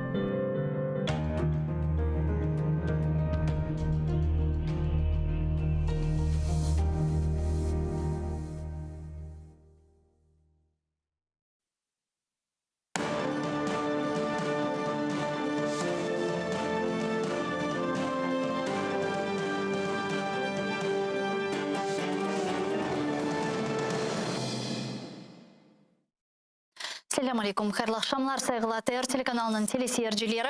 Bugün informasyon programmasında sizlerini selamlamaktan memnunum. Studiyada sizler için men Gülsüm Halilova çalışam ve nevbetteki bölümümüzün kısmını Kırım Tatar tilinde alıp baracakmız ve Kırım Tatar tilinde sonki haberlerini müzakere edecekmiz. Bugün biz Birleşken Milletler'in Baş Asambleyasında Ukrayna Prezidenti Vladimir Zelenskiy'nin çıkışını yayınlarımız devamında müzakere etmektemiz ve elbette ki bu mesele etrafında tafsiyatlıca analizler yapmaya tırışmaktayız. Çünkü Ukrayna Prezidenti çeşit mesajlarını, çeşit tezislerini o'zining çıkışında seslendirdi. Onu yayınımızın en başında tamamıyla dinledik. Şimdi ise küçük kısımlarını göstermektemiz. Demek bizim için mühim olgan ve seslendirilgen tezisler sırasında bu Zelenskiy'nin Milli Meclis Reisimizin muavini Nariman Jilalov'ның tutulması ile bağlı aytkan sözleri oldu. Geliniz onu dinleyik. На початку вересня цього року в Криму був незаконно затриманий перший заступник голови Меджлісу кримсько-татарського народу Наріман Джилялов. Російська Федерація звинувачує цього політолога, видатного журналіста, телеведучого, викладача права та історії у спробі підірвати ділянку газопроводу. Ось вам ціна свободи слова. Ось вам ціна боротьби за свої права, за права людини. Я дуже розраховую на підтримку міжнародної спільноти, кожного з вас у цьому питанні, у питанні його звільнення та звільнення близько, уявіть собі, 450 українців, які незаконно утримуються на тимчасово окупованих територіях України та в Російській Федерації. İşte sevgili arkadaşlar, bunun ile beraberlikte Birleşken Milletler'in Baş Asambleyası çerçevesinde Ukrayna Prezidenti Türkiye Cumhuriyeti Prezidenti Recep Tayyip Erdoğan'ın de görüşüp gerçekleştirdi. Aytkanlarına göre iki taraf çeşit türlü işbirlik meselelerini müzakere ettiler. Şu sırada stratejik cihetten müdafaa işbirliği, işte serbest iktisadi zona yaratılması meselesinin daha da faalleşmesi, bunun ile beraberlikte harbi yardımlar meselesi ve elbette ki işgal edilgen Kırım, bu demek müzakerelerinin esas böyle meselesi oldu, mıkı oldu dep aytmağa mümkün. Çünkü Ukrayna Prezidentinin yardımcısı Sergey Nikiforov'un aytkanına göre Ukrayna Prezidenti Recep Tayyip Erdoğan'a siyasi mabuslarının cedvelini bergen anda 450 kişi ve elbette ki onlar sırasında işgal edilgen Kırım'dan siyasi mabuslarımızın ad ve soyadları da mevcuttur. Gelin Sergey Nikiforov'un aytkanını beraberlikte dinleyik. Це підтримка, яку Туреччина могла б надати кримським татарам, зокрема затриманому Наріману Джилялову. Є списки утримуваних осіб. Я думаю, що президент України може передати їх Реджепу Таїпу Ердогану, і вони можуть обговорити, яким чином Туреччина може сприяти звільненню утримуваних осіб, зокрема кримських татар. Kurultay Merkezi Seçim Komisyonu'nun reisi Zahra Smedlab şimdi canlı bağda. Zahra, selamun aleyküm, merhabanız. Aleyküm selam. Зайраға, мына en baştan böyle bir sualını bereyim sizге. Sizin fikirleriniz biz için kıymetlidir. Zelenskiy Birleşken Milletlerinin Baş Asambleyasında çıkışta bulundu. Anda Kırım meselesini koterdi, Nariman Jilyal'nın meselesini koterdi. Çıkışını umumen alganda beğendiniz mi? Elbet, yaxşı çıkış oldu. Men eminim halkara teşkilatın tarafından endi başka bir hareketler de başlanadi. Neçin degende bu kadar sozulmak mümkün değil. Zayrağa, sizden laf etmege istegenim nevbetteki mesele aslında bunun için sizni yayınımızga bağlamaları için rica ettim bizim musafir muayirlerimizge. Çünkü siz bugün o'zingizning Facebook sayfasında çok böyle bir mesaj yazdınız ve bence bu mesajını yayında aytıp geçmek çok doğru olur edi. Degenizge ko'ra sizge karşı böyle korkutup mesajlar kele eken. Sus, çıkma, laf etme, yoksa sen nevbetteki olabilirsin degen mesajlar ala ekensiniz. Bizlerge bunun haqda tafsilatlıca tarif etiniz lütfen, kimden kele böyle mesajlar, ne kadar kütlevi şekilde sizlerge böyle şeyler aytıla ve bu sizge yapılganlarına siz nasıl kıymet kesesiz? Aslında böyle mesajlar o internet vasıtasından gelmiyor. O şahsi adamlardan gelip mına Zayrağa bakınız, siz çok şeylerini aytasınız, netesiniz, konuşasınız. Siz endi ana o gizli hizmetin sırtına tidiniz. Sizni endi kapatmak hazırlar, o bu. Ve biraz o güne aynı şekilde mesaj gelgen edi. Ne zaman Mağa ve Nariman Bey'e buna yakında bekleniz deyip ve birkaç günden sonra Nariman kapalgan edi. Bu boş affetken adamlar değil. Onlar biraz polis kadınlarının alakaları var ve bu sebebinden kümerşilerden haberleri demek çokça bizge bakkanda ve onlarga aytkan svarışını onlar da bizge aytanlar da. Ya mına Zayrağa Evet, men demen onlar istegeni yerine getirmege hep bir beceri almazlar. Onların hem istegeni bizni korkuzmak. İnşallah dayanarmız, korkmamız. Ama ben kendi sayfamda yazdım. Sonundan. Böyle insanlardan. Onlarını kullangandan son kutuğa var. Ve ta birkaç postta demek Navalny'ye karşı kadi çıkargan karar endi keçinde. Ondan sonra Navalny'ni hastahanede bakmagan insanlar keçinde apansızdan. Men onun için demen onlardan kıtıma var da şatlardan. Onun için mağa da karşı davranacak soyu. Nariman Bey'e, başkalarına, bizim milletimizge karşı davranan soyları, onların da geleceği belli. Bugün kullananlar onlarını yarın yok ederler. Siz o'zingizning mesajinizda anda Facebook'ta yazasınız ki en baştan işte aytayım, benim patlaf maddelerine hiçbir alakam yok. İnsanlarga zarar getirecek hareketler yapmayacağım degen böyle şey de yazdınız ve yazdınız ki eğer ki benim evimde bir şeyler bulunsa netilse o bana ait değildir ve ilahir. Yani bir ihtimal sizge de geleceklerini düşünesin sanlığanıma göre değil mi? Elbette olabilir ama bütün adamlar bilsinler ve bu demek post yarın bir gün mağa karşı bir davranışlar olsa hep yerde bilsinler. Ne men, ne Nariman Bey, ne başka bizim milli hareket iştirakçileri biz zor balık yolda hareketlerine bakmayız. Milli hareketimiz daima silahsız demek anlaşmaga ve öyle hareketlerini yapmaga. Ya mına Zahiraga böyle insancılık bir sualını vereceğim sizge. Ya kaydan siz bu ruhunu alasınız?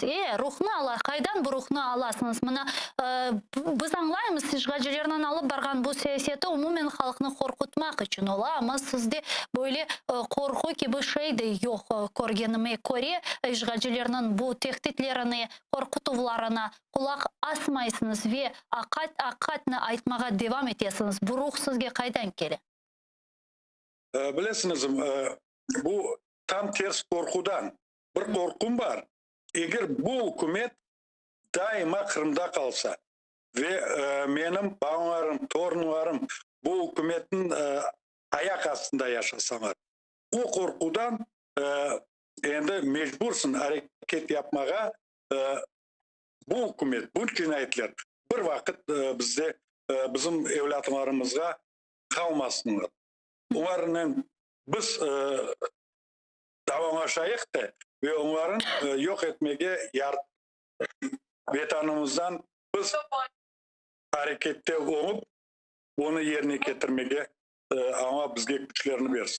Ve daha bir sualim olacak sizge Zahiraga bugün alıngan haberlerge göre Kırım Birdemligi hususan bu hafta bildiri. Demek meslektaşınız Milli Meclis Reisimizin muavini Nariman Celalga dava şiddetleştirilgen. Yani en başta onu böyle şahit olarak kalgan ediler, sonra iştirakçı olarak maddeni değiştirdiler ve şimdi daha da bir madde koştular. İşte patlaf maddelerini temin etüf ile şimdi kapatlaylar Nariman Celal'ını. Yani ona karşı dava şiddetleştirili. Sizin fikrinizce ne için böyle adım adım yapılabilir? Biraz internet zayıfça. Sözlerini anlamadım. Sizin fikrinizce Nariman Celalga ne için dava şimdi şiddetleştirili? Çünkü görgenimizge göre daha da şimdi başka davalar üzerine daha da koşalar şimdi kabatlavlarını. Ne için degende Nariman Bey'den korkanlar. Pek korkanlar. Nariman sözleri doğru, keskin ve mantıklı. O sebebinden ondan korkanlar da ve oğa konuşmasın deyip sen ne kadar doğrusunu yazsan biz sana o kadar karşı davranacakmız, o kadar ziyade baskı yapacakmız. Bu şekilde davrananlar. Ama ben eminim Nariman Bey de dayanar, milletimiz de dayanar. İnşallah geleceğimiz parmak olur. Amin. Çok sağ olun Zahiraga. Bizle bağlanıp suallarımızga cevap bergeniz için teşekkürler. Zahir Ismailya Kurultay Merkezi Seçim Komisyonunun reisi işgal etilgen Kırım'dan bizle canlı bağdaydı. Saygılar arkadaşlar, biz ise yayınımızdan devam ederken de kayıt etmeli ki bugün işgal etilgen Kırım'da yapılgan sonki represiyalar dalgası ekseriyetinin siyasetçilerinin, siyasetçinaslarının, devlet memurlarının aytkanına göre ötkerilgen Kırım platforması ile bağlıdır. Rusya böyle şekilde özünün intikamını ala temsili organdan dep aytmağa mümkün. Çünkü Kırım platformasında Kırım Tatarlarının mevcudiyeti bu gibi inaugurasyon summitinin daha da güçlü olmasına yardımcı oldu dep aytmağa mümkün. Çünkü Kırım platforması elbette ki Kırım işgali, Kırımda yüz bergen insan akları bozgunluklarını aytkan meydanga getirgen, seslendirilgen böyle bir meydandır ve bu meydanga Kırım'dan kelip yapılganlarını ilk nutuktan aytkanları Kırım Tatarlarının bu platformanı daha da yüksek seviyeye koterdi dep aytmağa mümkün. Eğer ki, çünkü biz anlayımız, eğer ki Kırım Tatarlar olmasa, eğer ki Kırım Tatarlarının böyle somut bir pozisiyası, tutumu olmasa işgal ile bağlı bütün halkara topluluknu, dünyanı ve ilakrıya işgal etilgen Kırım'da aklarının bozgunluğu gerçekleştirilgenine inandırmak daha da zor olacak idi. Ama Kırım Tatarlarının olganı işgalini kabul etmegenleri ve aynen bu sebepten onlarının aklarının bozgunluğu olganı dünyanı Кырымның ишgal etilgenini, анда Rusiyanın tecavüzleri yüz bergenini anlatmağa ve dünyanı buna inandırmağa, hakikatка, yani inandırmağa daha da kolaydır ve biz göremiz ki bu şimdiki Ukraynaga alıngan halkara topluluğunun desteği aynen bu sebeptendir. Yani Kırım Tatarlarının mevcudiyeti Ukrayna'nın halkara topluluk seviyesinde pozisyonlarını daha da güçleştiriyor. Ve aynen bu sebepten Kreml Kırım Tatarlardan acısını çıkardı bu Kırım platformasının. Kırım Tatarlarga karşı, Tamır halka karşı baskılarının yapılmasına emir verdi Putin. Görgenimizge göre. Ve Ukrayna prezidenti Vladimir Zelenskiy bunu çok yaxşı bilerek Birleşken Milletler'in baş asambleyasında çıkışta bulunur eken de Kırım platformasına Birleşken Milletler'in devletlerine koşulmağa ve deklarasyonu imzalamağa çağırdı. Келіңіз onu dinleyik. Участь 46 держав та міжнародних організацій у першому саміті Кримської платформи про деокупацію Криму – ось це відданість основним принципам ООН. Я дуже вдячний кожній з цих країн. А те, що ООН проігнорувала майданчик для вирішення проблем міжнародного права та окупації – це якісь нові, мені здається, ніким не схвалені принципи. Якщо ми хочемо оживити ООН, давайте згадаємо, що тут немає обраних, яких не можна ображати. ООН – це всі ми, це 193 країни. І я запрошую приєднатись всі ці країни до спільної декларації учасниць Кримської платформи, засудивши окупацію і показавши, що ви проти силової зміни кордонів у світі. Saygılı arkadaşlar, bu ilelikten Ukrayna prezidenti Birleşken Milletler'ini tenkit etti de aytmağa mümkün. Çünkü Birleşken Milletler Kırım platformasında ne yazık ki iştirak etmedi. Diğer halkara teşkilatlarla kıyaslanğanı vakit iştirak etmedi ve bu böyle signal oldu de aytmağa mümkün. Dmitri Kuleba'nın aytkanına göre bu yerde Birleşken Milletler'in Rusiyanın menfaatını korçalağanlara gibi şüpheler de peyda ola. Buna beraberlikte bu sebepten Ukrayna prezidenti Birleşken Milletler'ini canlandırmağa çağırdı ve statutunun değiştirilmesi lazım gerek olğanını aytıp geçti.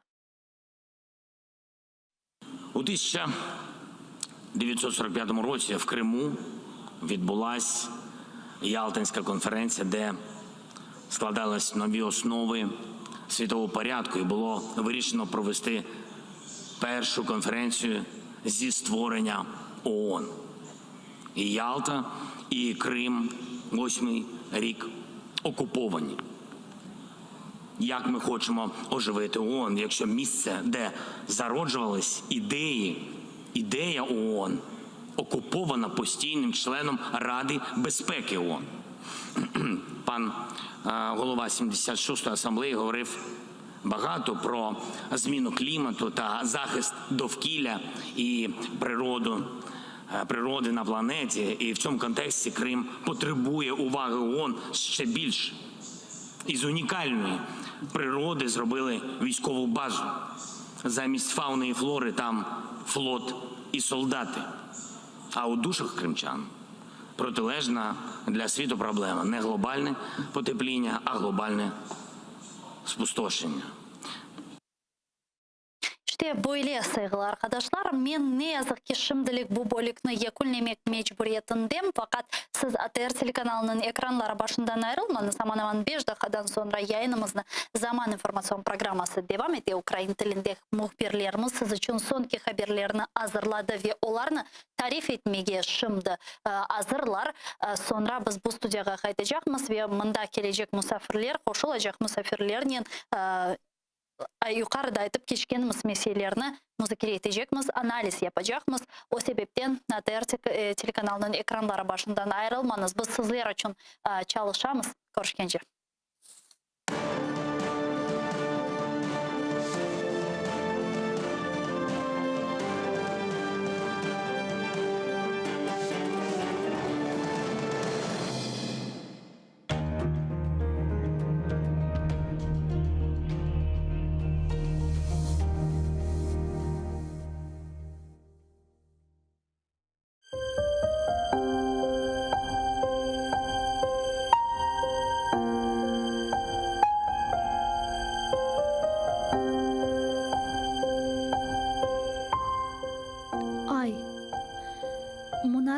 yüzünden menden ışık kızganma.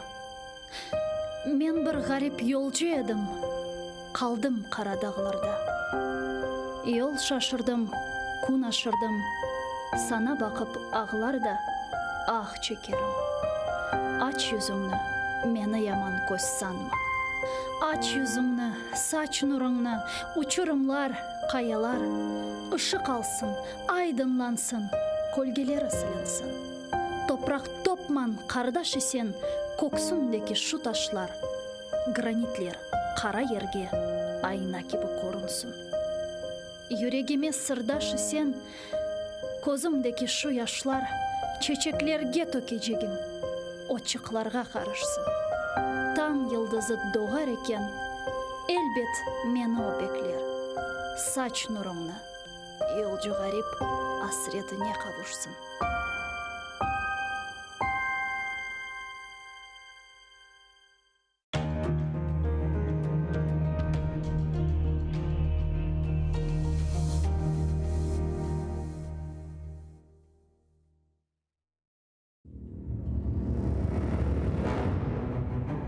Hacı Giray Kırım Hanlığını tizgende 29 yaşındaydı. Tahminen 350 yıl devamında Kırım Hanlığı devlet olarak hüküm sürdü.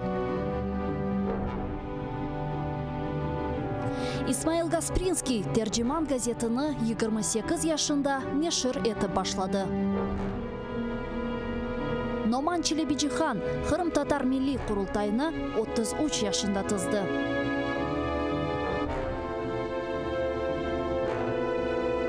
Bekir Çobanzade 27 yaşında profesör olarak Latin elifbesini Türkiye devletlerge teşvikat etti.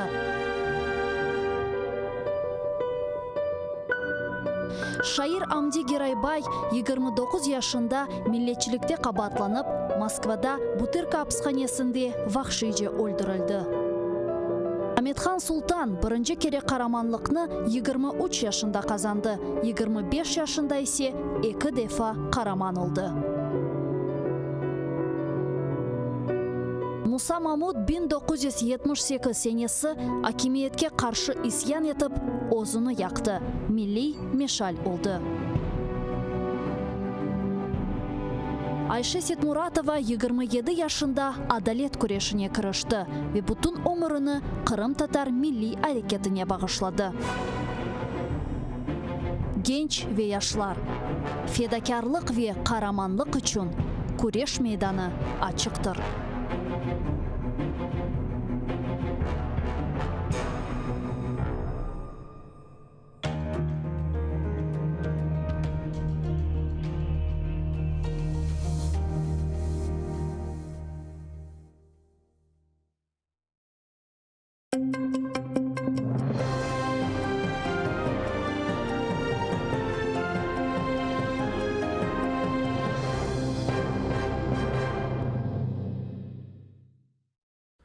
Об'єднаним націям час прокинутись і не потурати злочинам Росії. Про це йшлося у виступі президента України Володимира Зеленського на загальних дебатах Генасамблеї ООН. Подякував тим країнам, які попри тиск Москви віддали свої голоси, щоб залишити на порядку денному обговорення становища окупованих українських земель. Глава держави згадав про затримання окупантами першого заступника голови Меджлісу Нарімана Джеляла, попросив у світових лідерів сприяння у визволенні українських бранців та розповів про новий виток репресій російської окупаційної влади в Криму. На початку вересня цього року в Криму був незаконно затриманий перший заступник голови Меджлісу кримсько-татарського народу Наріман Джелялов. Російська Федерація звинувачує цього політолога, видатного журналіста, телеведучого, викладача права та історії у спробі підірвати ділянку газопроводу. Ось вам ціна свободи слова. Ось вам ціна боротьби за свої права, за права людини. Я дуже розраховую на підтримку міжнародної спільноти, кожного з вас у цьому питанні, у питанні його звільнення та звільнення близько, уявіть собі, 450 українців, які незаконно утримуються на тимчасово окупованих територіях України та в Російській Федерації. Президент Зеленський пригадав багатьом колегам та керівництву організації неучасть у саміті Кримської платформи. Подякував лідерам 46 держав та міжнародних організацій, які засудили окупацію спільною декларацією. Серед Об'єднаних Націй не може бути обраних, яких не можна ображати, заявив глава держави, натякнувши на Росію. А те, що ООН проігнорувала майданчик для вирішення проблем міжнародного права та окупації, це якісь нові, мені здається, ніким не схвалені принципи. Якщо ми хочемо оживити ООН, давайте згадаємо, що тут немає обраних, яких не можна ображати. ООН – це всі ми, це 193 країни. І я запрошую приєднатись всі ці країни до спільної декларації учасниць Кримської платформи, засудивши окупацію і показавши, що ви проти силової зміни кордонів у світі. Зеленський заявив, що зараз ніхто у світі не може почуватися в безпеці, тому Об'єднані Нації мають стати активнішими і реагувати на злочини, навіть якщо їх коять ті, хто має крісло в Раді безпеки. У 1945 році в Криму відбулася Ялтинська конференція, де складались нові основи світового порядку, і було вирішено провести першу конференцію зі створення ООН. І Ялта, і Крим 8-й рік окуповані. Як ми хочемо оживити ООН, якщо місце, де зароджувались ідея ООН, окупована постійним членом Ради безпеки ООН. Пан голова 76-ї асамблеї говорив багато про зміну клімату та захист довкілля і природи на планеті. І в цьому контексті Крим потребує уваги ООН ще більше. Із унікальної природи зробили військову базу. Замість фауни і флори там флот і солдати. А у душах кримчан протилежна для світу проблема. Не глобальне потепління, а глобальне спустошення. Президент зацитував російською уривок з промови Путіна про те, що силова політика скасує правила та обмежить свободу. Саме це і відбувається на окупованих українських землях, каже Зеленський. Він нагадав про майже 15 тисяч українців, які загинули внаслідок російської агресії на Сході, та закликав ООН отямитись. Можливо, у Централ Парк або Медісон Сквер постріли чути не так гучно, як в Україні, у Авдіївській промці або на Світлодарській Дузі. Ми хочемо оживити ООН. Може, для цього ООН має рухатись, бути мобільними, швидкими. Може, нам час зустрічатись там, де можна реально почути, побачити ці глобальні проблеми. Президент подякував лідерам, які не бояться говорити про окупацію. Він натякнув російській делегації, що замість того, щоб тікати з зали ООН, краще забратися за межі України. Зеленський порівняв ООН із супергероєм на пенсії, який забув, що він може зробити. Цей герой, каже Зеленський, вважає себе кволим дідом, але має згадати, наскільки він сильний. Тому закликав до об'єднання заради мирного майбутнього. Давайте покажемо, що ми рішуче налаштовані докласти всіх наших зусиль, щоб посилити нашу взаємодію. Покажемо. І просто зробимо, навіть без резолюцій, без декларацій, узгоджень, постійних позицій, а просто зробимо, як люди, як нації, як об'єднані нації, які зробили свій вибір. Або їх вчинки будуть наповнені змістом, або ці крісла будуть порожніми. Ось вам ціна цього вибору. Завод безпілотників «Байрактар» в Україні буде. Міністр закордонних справ Дмитро Кулеба розповів про зустріч Володимира Зеленського та Реджепа Таїпа Ердогана. Президенти України та Туреччини говорили про зростання торгівлі між нашими країнами. Також, за словами міністра Кулеби, чимало часу приділили співпраці в сфері оборони та сучасного озброєння. Ви знаєте, що між нашими країнами є декілька дуже амбітних проєктів. Це і виробництво безпілотників, і виробництво кораблів для військово-морських сил України. Тому було про що поговорити. Там все буде добре, і завод Байрактарів на території України буде. Володимир Зеленський також мав зустріч з генсеком НАТО Єнсом Столтенбергом. Президент наголосив, що бажає збільшення присутності флотів країн Альянсу в Чорному морі, а також взаємодії держав Чорноморського узбережжя. Зеленський також попросив Столтенберга допомогти у звільненні українців та кримських татар, які утримуються на окупованих територіях та в Росії. Список з 450 бранців Кремля президент передав прем'єр-міністру Великої Британії Борису Джонсону. Зеленський подякував за участь у саміті Кримської платформи та підтримку українського суверенітету. Зеленський та Джонсон обговорили співпрацю у Чорному морі, розвиток бойової міці та зміцнення українського флоту. Двоє українських воїнів зазнали вогнепального поранення. Про це повідомили у штабі Об'єднаних сил. Бійцям терміново надали першу допомогу. Нині вони під наглядом медиків у задовільному стані. На Приазов'ї російські окупанти скидали з безпілотника постріли ВОГ-17. Поблизу Причепилівки випустили більше 2 десятків мін 120-го калібру, а на інших ділянках фронту ворог застосував гранатомети, кулемети великого калібру та іншу зброю. Українські захисники вели активну оборону та подавляли вогневі засоби противника, застосовуючи дозволене мінськими домовленостями озброєння. Завдяки зусиллям наших воїнів рубежі українських підрозділів залишилися незмінними.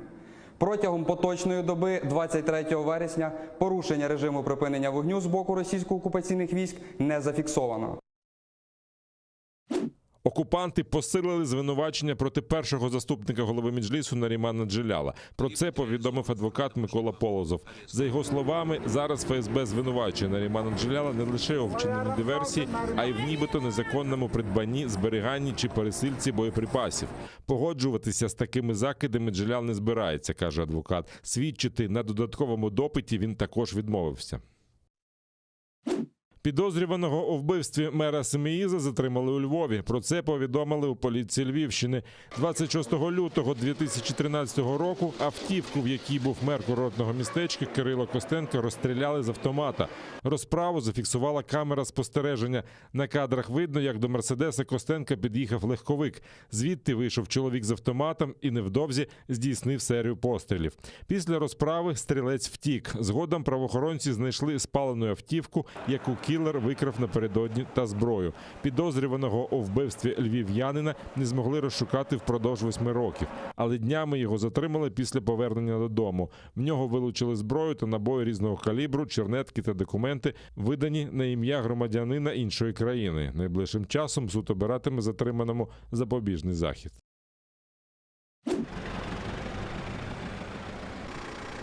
На Канарському острові Пальма, що належить Іспанії, і далі евакуюють жителів через виверження вулкана.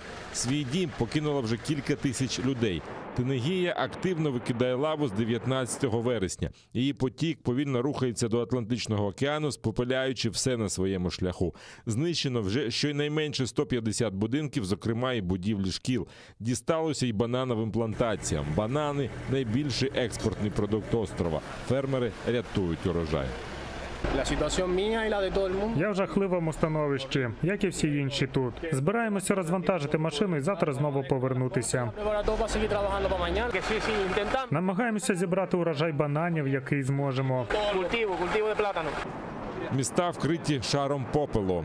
Водночас фахівці кажуть, що вміст шкідливих речовин у повітрі поки в нормі. Рівень сірки в нормі. Судячи з показників, загрози здоров'ю людей немає. Шлейф вуглекислого газу перебуває на великій висоті – 3 кілометри. Токсичні газові хмари можуть утворитися, якщо лава досягне океану. Спочатку фахівці чекали цього вже наступного дня після виверження. Однак зараз кажуть, що лавовий потік настільки сповільнився, що може й зовсім не дійти до води. Попереднього разу вулкан Тенегія вивергався у 1971 році. Тоді втратила життя одна людина. Цього разу про постраждалих або загиблих повідомлень немає.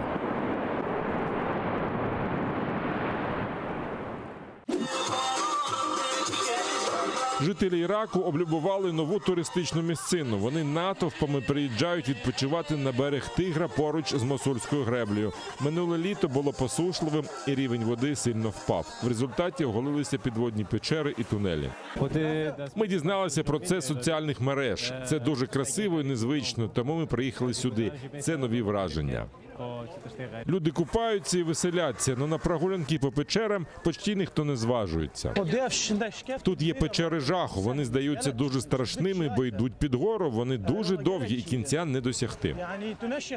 Несподіваний інтерес людей до цієї місцевості приніс дохід човнярам. За $2 вони довозять туриста до печер, а за $20 можуть організувати екскурсію по воді. Роботи додалося, тому що сюди приїжджають з Ербілі, Сулейманії і Мосула. Приїжджають навіть з Басри та Багдада. Мосульську греблю відкрили у 1986 році. Вона найбільша в Іраку і четверта за величиною на Близькому Сході. Розташована на річці Тигр на північ від Мосула. Вона забезпечує регіон електроенергією і водою для зрошення полів. Тим часом фахівці попереджають про можливе лихо. Гребля зведена на нестабільних карстових породах і може обвалитися. В цьому випадку вода добереться навіть до Багдада, який знаходиться в 500 кілометрах звідси. У мережі з'явилася онлайн-гра для вивчення кримсько-татарської мови тайчих. Для того, щоб зіграти малюкові, треба натиснути на флеш-карту з малюнком, і він почує його назву кримсько-татарською. Розробники гри – звукорежисер Іскандер Асанов, радіоведучий Ельмас Ітаджиєва, художник Енвер Іслямов та інші. Тайчих розвиває пам'ять, уважність, зір та слухове сприйняття. Збільшується словниковий запас, впевнені автори застосунку. Для того, щоб почати грати, треба лише скачати гру у своєму телефоні. Айванлар. Мышек. Чипче. Кирпичик. Мисир. Приєднуйтесь до сім'ї АТР та підпишіться на сайт нашого телеканалу. Для цього наберіть в браузері atr.ua, натисніть на кнопку «Вступити в сім'ю АТР», виберіть суму і натисніть кнопку «Підтримати АТР». Після цього заповніть дані своєї картки та електронної пошти. Оберіть регулярність платежу, погодьтеся з умовами програми та натисніть кнопку «Оплатити». Перший кримсько-татарський телеканал АТР – це максимальна та ексклюзивна інформація про Крим. Це єдиний осередок свободи слова для кримського татарського народу. Підписка на наш сайт – це підтримка нашої інформаційної боротьби та ваш внесок у повернення півострову додому, в Україну.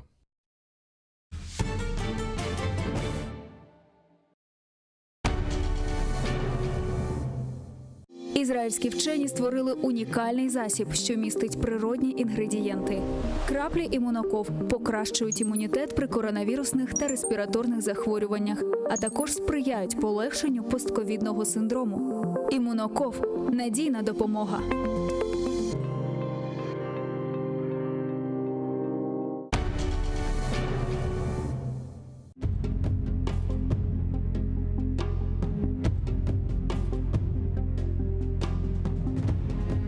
Aman oğlum, satma sakın elindeki toprağı.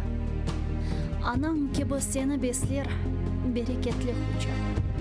Pıçın, arpa, aş istemez, verir sana bunları. Sefil rezil olma sakın, satıp ana toprağı. Yediklerin, içtiklerin hep bu topraktan gelir. Cebindeki akçaları sana bu toprak verir. Alma, armut, arpa, buğday, bağ ve bostan cümlesi. Toprağın verdiği baylık. Satma sakın toprağı. Onu bilip sevmelisin. Çayır ile bahçayı. Akça sudur, akar gider. Bitirirsin akçayı. Akça bitti, bahçe gitti. Ne olur senin alın? Aman oğlum, topla akça. Kere kaydır bahçayı. Bak senin bir çayırın var. Ne güzeldir çoprağı. Şırıl şırıl kele suyu yarıp kara toprağı. Lanet eder sana çoprak. Satma sakın çayıra. Eğer satsan çevirirsin fenaya sen hayır. Saç tarlaya harpa, buğday işle bekle tarlaya. Bir saçarsın, un alırsın. Unutmayın Hudaya. Bir çuval buğdaya karşı altın, kumuş verirler. Кереклерін әріне есе бұлар әлі келеді. Аман оғлым, сатмасақын еліндегі топырағы. Анан кебі сені бестер берекетлі хучағы. Пүчен, арпа, аш істемес, верір сана бұлары. Сефил резил олмасақын сатып ана топырағы.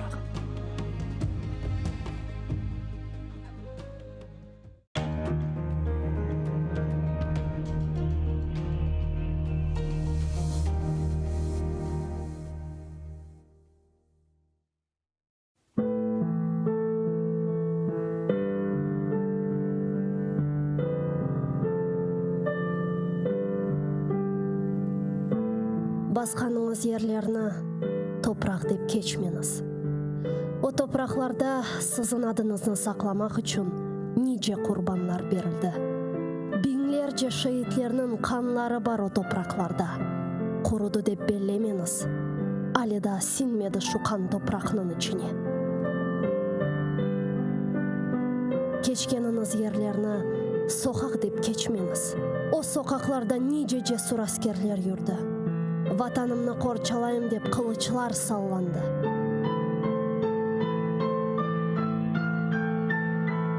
Юргеніңіз аралықларда иханетлер де олды әлбет. Сапланды ханчерлер сыртларға. Көтергеніңіз байрақны тамғалы басма деп кечмеңіз. О байрақның үстінде шерефіңіз, намысыңыз, итибарыңыз бар. Көтеріңіз ең yüksеклерге, ең төпелерге, көк yüzüyle paylaşsın ренкіні. Керек олса оның үшін нишан олыңыз. Бір кеткен жан недір ки? 1000 жан кетсе феда олсын ona. Қиямет өлім ма? Бұ му фелекет? Асыл фелекет байрағымыздың ерде саврылмасыdır. Утаныңыз эфенділер, егіңіз башларыңызны. Тутрейдір шымдалымызға бақып еждатларымыздың кеміклері. Кірді евімізге дұшман қуа алмайық. Сесіміз жықмаз олды қорқуға далдық. Утаныңыз эфенділер, ғайып болған рухыңыздан утаныңыз. Байрағыны көтеріп оламаған еллеріңізден утаныңыз. Мен утанам.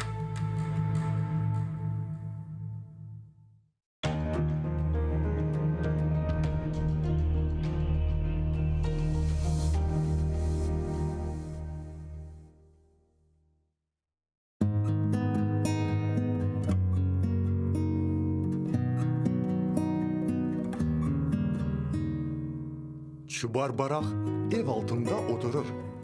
Яқшылыққа құйрық саллар, яманлықтан құтырыр.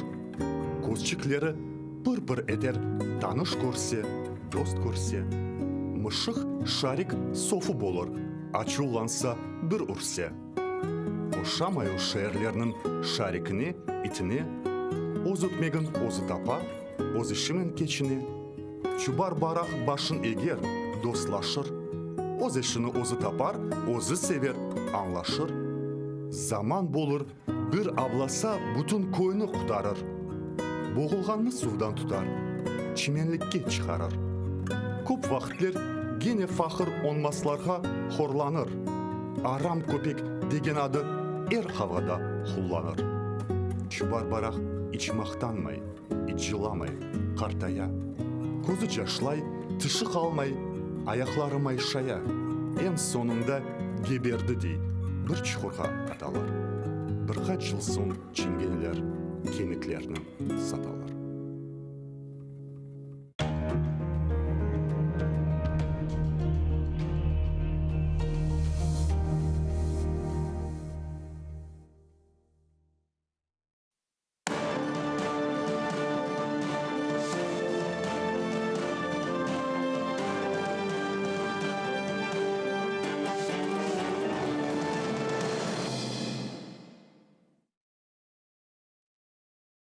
Селям алейкум, хайрлах шамлар. Добрый вечер. В эфире телеканала АТР. Вы смотрите информационно-аналитическую программу «Бугунь». В студии для вас работаю я, Гульсум Халилова. И следующие 35 минут в этой студии с гостем мы обсудим основные новости и события сегодняшнего дня. Я напомню, что мы работаем в прямом эфире. На экраны ваших телевизоров режиссеры периодически выводят номер телефона +3 8067 63 46 130. Можете присоединяться к нам по скайпу, либо присоединяться по вайберу. Бесплатно абсолютно. Звоните, задавайте ваши вопросы, нам важен ваш голос. И не забывайте подписываться на наш YouTube-канал. Там мы вещаем как в онлайн-режиме, так и выкладываем самые интересные фрагменты из наших эфиров, выкладываем практически все наши программы в записи.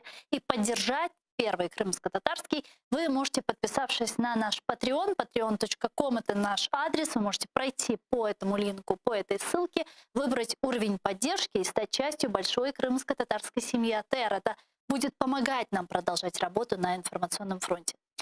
А этот блок я бы хотела начать со следующего информационного сообщения. Президент Украины Владимир Зеленский выступил на 76-й сессии Генеральной Ассамблеи ООН в Нью-Йорке. Там глава украинского государства призвал оживить ООН и обновить ее устав, чтобы организация стала эффективной и действенно реагировала на глобальные проблемы. Глава государства предложил проводить заседания ООН на горячих точках, которых много в мире. Тогда, по его мнению, ООН сможет воочию увидеть глобальные проблемы, которые существуют на нашей планете. Давайте послушаем прямую речь Зеленского. У 1945 році в Криму відбулася Ялтинська конференція, де складались нові основи світового порядку і було вирішено провести першу конференцію зі створення ООН. І Ялта, і Крим 8-й рік окуповані. Як ми хочемо оживити ООН, якщо місце, де зароджувались ідея ООН, окупована постійним членом Ради безпеки ООН. Пан голова 76-ї асамблеї говорив багато про зміну клімату та захист довкілля і природи на планеті. І в цьому контексті Крим потребує уваги ООН ще більше. Із унікальної природи зробили військову базу. Замість фауни і флори там флот і солдати. А у душах кримчан протилежна для світу проблема. Не глобальне потепління, а глобальне спустошення. Гость нашей студії Василь Вовк, генерал-майор юстиції, експерт з питань безпеки. Пане Василю, вітаємо вас. Вітаю вас. Вам понравилось выступление Зеленского? Взагалі-то мені подобається, коли питання ставлять конкретно, жорстко і глобально.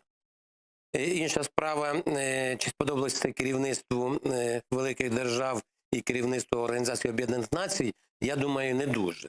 Тому тут потрібно виходити з того, що той фрагмент, який ми послухали, він, в принципі, озвучив основні проблеми з Криму. Перша проблема – Криму немає в Україні там, де він має бути, за міжнародними стандартами, за міжнародним правом, за визначеними світом і Європою кордонами. І друга – це катастрофа екологічна, яка може наступити на Крим разом з зеленими чоловічками. Після них уже. От дві проблеми, які дійсно можуть зачепити глобально Крим. І я вважаю, що ці питання він підняв вчасно, правильно. І, як на мене, ота конкретна направленість, ота жорстокість звернення до керівництва ООН і жорсткість поставленого, скажімо так, питання ребром, це позитивно. Що негативно в цьому? Можливо, таке відношення і таке ставлення України до Організації Об'єднаних Націй буде не зовсім адекватно сприйнято керівництвом. І це перше. І друге, судячи, якщо логічно виходити зі слів пана Зеленського, то він каже, як ми можемо живити Організацію Об'єднаних Націй, коли Ялта, де була зароджена ця структура, окупована. Я так розумію, що ООН оживиться тоді, коли ми звільнимо Крим і в Ялті проведемо чергову Генеральну асамблею Организации Объединенных Наций. Да, но ведь с другой стороны критика, если она еще и конструктивная, как в данном случае, это хорошо. Но когда идет какая-то критика, даже если она конструктивная, то здесь, естественно, возникает вопрос, а что мы предлагаем? Вот когда мы критикуем Организацию Объединенных Наций, Конструктивно моя да, критика, конечно, да. Если мы конструктивно критикуем Организацию Объединенных Наций, которая, кстати, не приняла участие на саммите Крымской платформы, в том числе, да, когда мы видим, что Организация Объединенных Наций, к сожалению, сегодня не влияет на Россию, на ее агрессивные действия. Да, безусловно, принятая резолюция, это очень важно, но мы видим, что это недостаточно. И здесь, естественно, возникает вопрос, а что мы предлагаем, когда мы критикуем ООН? Чего мы ждем от ООН? Ну, от тут конкретики від президента я не почув. Що він пропонує? Оживити ООН. Після того, як ми звільнимо Крим, тоді нам ООН вже не потрібно буде, якщо ми звільнимо Крим, так чи ні? Ну, за великим рахунком. Але я думаю, що в ваших словах, Гульсум, є яка точка? Потрібно комплексно підходити, якщо виступати з такою жорсткою, але конкретною критикою, і разом наводити наші кроки, які ми пропонуємо разом з ООН, або пропонуємо, щоб ООН робило разом з нами. Ну, хоча б та ж участь в цій платформі. Я розумію теж, я критикую з одного боку і оці заходи, оці платформи, майданчики, симпозіуми, конференції, тому що це гарний підхід. Це направлення вперед щодо звільнення Криму, але це однобокий підхід. Якщо ми будемо вперед висувати оці всі ідеологічні, інформаційні атаки, а буде в нас на місці стояти, ну, скажімо, практична реалізація цих заходів, тому що це все теорія. Платформа кримська, конференція, участь ООН, чергова заява, як ви кажете, ООН. Це все добре. Воно звучить, не можна користуватися день, два, три, тиждень, два і все.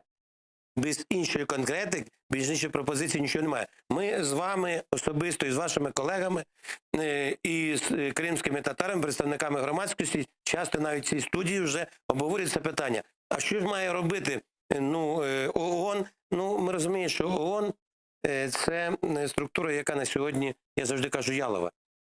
Вона не має ні важелів впливу, ні бажання впливати, ні якоїсь стратегії подальшого розвитку. Вона загниває, вибачте за таке слово, але не унісон зі словами президента.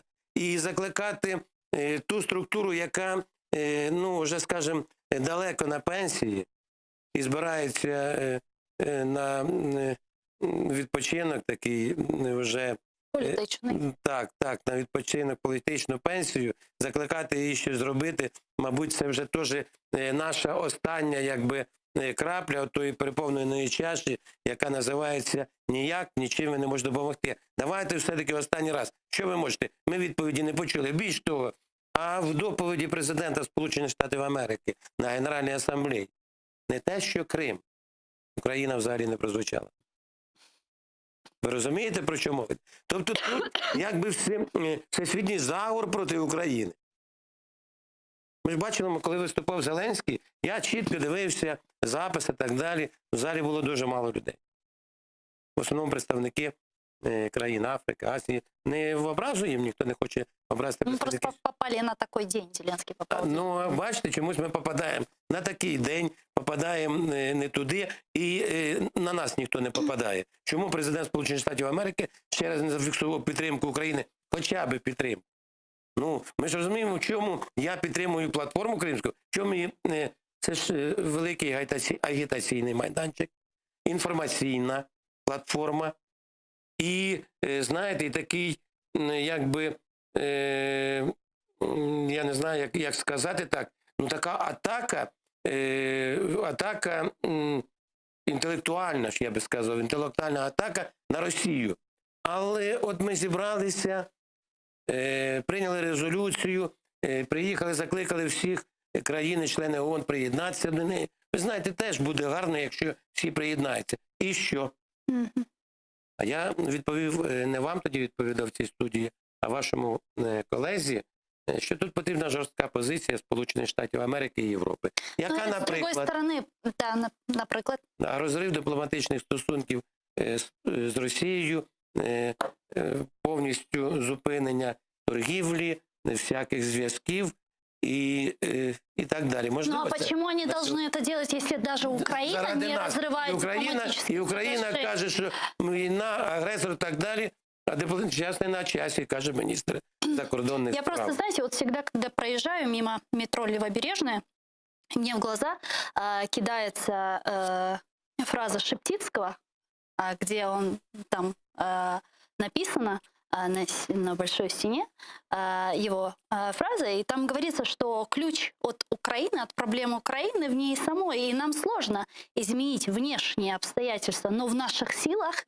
изменить себя. Может, действительно стоит начинать с себя? И если мы говорим даже о разрыве дипломатических отношений, чего мы ждем от наших западных партнеров, когда мы сами не разрываем дипломатические отношения, когда у нас продолжается на 7-м году войны с Россией товарооборот с Российской Федерацией? Це те, що називається крок вперед в боротьбі з Росією або в стосунках з Росією, крок вперед, два назад. Але крок вперед в боротьбі з Росією ми афішуємо, ми його даємо йому медіарозкрутку, а тих два кроки назад – продовження торгівлі, зв'язків, зустрічей нелегальних і напівлегальних і так далі. Тому ми його якби прикриваємо. Люди не бачать цього. І нібито складається враження, що ми йдемо вперед в боротьбі з Росією. Ні. Ми топчемося на місці, ви правильно про це кажете. Давайте починати з себе. Тоді, може, давайте зупинимо ці закордонні відрядження і трошки в країні всередині попрацюємо. Подивимося, тому що ми ж Ні, ну, розуміємо, розумію, що зупиняти ми не можемо, це неправильно зупиняти закордонні відрядження і так далі. Просто нужно это делать, наверное, одновременно, все это комплексный подход к вопросу. знаєте, я вважаю, що за такий короткий промежуток часу відрядження двічі президента в Сполучені Штати Америки, тим більше ми бачимо, що останній візит, я не кажу про перший, ми можемо про нього поговорити, останній візит ніяких позитивних наслідків для України немає. Давайте будемо відвертими. Тим паче, якщо ми говоримо сьогодні про Крим чи Донбас. Угу. Вместе с этим президент Украины призвал всех членов ООН присоединиться к декларации, которая была принята на саммите Крымской платформы в Киеве, и упрекнул их за то, что организация уклоняется от вопроса Крыма. Здесь нет избранных, которых нельзя обижать, сказал Зеленский. Давайте послушаем его прямую речь. Участь 46 держав та міжнародних організацій у першому саміті Кримської платформи про деокупацію Криму – ось це відданість основним принципам ООН. Я дуже вдячний кожній з цих країн. А те, що ООН проігнорувала майданчик для вирішення проблем міжнародного права та окупації – це якісь нові, мені здається, ніким не схвалені принципи. Якщо ми хочемо оживити ООН, давайте згадаємо, що тут немає обраних, яких не можна ображати. ООН – це всі ми, це 193 країни. І я запрошую приєднатись всі ці країни до спільної декларації учасниць Кримської платформи, засудивши окупацію і показавши, що ви проти силової зміни кордонів у світі. Министр иностранных дел Украины Дмитрий Кулеба заявил, что Крымская платформа предлагает миру действенные решения глобальных проблем. Он отметил, что таким образом Украина не на словах, а в действительности оживляет ООН. Цьогорічний виступ відрізняється від попередніх тим, що відбувся невдовзі після успішного проведення в Києві установчого саміту Кримської платформи, яка прикладом ініціативної зовнішньої політики України пропонує світові нові розв'язання проблем міжнародного миру та безпеки. Кримська платформа не на словах, а у дійсності оживлює ООН та повертає повагу до її статуту. Это так? Как вы считаете, вот Крымская платформа, она в действительности сможет отыграть свою роль в вопросе оживления ООН, в вопросе деоккупации и реинтеграции Крыма? Я не вірю Кулебі, він перебільшує, не просто перебільшує, а говорить неправду. Чого? Давайте будемо відвертими. Оживила Кримська платформа і 46 країн, підписи яких були привезені президентом туди і до підписів яких він закликав долучитися, роботу ООН. Я не знаю. Через 2 дні ми забудемо, що Генеральна асамблея ООН була і що там розглядалося, і підемо далі, будуть інші платформи, будуть інші зустрічі, буде ОБСЄ, буде Європейський парламент, ПАРЄ і так далі. Тому і знову заклики, і знову приєднання до платформи тощо. Як можна оживити діяльність ООН? Діяльність ООН можуть оживити тільки великі країни, які є основними донорами цієї ООН. Але вони в ООН не заінтересовані. Згадаємо історію. Сполученим Штатам Америки потрібно було бомбардувати деякі країни, тому що були зачіплені їх інтереси. Вони не запитували ООН. І ніякого впливу ООН на них не може мати. Росію каже, давайте, тут немає обраних. Є тут обрані. І Сполучені Штати Америки, і Росія в ООН обрані. Совет Безопасности и Британия, Франция с Китаем. Ну, там на одну Британію ми можемо надіятися. А Китай і Франція, ну, давайте також будемо відвертими. Це якщо не друзі, то, скажімо так, товариші Російської Федерації. І, знаєте, мені сподобається, я одним фактом вам якби хочу показати, яке було, як оживили ООН, як оживили НАТО представника. Столтенберг прийшов на зустріч до Зеленського в Сполучених Штатах Америки під час Генеральної асамблеї. Так далі. Я послухав його пряму мову. Ми заявляємо про свою підтримку України і про прихильність до територіальної цілісності і будемо підтримувати територіальну цілісність України. У мене питання до нього, яке я не можу задати йому. Так ми територіальну цілісність яку? Ту, якої немає, будемо підтримувати? Ви. Чи та, яка залишилася? Без Криму і Донбасу. Тут мова йде не про підтримку. Ми будемо вчиняти дії, і, будь ласка, скажіть, які, щоб поновити територіальну цілісність України. А вони, от дивіться, слова, вербальні моменти мають велике значення. Підтримуємо територіальну цілісність. Я вбачаю, що це відмова від того, щоб воювати з Росією, воювати в усіх смислах цього слова, з Росією за повернення нам Криму и Донбассу. Ну, когда мы ждем какую-то поддержку, то мы ведь сами должны предложить, чего мы ждем. Даже если мы говорим о Североатлантическом альянсе, какая-то может быть поддержка. Ну вот Зеленский, кстати, сказал о еще большем присутствии в Черноморском регионе флотов Североатлантического альянса. Это реальная история? Ну і що? Ну і що? Пам'ятаєте, коли есмінець Дефендер Великої Британії зайшов там на 3 кілометри в наші територіальні води, які сьогодні контролюються Росією. Ми дали ордена медалі морякам британським, зробили їх героями. Я хочу запитати, а за що? Ми знову конкретні кроки пропонуємо. Які? А щоб до цієї платформи, до цих підписів 46 країн і організацій приєдналися інші. Ну, підпишуться вони внизу. Вибачте, ну це ж формальності. Так хорошо, а каких конкретних шагов? А чому від мене ви хочете почути? Чому ми не чуємо від президента? А я вам сказав, які. Поки не буде конкретної жорсткої позиції Сполучених Штатів Америки і конкретних умов розрив дипломатичних стосунків аж до об'явлення війни, вибачте. Я розумію, що я говорю речі десь фантастичні, але ви запитали мене, коли можливо допомога Сполучених Штатів, наших європейських партнерів, чи так званих, чи дійсно партнерів у цій війні з Росією щодо повернення Донбасу і Криму. Так от тільки тоді, коли буде жорстка позиція, коли ці країни стануть на межі війни з Росією. От тоді, можливо, якісь заходи. А я не бачу пропозицій ні від Кулеби, ні від Зеленського. Які конкретні? Приєднатися до платформи?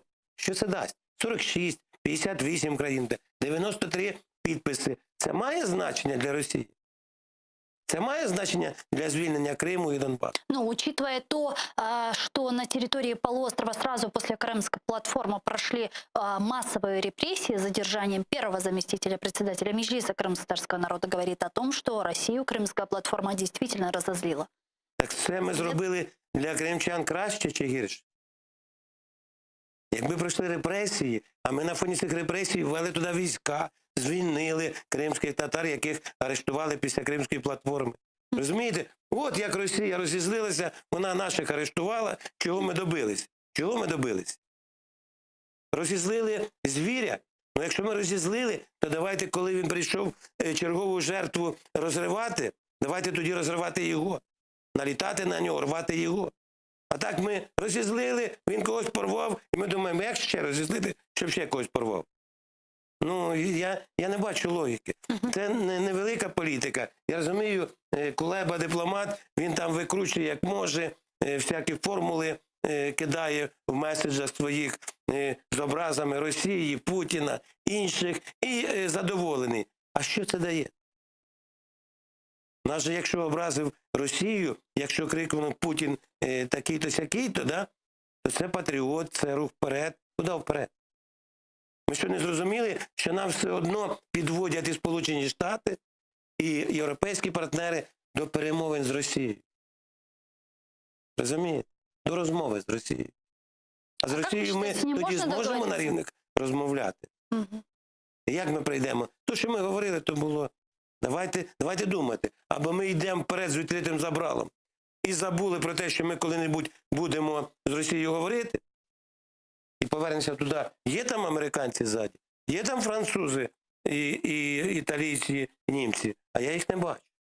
Да, одні хвилі. І там немає нікого, і там ми вже в такий зашквар, вибачте, зайшли, що якби червоні лінії не перейти. Ми ж розуміємо, до чого все готується. Чому Зеленський швиденько прилетів і закон прийняли про олігархат? Ну, є ж інформація, яка не озвучується. В росіянах є плани захоплення України, якщо не військовим шляхом, то вони захоплять її отою повзучою окупацією, яка називається ХНР, Харківська Народна Республіка, ЗНР, Запорізька Народна Республіка і так далі і тому подібне. Те, що я називаю повернення до Новоросії. Але якби ж тільки Новоросія, мы можем тратить всю Украину. Ну вот, кстати, в этом контексте давайте обговорим Донбасс, обговорим паспортизацию жителей Донбасса. Зеленский призвал ООН действенно отреагировать на раздачу российских паспортов на оккупированных территориях Украины, а также проведение в Ордло и в Крыму выборов в Российскую Госдуму. Вот его прямая речь. Хочемо оживити ООН, давайте говорити один з одним просто. Давайте говорити чітко, конкретно, а головне – чесно, відверто. Тоді ми перестанемо називати ООН дебатами. Це не дебати, бо дебати – це, мені здається, живий діалог. Це активний спір різних сторін. Це можливість задати прямі, відверті запитання. Наприклад, видача сотням тисяч українців на окупованій території України сотень тисяч паспортів іншої держави. Що це, як не доказ міжнародного злочину? Що це, як не доказ безкарності і неповаги до міжнародного права? Більш того, Росія сама про це офіційно заявляє і змушує наших громадян України брати участь у виборах до російського парламенту. І якщо ООН на це дієво, потужно не відреагує, що це як не доказ того, що оживляти ООН пізно. Та я вірю навпаки, що ні, не пізно, і ООН має підтримувати тих, хто хоче змінити світ на краще. Вынужденная паспортизация на оккупированных территориях Украины, раздача российских паспортов в Ордло и привлечение жителей Ордло на выборы в Государственную Думу свидетельствует ли о том, что Россия действительно сейчас осуществляет такую некую ползучую аннексию Донбасса? Все-таки я з вашого дозволу почну от цього меседжа, окремого сюжету виступу президента на Генеральній Асамблеї.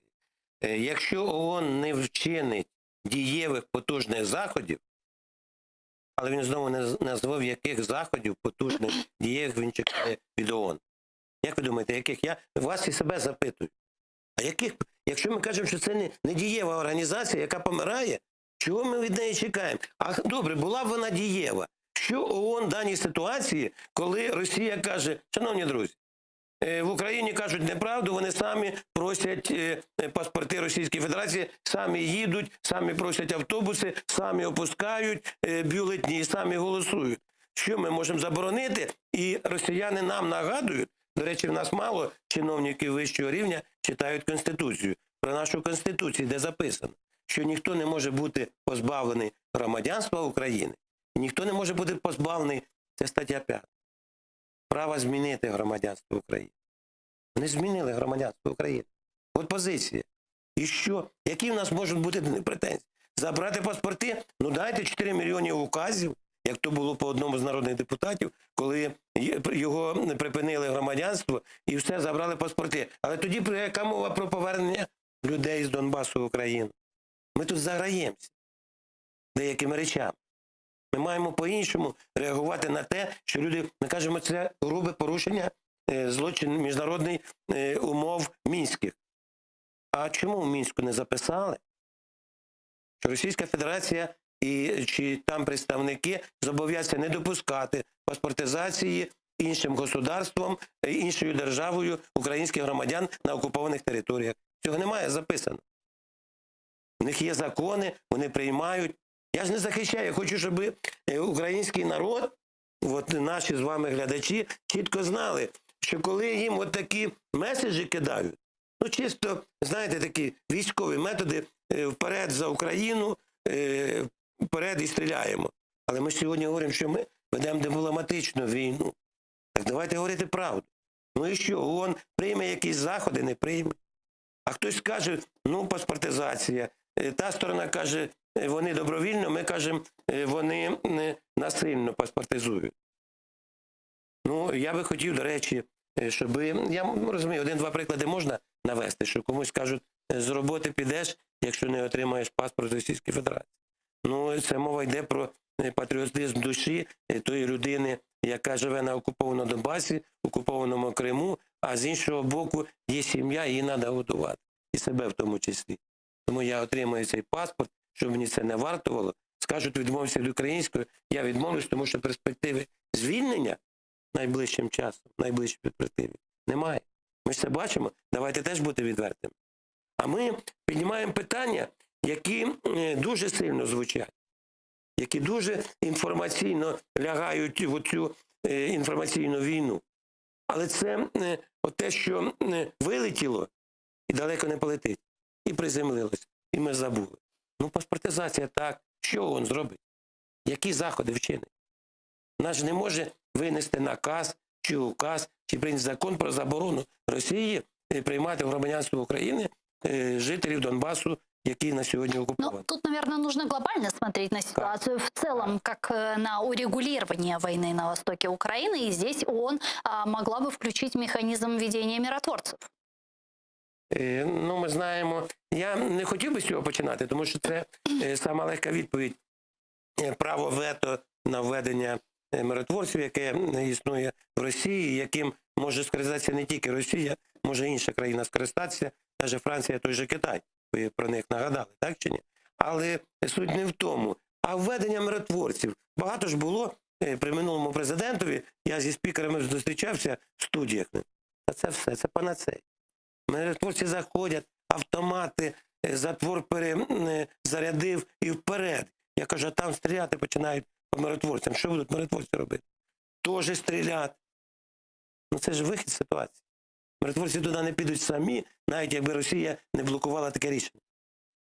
Не розуміють, що там, крім російських спеціалістів, кадрових, військових, є бойовики. Є терористичні групи і організації. Йти туди, де немає такого порядку, і ніхто не дає гарантію, Росія не дасть. Сидіть, хлопці.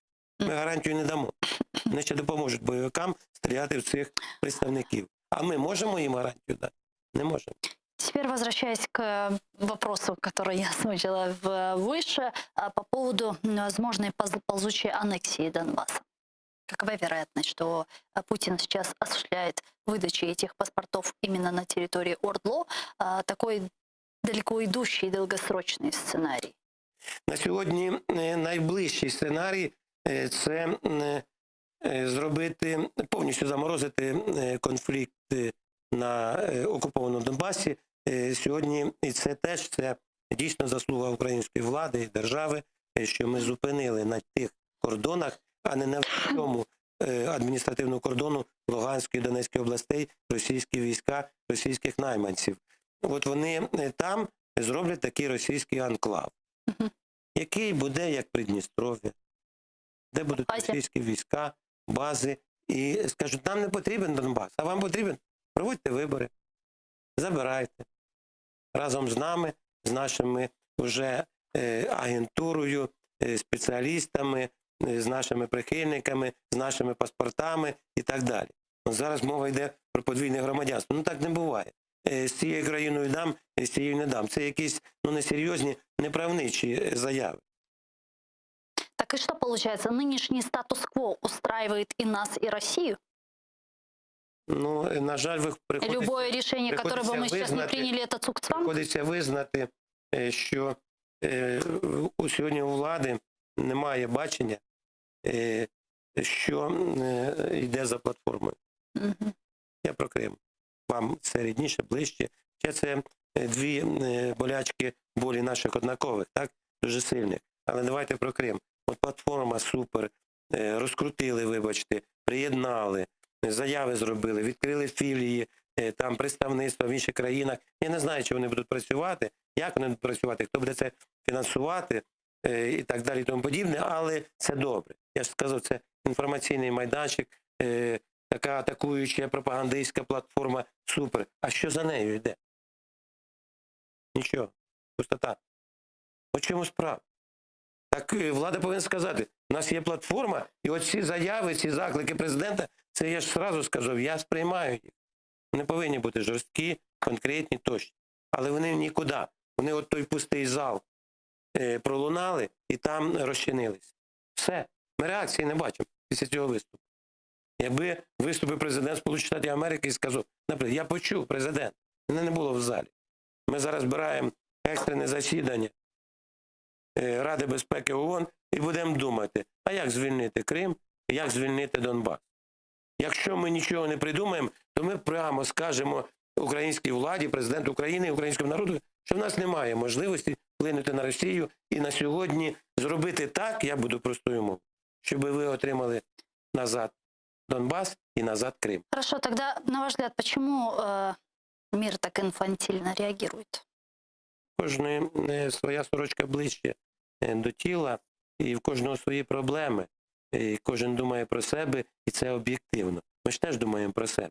Але ми чомусь думаємо, що про нас, крім нас, ще хтось має дуже переживати і думати.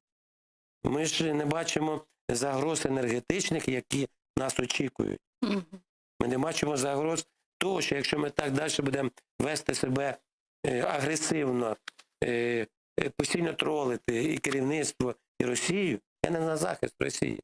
Хай не подумають. Я до того, що ми маємо на сьогодні, чому я скажу, давайте зупинимо ці відрядження за кордон. Давайте зупинимо оці меседжі в ту сторону негативні, в ту позитивні заклики. Ви зобов'язані нам дати мільярди, допомогти, озброїти і піти вперед замість нас. Ні, ніхто не піде замість. Якщо якусь зброю продадуть, то за гроші, які нам дадуть в кредит, а потім ми купимо у них непотрібну зброю, ще й проценти по кредиту віддамо. Хто кому тут допомагає, складне питання, а для мене воно чітко відкрито. Ми їм допомагаємо. Позбутися заліза, взяти кредит і ще маленький хоча б, але проценти заплатити. От чому справа. Дякую вам дуже, пане Василю. Чувствовала, что приехали к нам в студию, ответили на наши вопросы. А Василь Вовк был гостем нашей студии, эксперт с питань безпеки. А мы с вами не прощаемся, мы прерываемся сейчас буквально на 5 минут. Далее эфир телеканала АТР продолжает информационная программа «Заман» на украинском языке. Не пропустите, самые актуальные новости наши корреспонденты подготовили именно для вас.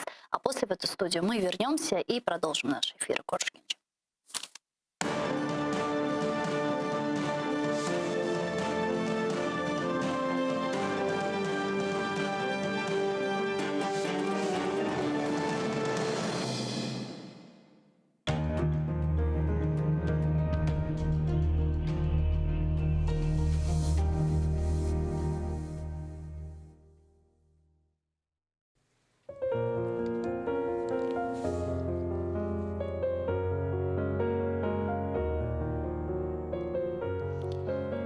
Дерендір деңізін, суында қайық.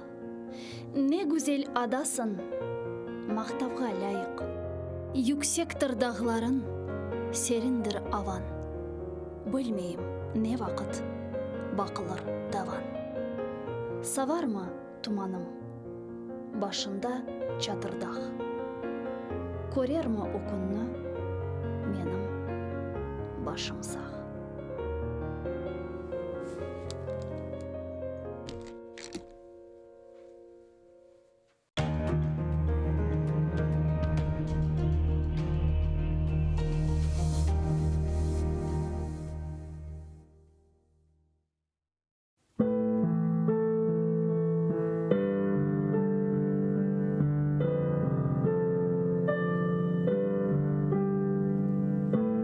Басқаныңыз ерлерні топырақ деп кечмеңіз.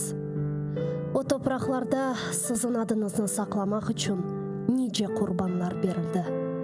Бинлерже шейітлерінің қанлары бар о топырақларда. Құруды деп беллемеңіз.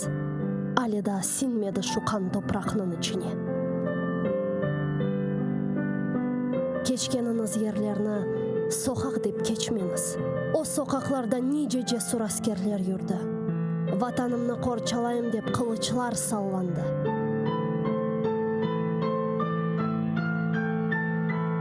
Юргеніңіз аралықларда иханетлер де олды үлбет. Сапланды ханчерлер сыртларға. Көтергеніңіз байрақны тамғалы басма деп кечмеңіз. О байрақның үстінде шерефіңіз, намысыңыз, итибарыңыз бар. Көтеріңіз ең yüksеклерге, ең төпелерге, көк yüzüyle paylaşsın ренкіні. Керек олса оның үшін нишан олыңыз. Бір кеткен жан недір ки? 1000 жан кетсе феда олсын ona. Қиямет өлім ма? Бұ му фелекет? Асыл фелекет байрағымыздың ерде саврылмасыdır. Утаныңыз, эфенділер, егіңіз башларыңызны. Тітрейдір шымдалымызға бақып еждатларымыздың кеміклері. Кірді евімізге дұшман қуа алмайық. Сесіміз шықмаз олды қорқуға далдық. Утаныңыз, эфенділер. Ғайып болған рухыңыздан утаныңыз. Байрағыны көтеріп оламаған еллеріңізден утаныңыз. Мен утанам.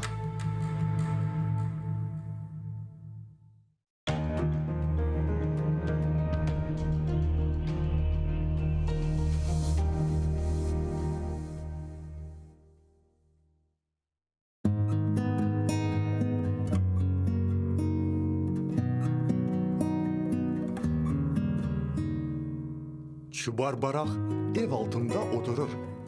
Яқшылыққа құйрық саллар, яманлықтан құтырыр. Көзчіклері бір-бір етер, таныш көрсе, дост көрсе. Мышық шарик софу болыр, ачуланса бір үрсе. Ошамай шәрлерінің шарикіне, итіне, оз өтмеген озы тапа, оз ішімен кечіне. Шұбар барақ башын егер, достлашыр. Оз ішіні озы тапар, озы север, анлашыр. Заман болыр, бір абласа бүтін көйні құтарыр. Боғылғанны судан тұтар, чименлікке шығарыр. Көп вақытлер гене фақыр онмасларға хорланыр. Арам көпек деген ады ер хавада құлланыр. Шұбар барақ іч мақтанмай, іч жыламай, қартая. Көзі жашлай, тышы қалмай, аяқлары майшая. Ең соңында геберді дей, бір чұқырға аталар. Бірқат жыл соң ченгенлер кеміклерінің саталар.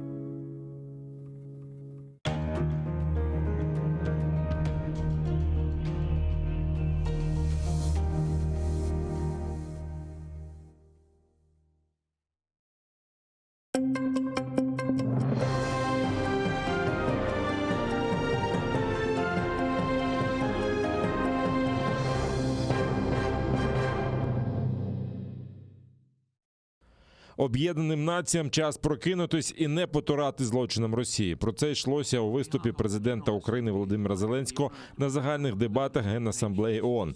Подякував тим країнам, які попри тиск Москви віддали свої голоси, щоб залишити на порядку денному обговорення становища окупованих українських земель.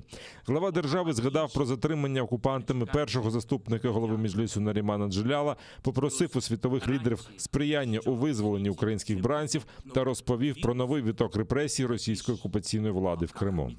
На початку вересня цього року в Криму був незаконно затриманий перший заступник голови Меджлісу кримсько-татарського народу Наріман Джелялов. Російська Федерація звинувачує цього політолога, видатного журналіста, телеведучого, викладача права та історії у спробі підірвати ділянку газопроводу. Ось вам ціна свободи слова. Ось вам ціна боротьби за свої права, за права людини. Я дуже розраховую на підтримку міжнародної спільноти, кожного з вас у цьому питанні, у питанні його звільнення та звільнення близько, уявіть собі, 450 українців, які незаконно утримуються на тимчасово окупованих територіях України та в Російській Федерації. Президент Зеленський пригадав багатьом колегам та керівництву організації неучасть у саміті Кримської платформи, подякував лідерам 46 держав та міжнародних організацій, які засудили окупацію спільною декларацією. Серед об'єднаних націй не може бути обраних, яких не можна ображати, заявив глава держави, натякнувши на Росію. А те, що ООН проігнорувала майданчик для вирішення проблем міжнародного права та окупації, це якісь нові, мені здається, ніким не схвалені принципи. Якщо ми хочемо оживити ООН, давайте згадаємо, що тут немає обраних, яких не можна ображати. ООН – це всі ми, це 193 країни. І я запрошую приєднатись всі ці країни до спільної декларації учасниць Кримської платформи, засудивши окупацію і показавши, що ви проти силової зміни кордонів у світі. Зеленський заявив, що зараз ніхто у світі не може почуватися в безпеці, тому об'єднані нації мають стати активнішими і реагувати на злочини, навіть якщо їх коять ті, хто має крісло в Раді безпеки. У 1945 році в Криму відбулася Ялтинська конференція, де складались нові основи світового порядку, і було вирішено провести першу конференцію зі створення ООН. І Ялта, і Крим 8-й рік окуповані. Як ми хочемо оживити ООН, якщо місце, де зароджувались ідея ООН, окупована постійним членом Ради безпеки ООН? Пан голова 76-ї асамблеї говорив багато про зміну клімату та захист довкілля і природи на планеті. І в цьому контексті Крим потребує уваги ООН ще більше. Із унікальної природи зробили військову базу. Замість фауни і флори там флот і солдати. А у душах кримчан протилежна для світу проблема. Не глобальне потепління, а глобальне спустошення. Президент зацитував російською уривок з промови Путіна про те, що силова політика скасує правила та обмежить свободу. Саме це і відбувається на окупованих українських землях, каже Зеленський. Він нагадав про майже 15 тисяч українців, які загинули внаслідок російської агресії на Сході, та закликав ООН отямитись. Можливо, у Централ Парк або Медісон Сквер постріли чути не так гучно, як в Україні, у Авдіївській промці або на Світлодарській дузі. Ми хочемо оживити ООН. Може, для цього ООН має рухатись, бути мобільними, швидкими. Може, нам час зустрічатись там, де можна реально почути, побачити ці глобальні проблеми. Президент подякував лідерам, які не бояться говорити про окупацію. Він натякнув російській делегації, що замість того, щоб тікати з зали ООН, краще забратися за межі України. Зеленський порівняв ООН із супергероєм на пенсії, який забув, що він може зробити. Цей герой, каже Зеленський, вважає себе кволим дідом, але має згадати, наскільки він сильний. Тому закликав до об'єднання заради мирного майбутнього. Давайте покажемо, що ми рішуче налаштовані докласти всіх наших зусиль, щоб посилити нашу взаємодію. Покажемо. І просто зробимо, навіть без резолюцій, без декларацій, узгоджень, постійних позицій, а просто зробимо, як люди, як нації, як об'єднані нації, які зробили свій вибір. Або їх вчинки будуть наповнені змістом, або ці крісла будуть порожніми. Ось вам ціна цього вибору. Завод безпілотників «Байрактар» в Україні буде. Міністр закордонних справ Дмитро Кулеба розповів про зустріч Володимира Зеленського та Реджепа Таїпа Ердогана. Президенти України та Туреччини говорили про зростання торгівлі між нашими країнами. Також, за словами міністра Кулеби, чимало часу приділили співпраці в сфері оборони та сучасного озброєння. Ви знаєте, що між нашими країнами є декілька дуже амбітних проєктів. Це і виробництво безпілотників, і виробництво кораблів для військово-морських сил України. Тому було про що поговорити. Там все буде добре, і завод «Байрактарів» на території України буде. Володимир Зеленський також мав зустріч з генсеком НАТО Єнсом Столтенбергом. Президент наголосив, що бажає збільшення присутності флотів країн Альянсу в Чорному морі, а також взаємодії держав Чорноморського узбережжя. Зеленський також попросив Столтенберга допомогти у звільненні українців та кримських татар, які утримуються на окупованих територіях та в Росії. Список з 450 бранців Кремля президент передав прем'єр-міністру Великої Британії Борису Джонсону. Зеленський подякував за участь у саміті Кримської платформи та підтримку українського суверенітету. Зеленський та Джонсон обговорили співпрацю у Чорному морі, розвиток бойової міці та зміцнення українського флоту. Двоє українських воїнів зазнали вогнепального поранення. Про це повідомили у штабі Об'єднаних сил. Бійцям терміново надали першу допомогу. Нині вони під наглядом медиків у задовільному стані. На Приазов'ї російські окупанти скидали з безпілотника постріли ВОГ-17. Поблизу Причепилівки випустили більше 2 десятків мін 120-го калібру, а на інших ділянках фронту ворог застосував гранатомети, кулемети великого калібру та іншу зброю. Українські захисники вели активну оборону та подавляли вогневі засоби противника, застосовуючи дозволене мінськими домовленостями озброєння. Завдяки зусиллям наших воїнів рубежі українських підрозділів залишилися незмінними. Протягом поточної доби 23 вересня порушення режиму припинення вогню з боку російсько-окупаційних військ не зафіксовано. Окупанти посилили звинувачення проти першого заступника голови Меджлісу Нарімана Джеляла. Про це повідомив адвокат Микола Полозов. За його словами, зараз ФСБ звинувачує Нарімана Джеляла не лише у вчиненні диверсії, а й в нібито незаконному придбанні, зберіганні чи пересильці боєприпасів. Погоджуватися з такими закидами Джелял не збирається, каже адвокат. Свідчити на додатковому допиті він також відмовився. Сприяв окупації Криму, а тепер може відправитися за грати на 8 років. Бойовику так званої самооборони Криму, якого затримали на пункті пропуску Каланчак, оголосили підозру про участь у незаконних збройних формувань. За повідомленням джерел у прокуратурі Криму йдеться про Степана Війтенка. Встановлено, що він ще на початку лютого 2014 року, тобто до окупації, долучився до бойовиків самооборони Криму. Згодом, серед інших, патрулював вулиці Сімферополя та незаконно затримував проукраїнськи налаштованих людей. Невдовзі окупанти залучили його до вартування біля будівель Прикордонної служби України та Головного управління СБУ на півострові. Відомо, що на материкову частину України Війтенко їхав до сина, полковника поліції. При собі мав низку посвідчень різних структур колаборантів та відзнаки від окупантів, якими він хотів похизуватися перед онуком. За свою активну допомогу під час окупації півострова отримав посвідчення дружинника та Народного ополчення Республіки Крим. Згодом отримував ряд нагород від окупаційної влади півострова за захист Криму, учасник Кримської весни, медаль за заслуги перед вітчизною 2-го ступеню та інші. Наразі до суду скероване клопотання про обрання підозрюваному запобіжного заходу у вигляді тримання під вартою.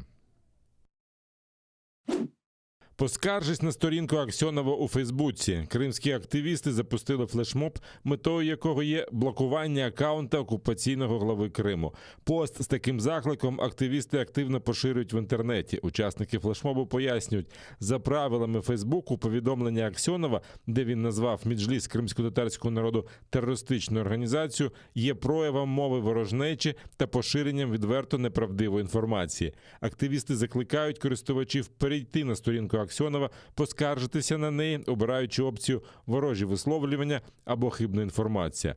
Флешмоб вже підтримали колишні бранці Кремля Олег Сенцов та Володимир Балух, голова правління Кримсько-татарського ресурсного центру Ескендер Баріїв, голова Меджлісу Ріфат Чубаров. Підозрюваного у вбивстві мера Семеїза затримали у Львові. Про це повідомили у поліції Львівщини. 26 лютого 2013 року автівку, в якій був мер курортного містечка Кирило Костенко, розстріляли з автомата. Розправу зафіксувала камера спостереження. На кадрах видно, як до Мерседеса Костенка під'їхав легковик. Звідти вийшов чоловік з автоматом і невдовзі здійснив серію пострілів. Після розправи стрілець втік. Згодом правоохоронці знайшли спалену автівку, яку кілер викрав напередодні, та зброю. Підозрюваного у вбивстві львів'янина не змогли розшукати впродовж 8 років.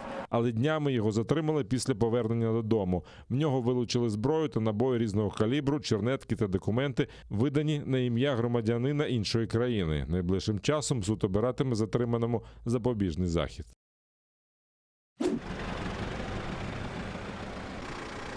На Канарському острові Пальма, що належить Іспанії, і далі евакуюють жителів через виверження вулкана. Свій дім покинуло вже кілька тисяч людей.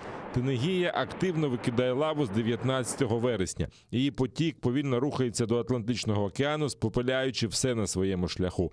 Знищено вже щонайменше 150 будинків, зокрема і будівлі шкіл. Дісталося й банановим плантаціям. Банани – найбільший експортний продукт острова. Фермери рятують урожай. Я в жахливому становищі, як і всі інші тут. Збираємося розвантажити машину і завтра знову повернутися. Намагаємося зібрати урожай бананів, який зможемо. Міста вкриті шаром попелу. Водночас фахівці кажуть, що вміст шкідливих речовин у повітрі поки в нормі. Рівень сірки в нормі. Судячи з показників, загрози здоров'ю людей немає. Шлейф вуглекислого газу перебуває на великій висоті – 3 кілометри. Токсичні газові хмари можуть утворитися, якщо лава досягне океану. Спочатку фахівці чекали цього вже наступного дня після виверження. Однак зараз кажуть, що лавовий потік настільки сповільнився, що може й зовсім не дійти до води. Попереднього разу вулкан Тенегія вивергався у 1971 році. Тоді втратила життя одна людина. Цього разу про постраждалих або загиблих повідомлень немає.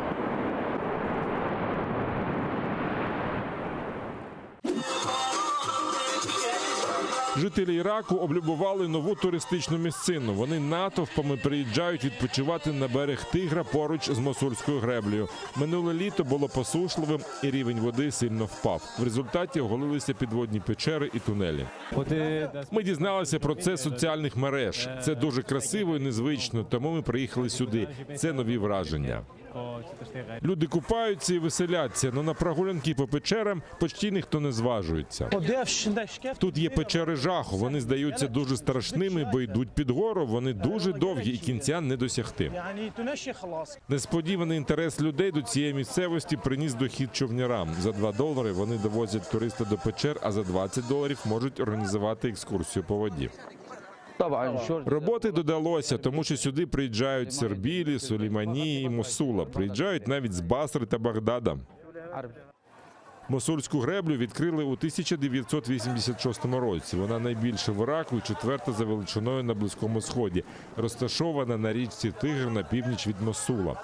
Вона забезпечує регіон електроенергією і водою для зрошення полів. Тим часом фахівці попереджають про можливе лихо. Гребля зведена на нестабільних карстових породах і може обвалитися. В цьому випадку вода добереться навіть до Багдада, який знаходиться в 500 кілометрах звідси.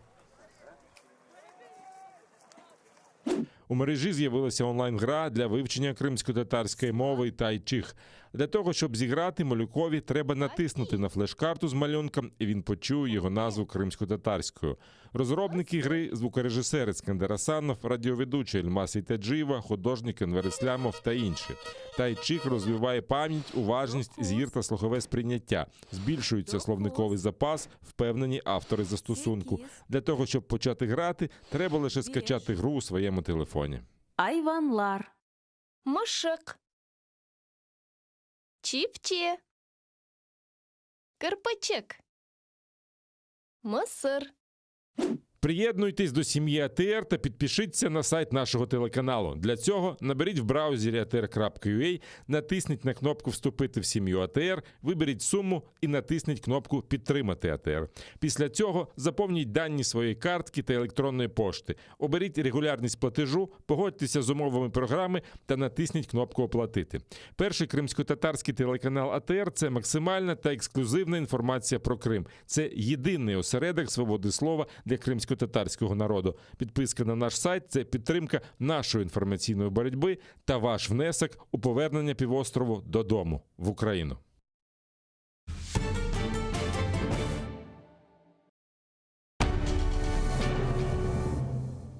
Ізраїльські вчені створили унікальний засіб, що містить природні інгредієнти.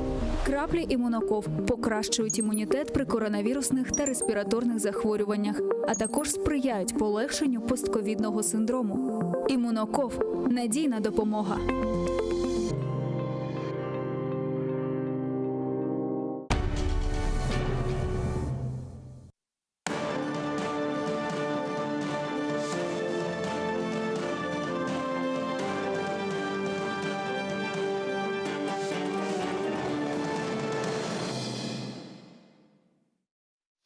Ассаляму алейкум, хайрлах шамлар, добрый вечер. В эфире телеканала АТР вы смотрите информационно-аналитическую программу «Бугунь». В студии для вас работаю я, Гульсум Халилова, и следующие 35 минут в этой студии с гостем мы обсудим основные новости и события сегодняшнего дня. Я напомню, что мы работаем в прямом эфире. На экраны ваших телевизоров режиссера периодически выводят номер телефона, так что вы можете звонить к нам абсолютно бесплатно по Вайберу, плюс 380 67 63 46 130. Можете присоединяться по скайпу atr.tv. Это наш адрес. Звоните, задавайте ваши вопросы. Нам важен ваш голос. Также не забывайте подписываться на наш YouTube-канал. Там мы вещаем как в онлайн-режиме, так и выкладываем самые интересные фрагменты из наших эфиров. Выкладываем практически все наши программы в записи. И поддержать, наконец, телеканал АТР вы можете, подписавшись на наш Patreon, адрес которого вы видите сейчас на ваших экранах. Таким образом, вы станете частью большой крымско-татарской семьи АТР, а это поможет нам продолжать работу на информационном фронте. Этот блок я хочу начать со следующего информационного сообщения. Как известно, президент Украины Владимир Зеленский выступил на 76-й сессии Генеральной Ассамблеи Организации Объединенных Наций в Нью-Йорке. Глава государства призвал оживить ООН и обновить ее устав, чтобы организация стала эффективной и действенно реагировала на глобальные проблемы. Глава государства предложил проводить заседания ООН вблизи горячих точек, которых много в мире. Тогда, по его мнению, ООН сможет воочию увидеть глобальные проблемы, которые существуют на нашей планете. Вот прямая речь Зеленского. У 1945 році в Криму відбулась Ялтинська конференція, де складались нові основи світового порядку, і було вирішено провести першу конференцію зі створення ООН. І Ялта, і Крим 8-й рік окуповані. Як ми хочемо оживити ООН, якщо місце, де зароджувались ідея ООН, окупована постійним членом Ради безпеки ООН? Пан голова 76-ї асамблеї говорив багато про зміну клімату та захист довкілля і природи на планеті. І в цьому контексті Крим потребує уваги ООН ще більше. Із унікальної природи зробили військову базу. Замість фауни і флори там флот і солдати. А у душах кримчан протилежна для світу проблема. Не глобальне потепління, а глобальне спустошення.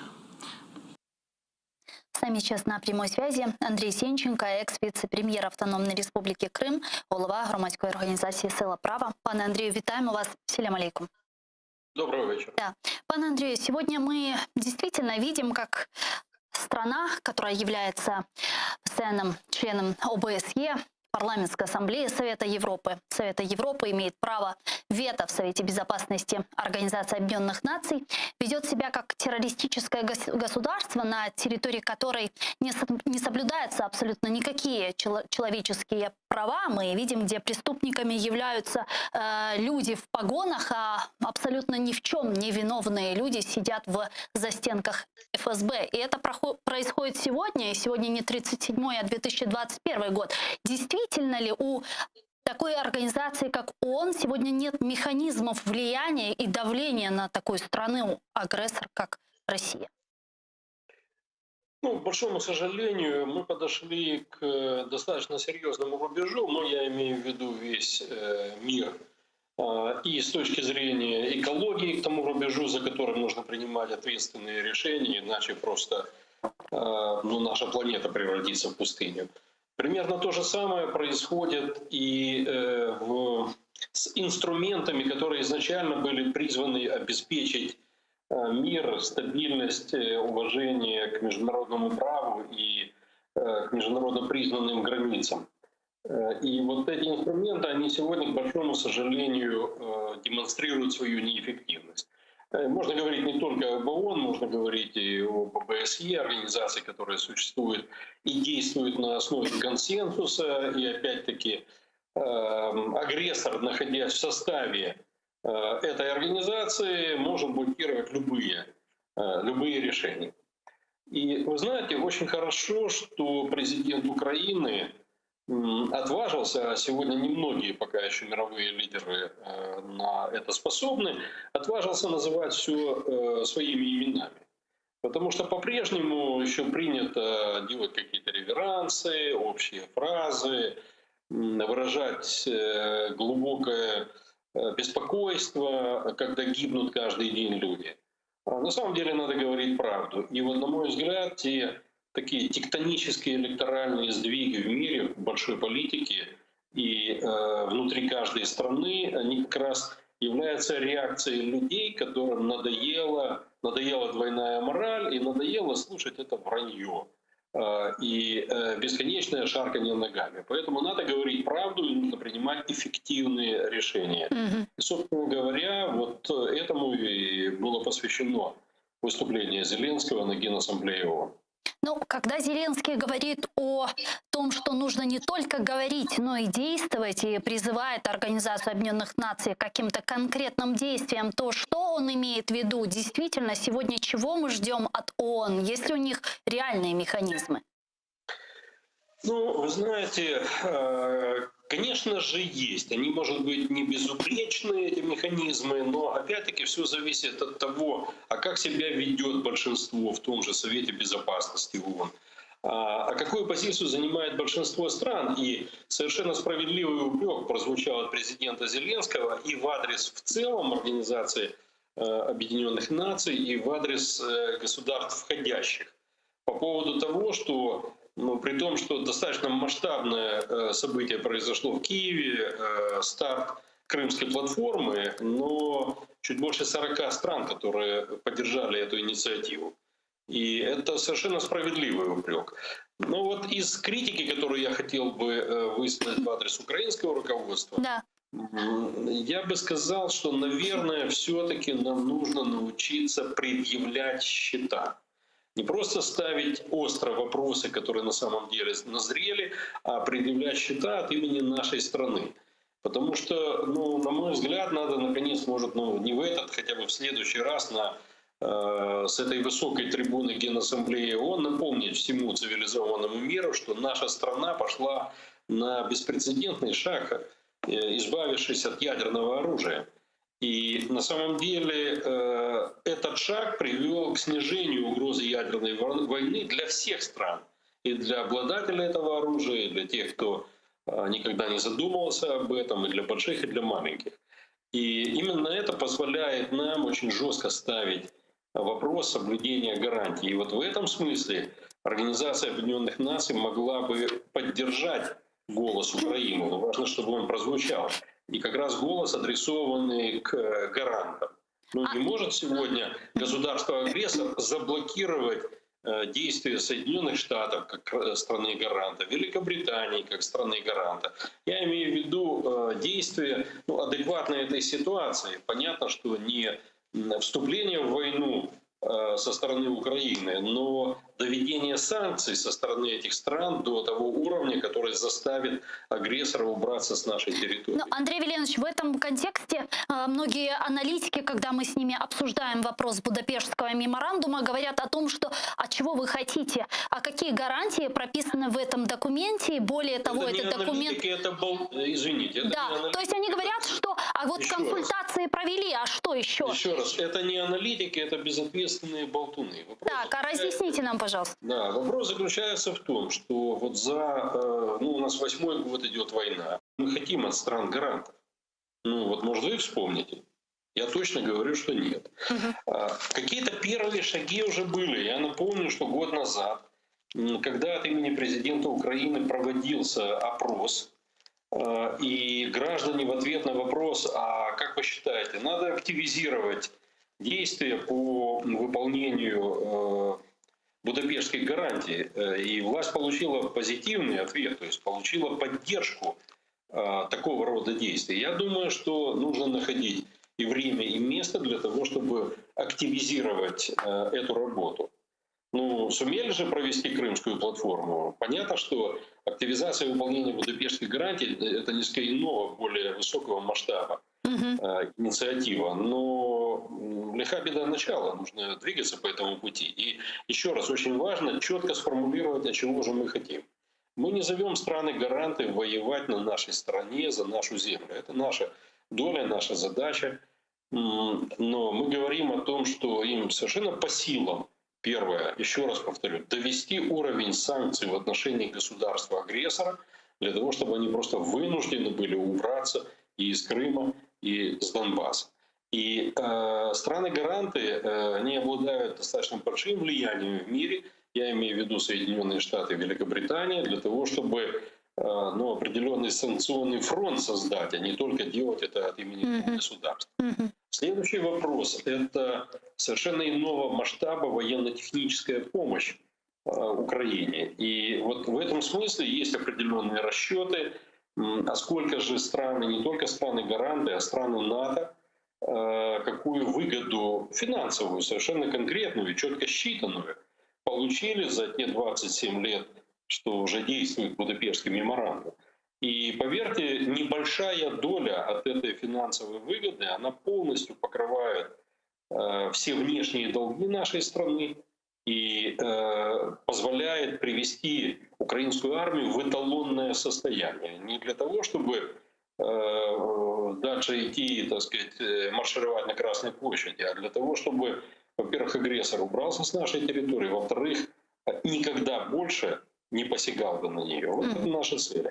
И третье, то, в чем страны-гаранты, на мой взгляд, должны и могут помочь, это все-таки определенное давление на государство-агрессора, на Российскую Федерацию с целью добиться компенсации ущерба, нанесенного украинскому государству, украинскому бизнесу и украинским гражданам.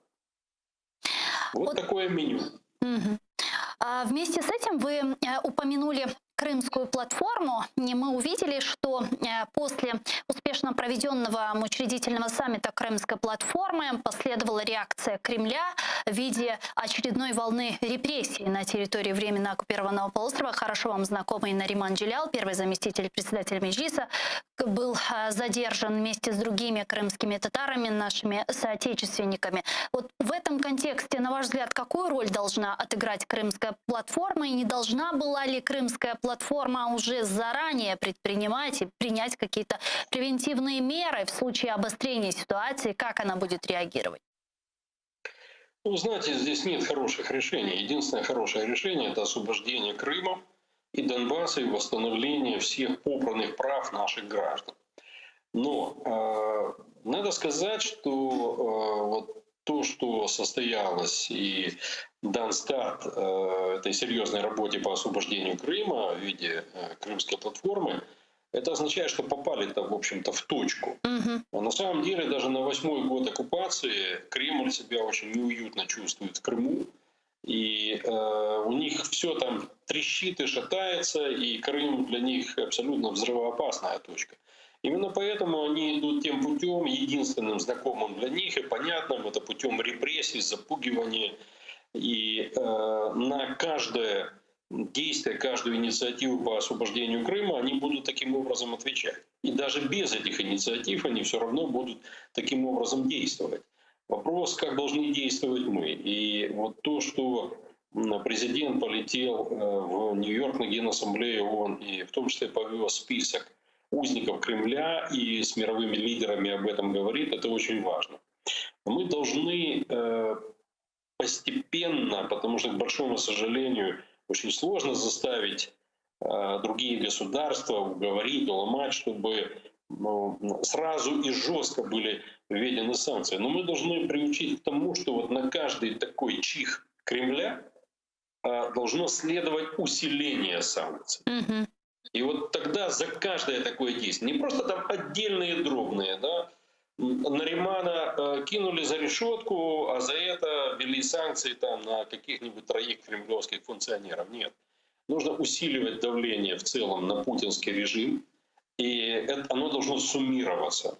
И в конечном итоге я надеюсь, что мы в короткое время добьемся того, что это уже будет непосильная ноша для путинского режима. Когда у них будет трещать в руках и разваливаться власть, это будет угроза значительно больше, нежели утрата Крыма и Донбасса для Кремля. Скажите, а как нам нужно разговаривать с нашими западными партнерами? Как нужно аргументировать то, чтобы были введены еще более серьезные и радикальные санкции против России? Потому что мы же понимаем, что каждая страна в первую очередь преследует свои национальные экономические интересы. Мы это очень хорошо увидели на примере той же самой Германии. Ну, вы знаете, вот первые 5 лет войны наша страна только слушала бесплатные советы. Так. И мы их получали в Минске, в других местах, там, в Нормандии. Советы, за которые потом никто не отвечал. То, что нынешняя украинская власть достаточно короткий срок прошла путь от такой технологии выслушивания всех советов до того, чтобы начинать достаточно жестко ставить вопрос, это очень важно. Но нам нужно научиться солировать. Повестку дня должна задавать Украина.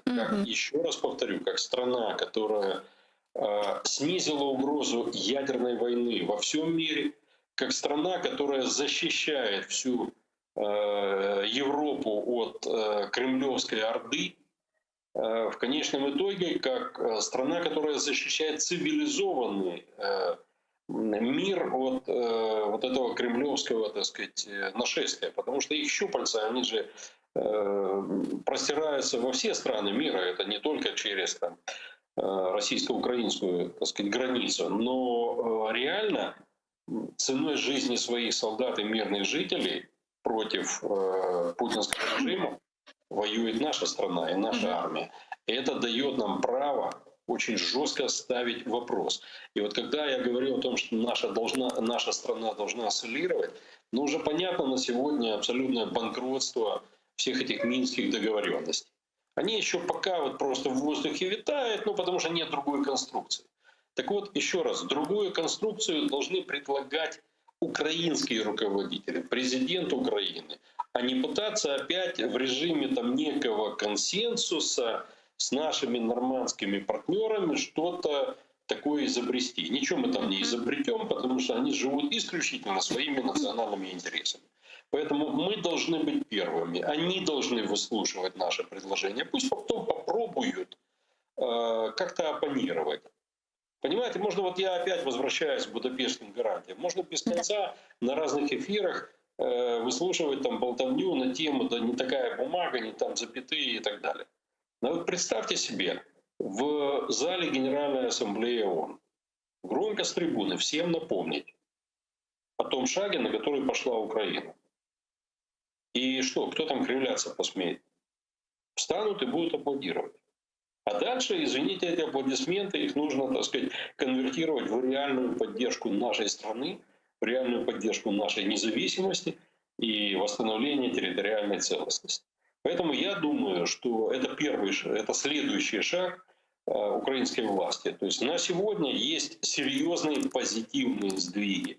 После 5-летней пустой болтовни в Минске украинская власть начала жестко называть все своими именами. А вот, кстати, нужно перехватывать инициативу. А вот, кстати, интересно, как вы думаете, с чем связана такая трансформация риторики Зеленского? Вот как он с человека-пацифиста, который пытался увидеть мир в глазах у Путина, каким-то образом договориться еще 1,5 года назад, то и меньше, превратился в человека, который говорит, что единственным путем завершения войны в Украине является ее вступление в НАТО, что если бы мы с русскими были одним народом, то в Кремле развивался бы украинский флаг. И вот четкая сегодняшняя и вчерашняя риторика Зеленского. Вот с чем связана такая трансформация? Ну, вы знаете, на самом деле это позитивное качество, это способность анализировать и победы, и собственные ошибки и провалы, и делать из этого выводы. И вот то, что эти выводы сделаны, и то, что существенные изменения, так сказать, претерпевает украинская внешняя политика, это хорошо. Это дает надежду на будущее, что будут и дальше позитивные шаги, и в конце концов мы на самом деле займем то место, на которое имеем полное право. Место страны, которая формирует повестку дня. Дякую вам дуже. Чохсагум, Андрей Юрьевич, что нашли время и подключились к нам в эфир. Андрей Сенченко был с нами на прямой связи, экс-вице-премьер Автономной Республики Крым и глава гражданской организации «Сила права».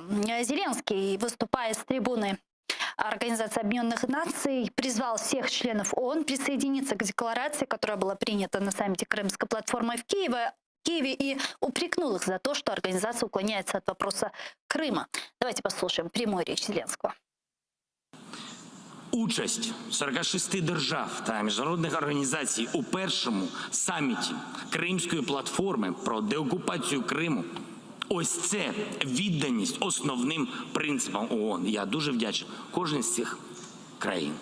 А те, що ООН проігнорувала майданчик для вирішення проблем міжнародного права та окупації – це якісь нові, мені здається, ніким не схвалені принципи. Якщо ми хочемо оживити ООН, давайте згадаємо, що тут немає обраних, яких не можна ображати.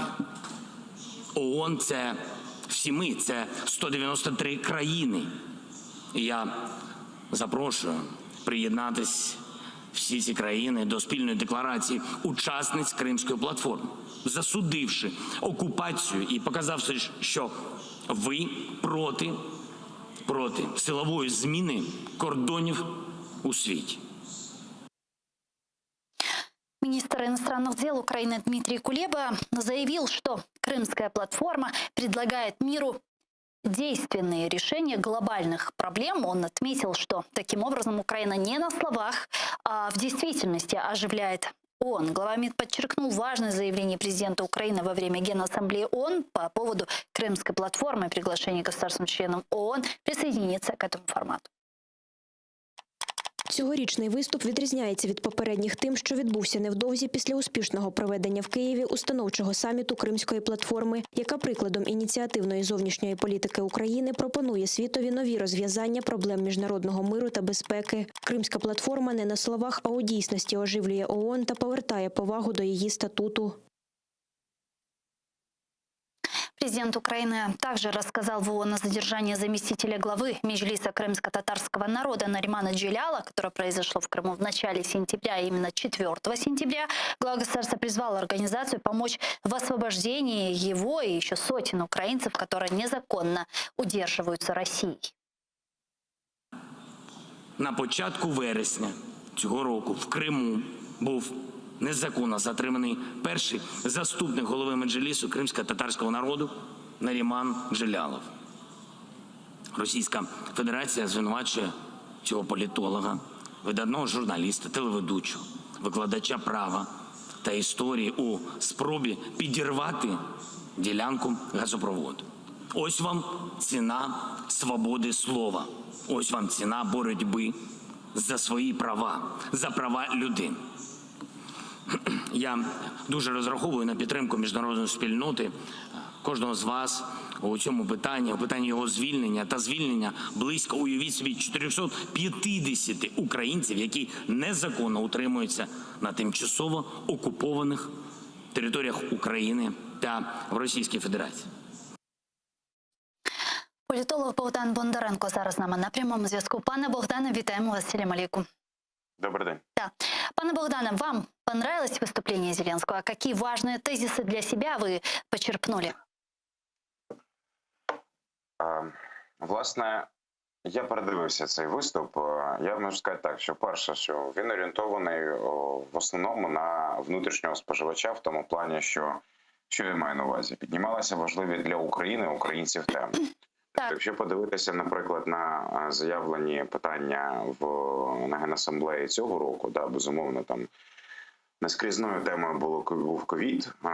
Так само вони там черпали, трошки торкалися там питань кліматичних змін, було питання Афганістану, інші цілі сталого розвитку так само торкалися, але, розумієте, питання миру, правосуддя, все інше – це одна з цілей сталого розвитку, здається, йде під номером 16 з 17 цілей сталого розвитку ООН. Те, що президент говорив про наші проблеми, якби, ну, для мене, власне, не стало несподіванкою, чи став якийсь цей виступ там неймовірним, гарним тощо. Важко мені сказати, він був відносно стандартним, я б сказав. Те, що... Так. Да, Зеленский говорил о необходимости того, чтобы Организация Объединенных Наций уже проснулась, и что со слов нужно уже переходить к каким-то конкретным действиям. Таким образом он призвал просыпаться ООН. Вот когда мы говорим о том, что уже хватит говорить, давайте действовать, что мы предлагаем? Вот увидели ли вы какое-то предложение в этом заявлении к Организации Объединенных Наций? Вот чего ждем? Каких конкретних шагов? Він цитував, власне, це була цитата, яку він застосовував. Ця цитата стосувалася того, в першу чергу в оригіналі, що, власне, світ має зібратися і спільно діяти, зокрема, ООН має стати цією площадкою, зокрема, в контексті кліматичних змін. Що малось на увазі? Про зменшення викидів до 2030 року, виходу на так званий, власне, нейтральний рівень вуглецевий тощо. Ми всі знаємо про глобальне потепління, на думку ООН, та збільшення температури 3,7, хоча нам там погано 1,5 градуса тощо, тому подібні речі. Це стосувалося цієї історії. В контексті нашої позиції вона полягає в наступному, в тому, що світовий порядок, встановлений, зокрема, після 1814 року, за допомогою, в першу чергу, та потім закріплений вже після Другої світової війни, підривається Російською Федерацією, в першу чергу в 2008 році, потім вже, власне, в контексті анексії Криму та проведення військових дій Російською Федерацією з участю їхніх там проксі на території Сходу України. Про це говорив Зеленський. Чи є це проблема якоюсь насущною для країн світових? Ні, на жаль, ми вимушені визнати, що це не є ключовою проблемою, вони готові з нею миритися, вони готові закривати на неї очі, і тому подібне. Чи здатні ми запропонувати щось альтернативне, наприклад, перегляду цієї позиції, зокрема для Сполучених Штатів, в тому, щоб ізолювати Російську Федерацію, зробити з нею топ-ворога номер 1, не вступати в конфронтацію з Китаєм, а вступати саме з Російською Федерацією. Чи є у нас якісь альтернативи і пропозиції для того, щоб це відбулося, крім розмови про цінності? Цінності, які вони готові, повторюю, нехтувати. Ми це бачимо. І, зокрема, питання того, що на території Європейського континенту відбувається військовий конфлікт прямий, і одна з країн, власне, анексовує у іншої країни півострів, а потім проводить на території Донецької, Луганської області, по суті, військові дії з участю своїх проксі, їх це не хвилює. Значить, власне, вони розглядаються варіант як норму. Ми на це знову акцентуємо увагу, але вони, ви ж бачили навіть кількість людей, які слухали Зеленського в залі під час, власне, його виступу. В цьому якогось неймовірно жахливого немає нічого, але теж пов'язано з тим, що для них не цікаві ця тема. Справа не в Зеленському, будемо відверті. Тобто його зараз опоненти намагаються показати, що це через те, що він виступав. Вийшов там хтось інший, так само особливо не цікаво слухати про війну на сході України для них. Тому що у них є там кліматичні зміни, ковід, Афганістан, класна штука, про неї популярно, здорово говорити. Наші питання, вони не є настільки актуальними. І ну, це власне для нас безумовно погано, але на цю реальність теж треба дивитися з, знаєте, широко розплющеними очима. І така ситуація на сьогоднішній день повторюється. Знову таки, щодо виступу Зеленського, я ще дві ремарки зроблю. Перша пов'язана з тим, що він звернув увагу на спробу вбивства або замах його першого помічника. Це знову таки те, що я говорив, стосується виключно внутрішнього та споживача і для нього орієнтування. А друге, я звернув увагу на його цитату Володимира Путіна. Знаєте, ну цього я абсолютно не зрозумів. Ну тобто, наприклад, про Шефіра я вважаю, що це не місце, де це мало б звучати, але якби я розумію логіку спічрайтерів, логіку президента, коли він це говорить. Тобто це в його в першу чергу більшість слухачів його промови будуть знаходитися в Україні. Це не лідери там іноземних держав, не, скажімо так, виборці інших країн, а саме українці. Тому він говорив про незаконні затримання, власне, в Криму. Він говорив про проблеми всередині України, які є там з політичними спробами політичної вбивства і тому подібне. Але коли він цитує Путіна, в контексті проблема не в цитуванні Путіна. Проблема в тому, що він з контексту видірнув фразу і не зрозумів, чому був контекст. В 2000, коли мова йшла мюнхенська промова Путіна, яку чи повторював в 2015 році, вона стосувалася того, що Путіну не подобається світовий порядок, який, на його думку, є неправильним, і він його буде переглядати. І він вважає, що державний суверенітет, зокрема для Росії, має відігравати більшу роль в їх внутрішньому житті, ніж міжнародне право і тому подібне. Він каже, що слухайте, державний суверенітет трошки більше, ми будемо це міняти. Його тоді не почули, він це в 2015 році повторював знову. Але після його промови ми не можемо згадати, власне, військові дії в Грузії. А наш президент, процитувавши досить широку цитату, зробив протилежний висновок. Що, значить, треба щось міняти в тому плані, щоб, значить, пригрожати Російську Федерацію і змінювати її ставлення до світового порядку. Тобто там от проблема в тому, що він не прочитав повністю мюнхенську промову. Там контекст був протилежний абсолютно. Да. Вместе с этим Зеленский, выступая, говорил непосредственно про Крымскую платформу и призвал стран, членов Организации Объединенных Наций, подписаться под декларацией, принятой 23 августа на инаугурационном саммите. А как вы считаете, вот Крымская платформа может стать тем индикатором консолидации международных сил в противостоянии с агрессором?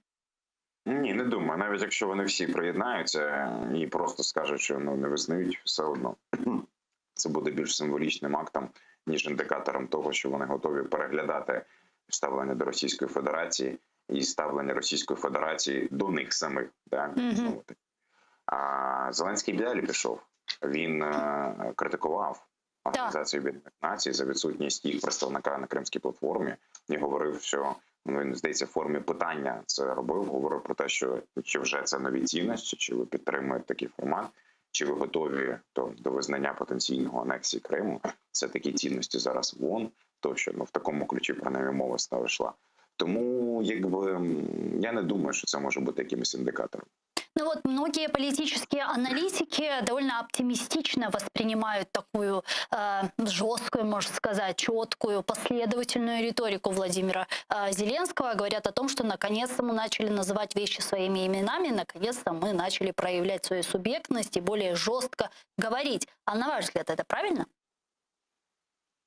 Ну, у кожного може бути своя думка експертів, якби скільки експертів, стільки й думок, це ж стандартно, навіть більше думок мається на увазі після того. Але суб'єктність в чому? В тому, що ми вийшли і гримнули, добре, нас почули. Якби щось змінилося з цього. Ми про суб'єктність, розумієте, суб'єктність – це трошки інша обставина. Якщо ми виходимо на засоби масової інформації а-ля Frankfurt Allgemeine Zeitung або Axios, і виходимо і починаємо публічно критикувати дії лідерів Німеччини або Сполучених Штатів, так, ми критикуємо. Що означає це, що ми суб'єктні? В тому розумінні. Тому що ми можемо собі дозволити їх критикувати, того, що ми до цього не робили. І це в цьому проявляється наша суб'єктність. І ця наша мета. Чи суб'єктність полягає в тому, щоб до нашої позиції, без крику жодного, але прислуховувалися в серйозних питаннях, пов'язаних, наприклад, знову-таки, з анексією півострову, роботою компаній європейських на території цього півострову, збереження безумовного санкційного режиму. створення енергетичних проєктів, таких як Північний потік-2. Я кожне питання окремо не досліджу, розумієте, воно дуже складно, це нам часу не вистачить. Але якби нашої позиції в цьому плані прислуховувалися в такому вигляді, і якби нам до України не ставилося питання того, що ви там в Європейський Союз потрапите через 20 років, ні через 30, ні там через світові роки, тощо, а ні не дозволяли собі політики навіть там балтійських країн бортувати нас, то знову таки публічно в такому вигляді. Це була б суб'єктність. Суб'єктність досягається не криком, суб'єктність досягається не риком і не критикою. Суб'єктність досягається шляхом складних послідовних дій, наслідком якого стає вже те, що тебе поважають, і тобі для цього не треба піднімати голос, для того, щоб тебе почули. Ось це, власне, і є оця суб'єктність. І питання знову таке, розумієте, питання межі. Ми є суб'єктами на сьогоднішній день. Питання просто в тому, що Російська Федерація є більшим суб'єктом, Сполучені Штати, Китай ще більшим. Тобто є певна градація. Ми можемо собі, наприклад, в певних процесах дозволити набагато більше, ніж Молдова в умовах геополітики. Так? Але чи означає те, що ми тепер круті, суб'єктні і тому подібне? Ми є суб'єктом в будь-якому випадку. Питання того, які ми перед собою цілі ставимо. Якщо ми вважаємо, що наша суб'єктність полягає в тому, щоб виходити і дозволяти собі критикувати, це не та мета, мені яка, здається, ми маємо переслідувати. Тим паче, знову таки, зрозумійте, що мені здається, що сьогоднішня ситуація, вона є проблемною через те, що наша критика відбувається не в діалозі. Наша критика відбувається в сукупності монологів. Тобто ми щось своє заряджаємо. І нам назустріч підуть протилежні тези, але це не розмова. Тобто, грубо кажучи, Сполучені Штати за одне розповідають нам, Німеччина інше, ми третє, але воно не в'яжеться в одну якусь єдину систему. В цьому то і проблема. Я не знаю, скільки вдалося пояснити до кінця, що ми на увазі. Дякую вам дуже, пане Богдане. Чохсагон, що нашли время і підключились к нам в ефір. Політолог та експерт з конституційного права Богдан Бондаренко був з нами на прямому зв'язку. Как мне подсказывают наши редакторы, с нами сейчас на прямой связи народный депутат Украины, пані Марія Іонова. Пані Марія, вітаємо вас, салям алейкум. Добрий вечір. Да. Пані Марія, а вам понравилось виступлення Зеленського? Ви знаєте, тут не питання сподобалось чи не сподобалось. Перше, дійсно дуже важливо, що президент країни поїхав на Генасамблею. Але от я почула останню фразу вашого останнього гостя, я тут погоджуюсь, що все ж таки з уст глави держави не може бути в публічних виступах таке, знаєте, постійне звинувачення. Да? Тобто це в черговий раз насправді президент країни якби звинуватив те, що стосується там пандемії, вакцин і все інше. Хоча теж давайте будемо відвертими, дуже багато країн нам допомогли якраз з вакцинами, да? Тоді, коли держава не забезпечила і не законтрактувала на самому початку ту необхідну кількість. Але щодо міжнародної політики, знову ж таки, повертаючись до акцентів,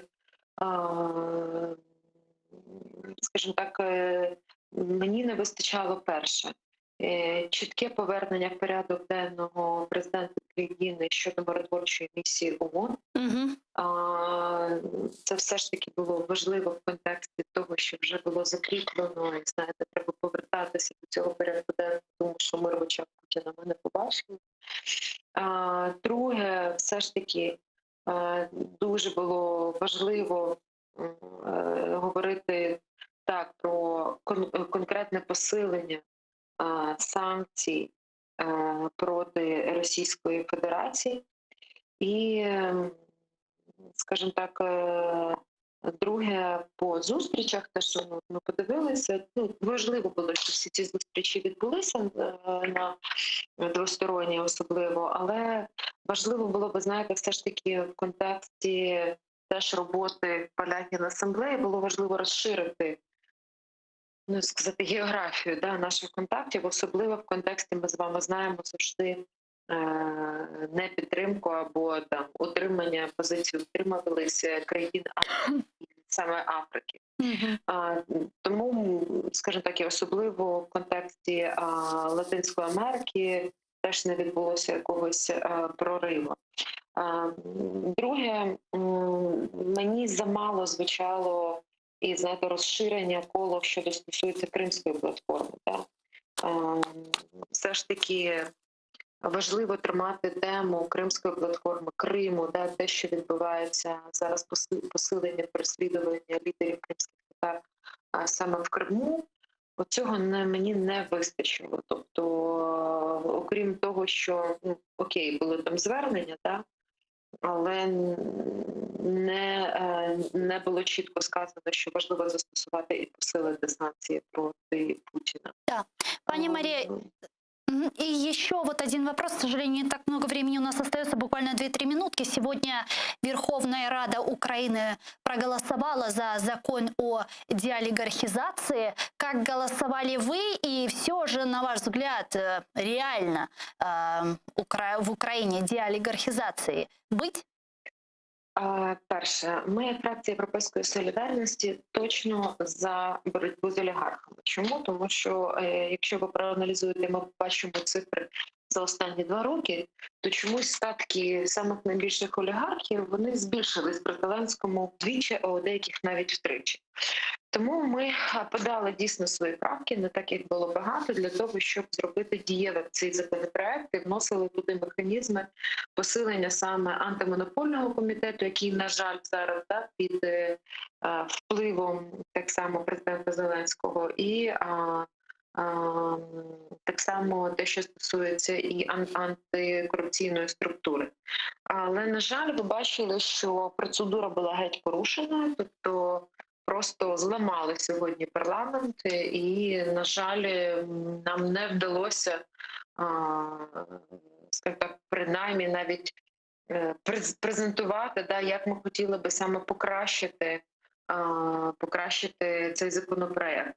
Це говорить про те, що, знаєте, зараз сьогодні дуже багато експертів говорили, що це все нагадує 2000-ні роки такого раннього Путіна, коли теж був проведений такий закон, начебто про боротьбу з олігархами, але потім всі ці олігархи якось не те, що все їх майно опинялось в руках Путіна. Для мене тут саме, мені здається, я б більше звернула увагу те, що стосується незалежності мас-медіа і те, як буде боротьба з незалежними медіа. Тобто те, що це точно не стосується олігархів, тому що за це проголосували, скажімо так, олігархічні групи «Довіра» і «Майбах», то це вже не є новиною, це якби зрозуміло, да? Але, знаєте, теж такі співпадіння, коли держава дешево продала електроенергію на 4 місяці наперед трейдерам Коломойського і Ахметова. І, знаєте, так цікаво, що ця угода була підписана буквально там за лічені години перед тим, як подорожчали тарифи. Друге, я думаю, що це теж відвернення уваги від підвищення тарифів, те, що дуже важко для людей. Але зате буде акція розказувати, що все ж таки такий закон, який є антиконституційним, і насправді РНБО у нас і Зеленський перетворюється просто в той орган, який буде призначати, хто є олігархом, а хто не є олігархом. Тобто це страшно. І друге, скажімо так, закон, мені здається, більше про такого царівладника вже в нас стає, да? Тому що ми просто, скажімо так, показали, є закон, а цей закон сьогодні абсолютно нехтували, тому ми точно, як народні депутати, те, що було порушено наше право як представників народу звертатися і давати свої правки, тобто це злочин вже перешкоджання депутатської діяльності, ми будемо подавати такі заяви. Але знаєте, зрозумів. Асоціація була така з 16 січня, я особисто була присутня в залі тоді 16 січня, так, вони не піднімали руки, але то, як зламали сьогодні демократію, такі достатньо до цього, в принципі, де намагались не порушувати процедури, це насправді дуже небезпечно саме для нашої України. І тому ми хотіли своїми правками точно тільки посилити роль антимонопольного комітету. Ми хотіли, щоб все ж таки було завершено реформування судової системи, а ми побачили просто такий популізм і Я вже не говорю про те, що наші правки містили деякі посилення, що стосується закону про трансфертну ціну. Дякую дуже, пані Марія. Зрозуміла ваша позиція. Просто у нас буквально через 10 секунд уже должны идти новости. Спасибо большое, что нашли время и подключились к нам в эфир. Марія Іонова, народний депутат України, фракції «Європейська солідарність», була с нами на прямому зв'язку. А вот сейчас как раз подходят новости. Заман на крымско-татарском языке. Смотрите, не пропустите. А после в этой студии вас поприветствует мой коллега Айдар Муждабаев в программе «Прайм Муждабаев».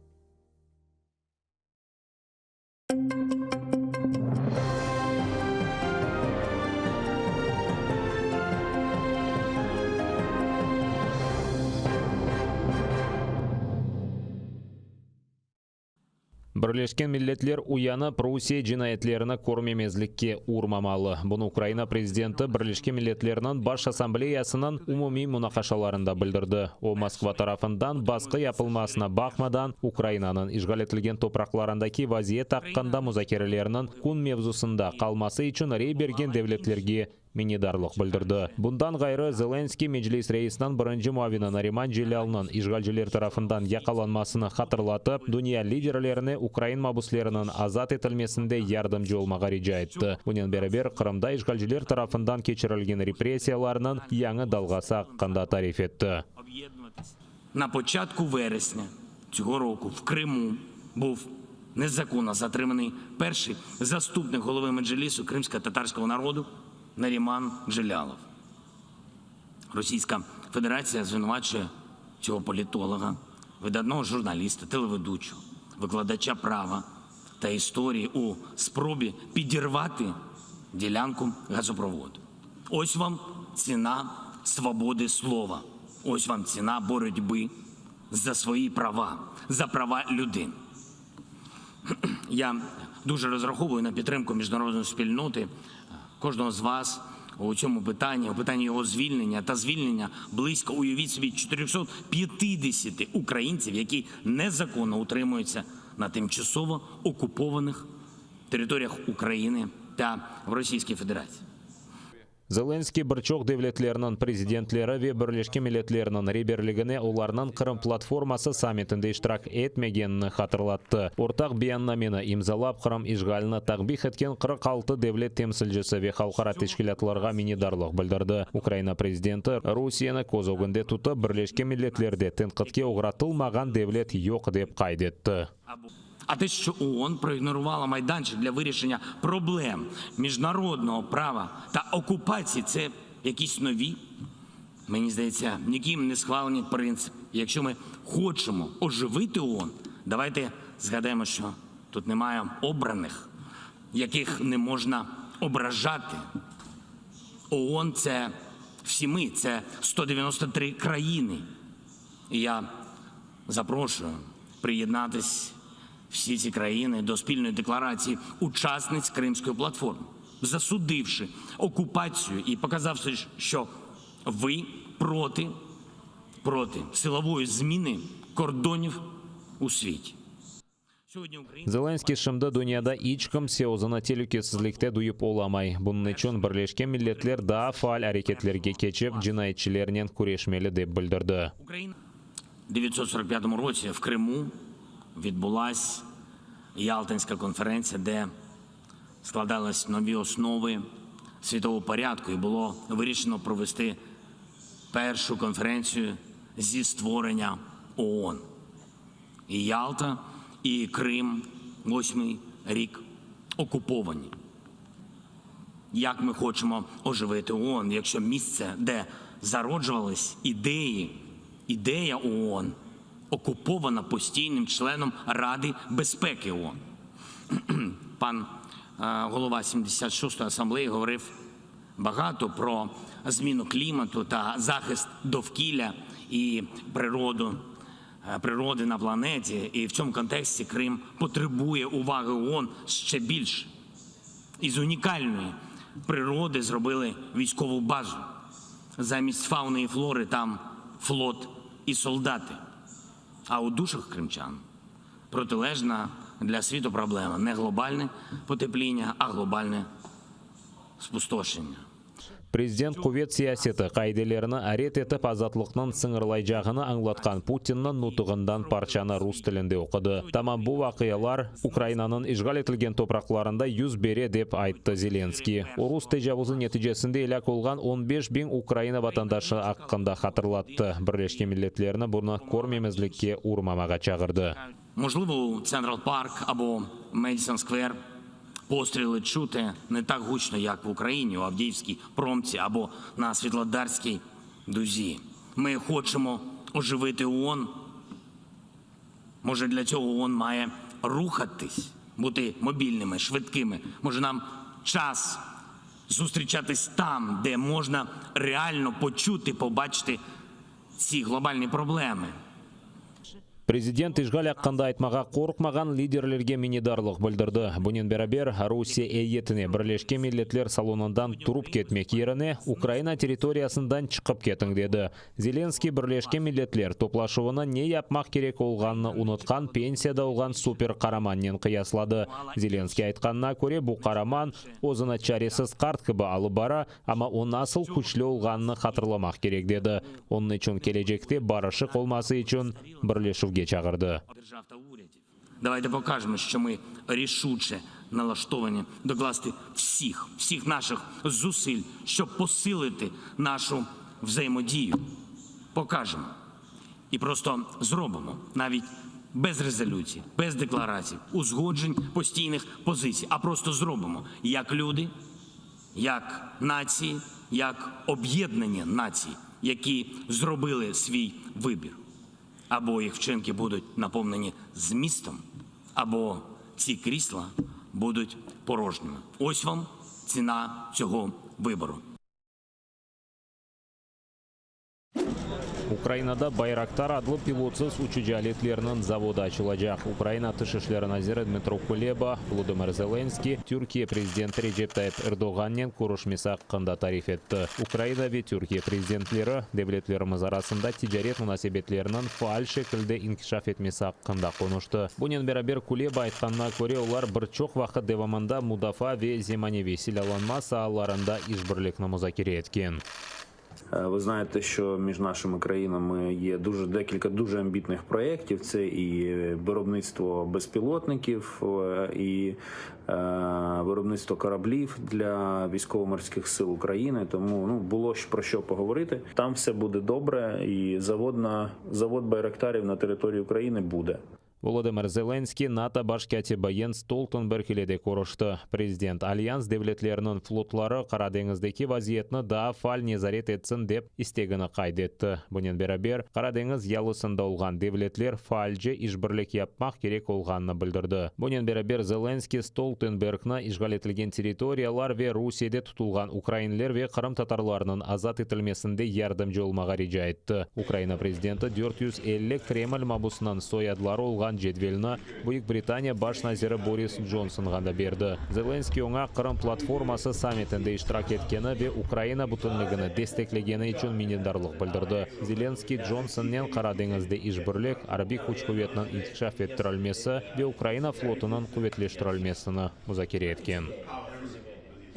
Шарқы жебеде 2 Украин арбейі яраланған. Бұны бірлешкен құветлер операциясынан штабында білдірділер. Арбейлерге әжеле ярдым берілген. Шымды олар екімлерінің незаретінде бұлына. Оларының аллары тұрғындыр. Азақ денізі тарафында рус işgalcilері пилотсыз учу алет вастасынен ВОК-17 гранаталарыны ташлаган. Причепиловка койы янында 20-ден зияде 120 калибрлы майын құлланылған. Жебенің башқа қысмында душман граната ве құршунаты жетерті батлары ве башқа силядан уджум еткен. Українські захисники вели активну оборону та подавляли вогневі засоби противника, застосовуючи дозволене мінськими домовленостями озброєння. Завдяки зусиллям наших воїнів рубежі українських підрозділів залишилися незмінними. Протягом поточної доби 23 вересня порушення режиму припинення вогню з боку російсько-окупаційних військ не зафіксовано. Ишгалжилер Менжилис рейсынан бірінші муавина Нариман Жилялға қабатына сертлештірді. Бұны адвокат Николай Полозов хабар етті. Оның сөздеріне көренді ФСБ оны МД версияда МД қанунсыз шекілде патлайжы моделер сатын алынмасы, сақланмасы ве юлланылмасында қабатлай. Жилял бөле қабатлавнен разы дегел, бұнен бәрабер қошма сорғыда иштирак етмектен вазгечкен. Қырымнан ишғал етілмесінде иштирак еткені үшін 8 жылға махкүм етілі біле. Калынчак сыңар кечтінде тұтылған Қырым самооборонасының азасына қанунсыз арби құрылыш азасы олғанында шеклену сеслендірілді. Қырым прокуратурасында олған менбалар қайдеткенне көре сөз Степан Витенко аққанда кете. O 2014 сенесі февраль айында сөзде самооборона сыраларына қошылып Ахмеджет соқақларында бекчілік етіп Украина тарафдарлары олған инсанларны тұтқан. Біраздан ишгалжилер оны Украина сыңыр қызметі ве телекөслік қызметі биналары янында бекшілік етмеге йоллаған. Витенко Украина қытасында яшаған оғылына келе екен. Ойсе Украина полициясынан полковнигі. Витенканың янында ишгалжилер берген бір sıra медаль ве ярлықлары бар екен. Оларны о торунна көстермеге істеген. За свою активну допомогу під час окупації півострова отримав посвідчення дружинника та Народного ополчення Республіки Крим. Згодом отримував ряд нагород від окупаційної влади півострова за захист Криму, учасник Кримської весни, медаль за заслуги перед вітчизною другого ступеню та інші. Наразі до суду скероване клопотання про обрання підозрюваному запобіжного заходу у вигляді тримання під вартою. Семейіз мэрі өлдірілмесінде шекленген кішіні Львовта тұттылар. Бұны Львов елетіндегі полиция қадемлері білдірді. 2013 сенесі февральның 26-сында курорт шерінің yol başçısı Кирилл Костенконың арабасына автоматнен аттылар. Бұны көзетме камерасы қайдетті. Видеода Костенконың Мерседесі янына Жигули арабасы келгені көріне. О арабадан автоматнен инсан чықы бір чоқ кере атты. Бұндан сон атыжы машинаға миніп қачты. Біраздан оқу құруcılar келілер тарафындан хырсылан араба ве силяны тапты. Костенконың өлдірілмесінде шүбеленген инсанны 8 ел деваманда қыдырайдылер. Ама кеченлері о евіне қайтқаны вақыт тұтылды. Таққачылар онан силясы чешет калибрлы патронлары, қараламалары ве башқа гражданнан соядына берілген весиқаларын алды. Ең яқын заманда махкеме тұтылған кішіні апске алacak. Испаниядagi Palma yarımadasında yanardaqның fışqırması sebebindен yerli sakinlerini tahliye etmege devam ettiler. Bir kaç bin insan öz evlerini terk etti. Tenegiya yanardağı sentyabrның 19-dan başlap fışqırmaqta. Onun sıcak akımı Atlantik okeanға yavaş-yavaş yakınlaşıp er şeyini kulge çeviri. En az 150 ev mekteplerinin binaları yok etildi. Palma yarımadasının en çok ihraç etilgen malı olgan banan plantatsiyaları da zarar gördü. Çiftçiler берекетно Я в жахливому становищі, як і всі інші тут. Збираємося розвантажити машину і завтра знову повернутися. Намагаємося зібрати урожай бананів, який зможемо. Шерні күл қаплаған. Айны заманда мутихаслар айтқанына көре авада зарарлы мадделерінің миқдары юксекте келдір. Рівень сірки в нормі. Судячи з показників, загрози здоров'ю людей немає. Шлейф вуглекислого газу перебуває на великій висоті – 3 кілометри. Чық океанға етішсе, зерлі газ бұлытлары пейда ола біле. Мутихаслар бұны янардақ фышқырып башламасындан бір күн сон бекледілер. Шымды есе олар чық ақымы оқадар яваш ақмақта ве белки о океанға қадар етішмез дейлер. Бұндан evvel янардақ 1971 сенесі фышқырған еді. О вақыт бір инсан вифат етті. Бұл сефер зарар көрген яда елак олған инстанлар аққында хабері жоқ.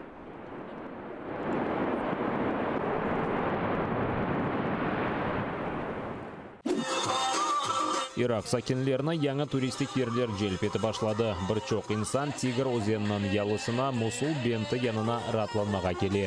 Кечкен язда құрғақы қолғаны үшін су севиесі баяғы эксілген. Бұндан себеп сувасты қоба ве тоннеллер açılған. Ми дізналися про це з соціальних мереж. Це дуже красиво і незвично, тому ми приїхали сюди. Це нові враження. Ратланıcılar yuvuna ve şengleni ama qoba seyahatlarından çoğus insan çekini.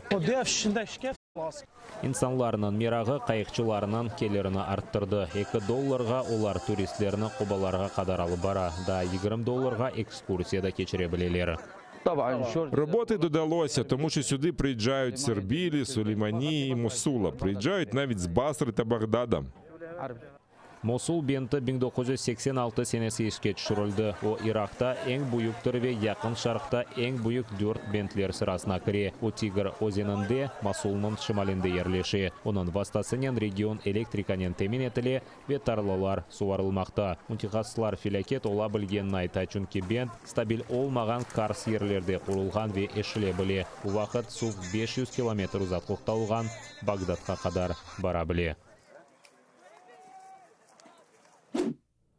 Қырым-татар тілі огренілмесі үшін тайчы қадлы иләве ішке түшірілді. Ойынны ойнамақ үшін бала ресімлерден ибарет олған флеш-карталарға басып, қырым-татар тілінде айванлар, бөжеклер, чалғал етлерінің адларыны ве олар насыл яңғырағанны іште біле. Бұнен бәрі ренклер, шекіллер ве рақамларын огренмек мүмкін. Лейха өзерінде программа Герей Сейдаметов, сес режиссері Искендер Асанов чалышты, Севел Кенже ве Эльмас Итаджиева сеслендіруінен оғрашқан. Тайчы қойыны баланың афызыны, диққатыны, назары ве ешітуыны инкишаф еттіре дейлей қатесчілері. Ойынны ойнамақ үшін оны телефонға юклемек керектір. Айванлар.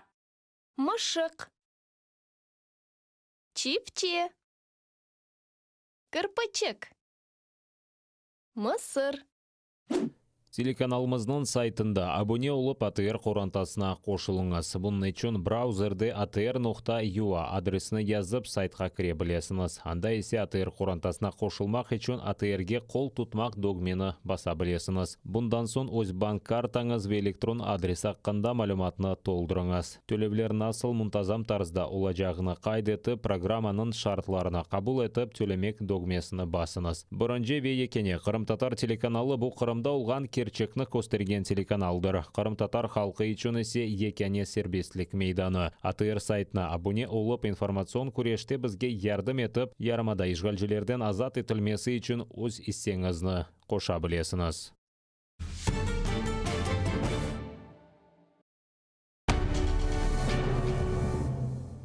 Ізраїльські вчені створили унікальний засіб, що містить природні інгредієнти. Краплі імуноков покращують імунітет при коронавірусних та респіраторних захворюваннях, а також сприяють полегшенню постковідного синдрому. Імуноков – надійна допомога.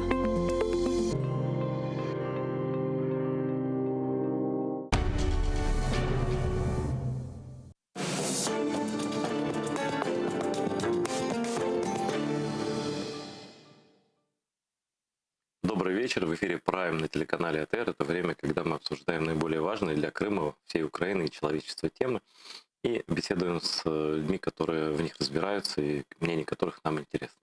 Сегодня такой немножко особенный эфир, потому что у нас в студии будет человек, точнее он уже есть, просто мы пока еще его не показываем вам, из тех людей, которые в ближайшие годы, я уверен, будут политической элитой этой страны. Я не шучу, не делаю комплимент, просто это правда по логике так, да.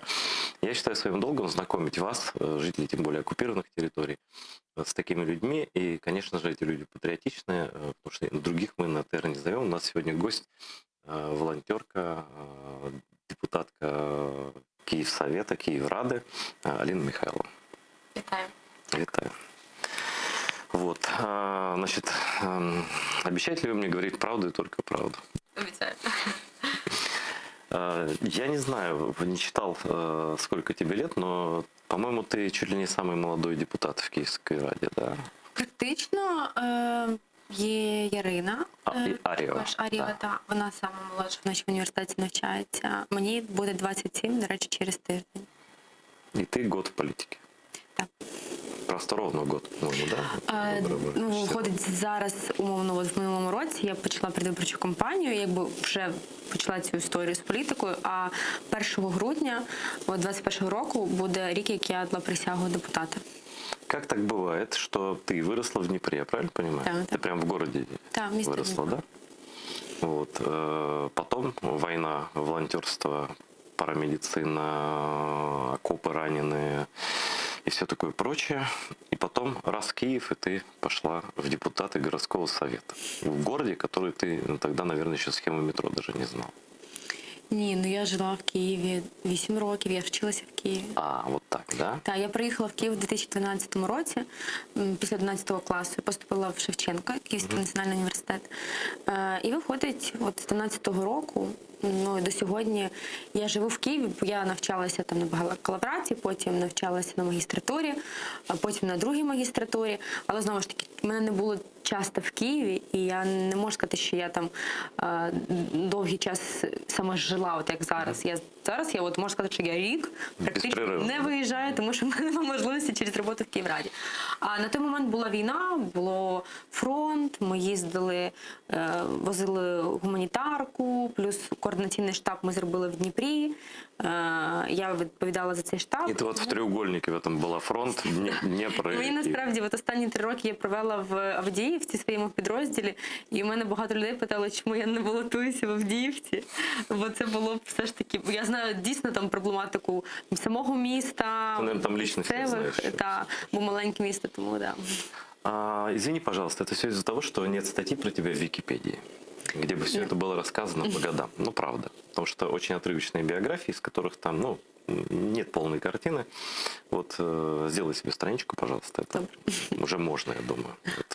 Вот. Из-за твоей политической деятельности ты как-то с ноги открыла просто дверь Киеврады и начала заниматься там настоящей политикой такой, которая многих злит. Ну, не многих, но кого-то злит, да? Ты являешься рекордсменом Киевского совета по протестному голосованию, 130 голосований против у тебя. Вот. И ты еще знаменита тем, что снесла, наконец, памятник российско-украинской дружбе в Голосеевском районе, да? Да. И вообще, тебе не удивительно было, вот, что до сих пор он стоял?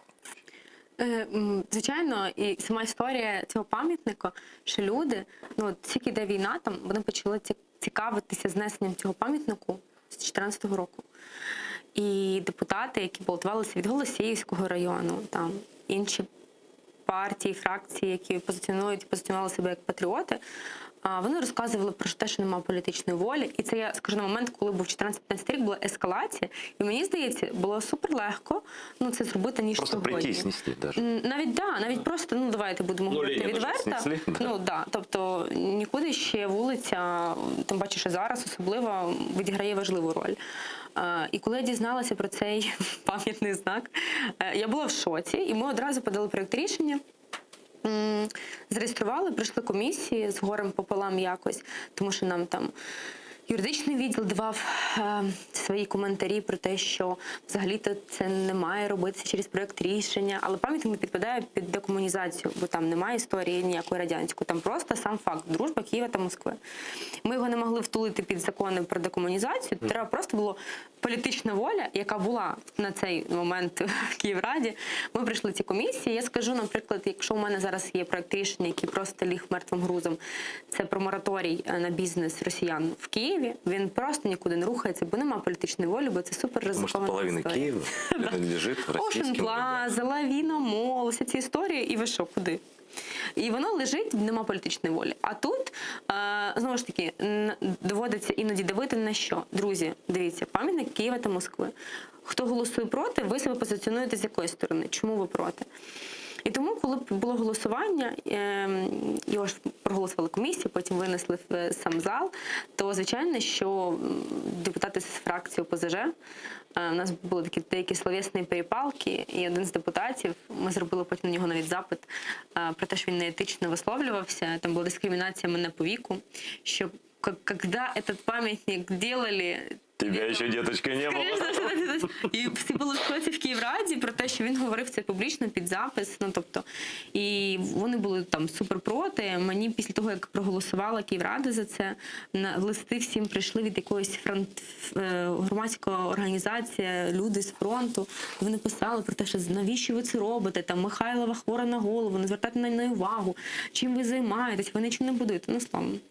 І ось якби мер підписав рішення і демонтували його дійсно дуже швидко. Плюс потім ми приїхали, демонтували, звичайно, і ми просили робити це публічно, щоб приїхали камери, бо дійсно це був супер резонанс навіть на Росії. Да, у них там палало хорошо. Вони це зробили втиху, трошки ввечері, але вони нам потім відкрили приміщення, де зберігалося це в Зеленбуді місцевого району.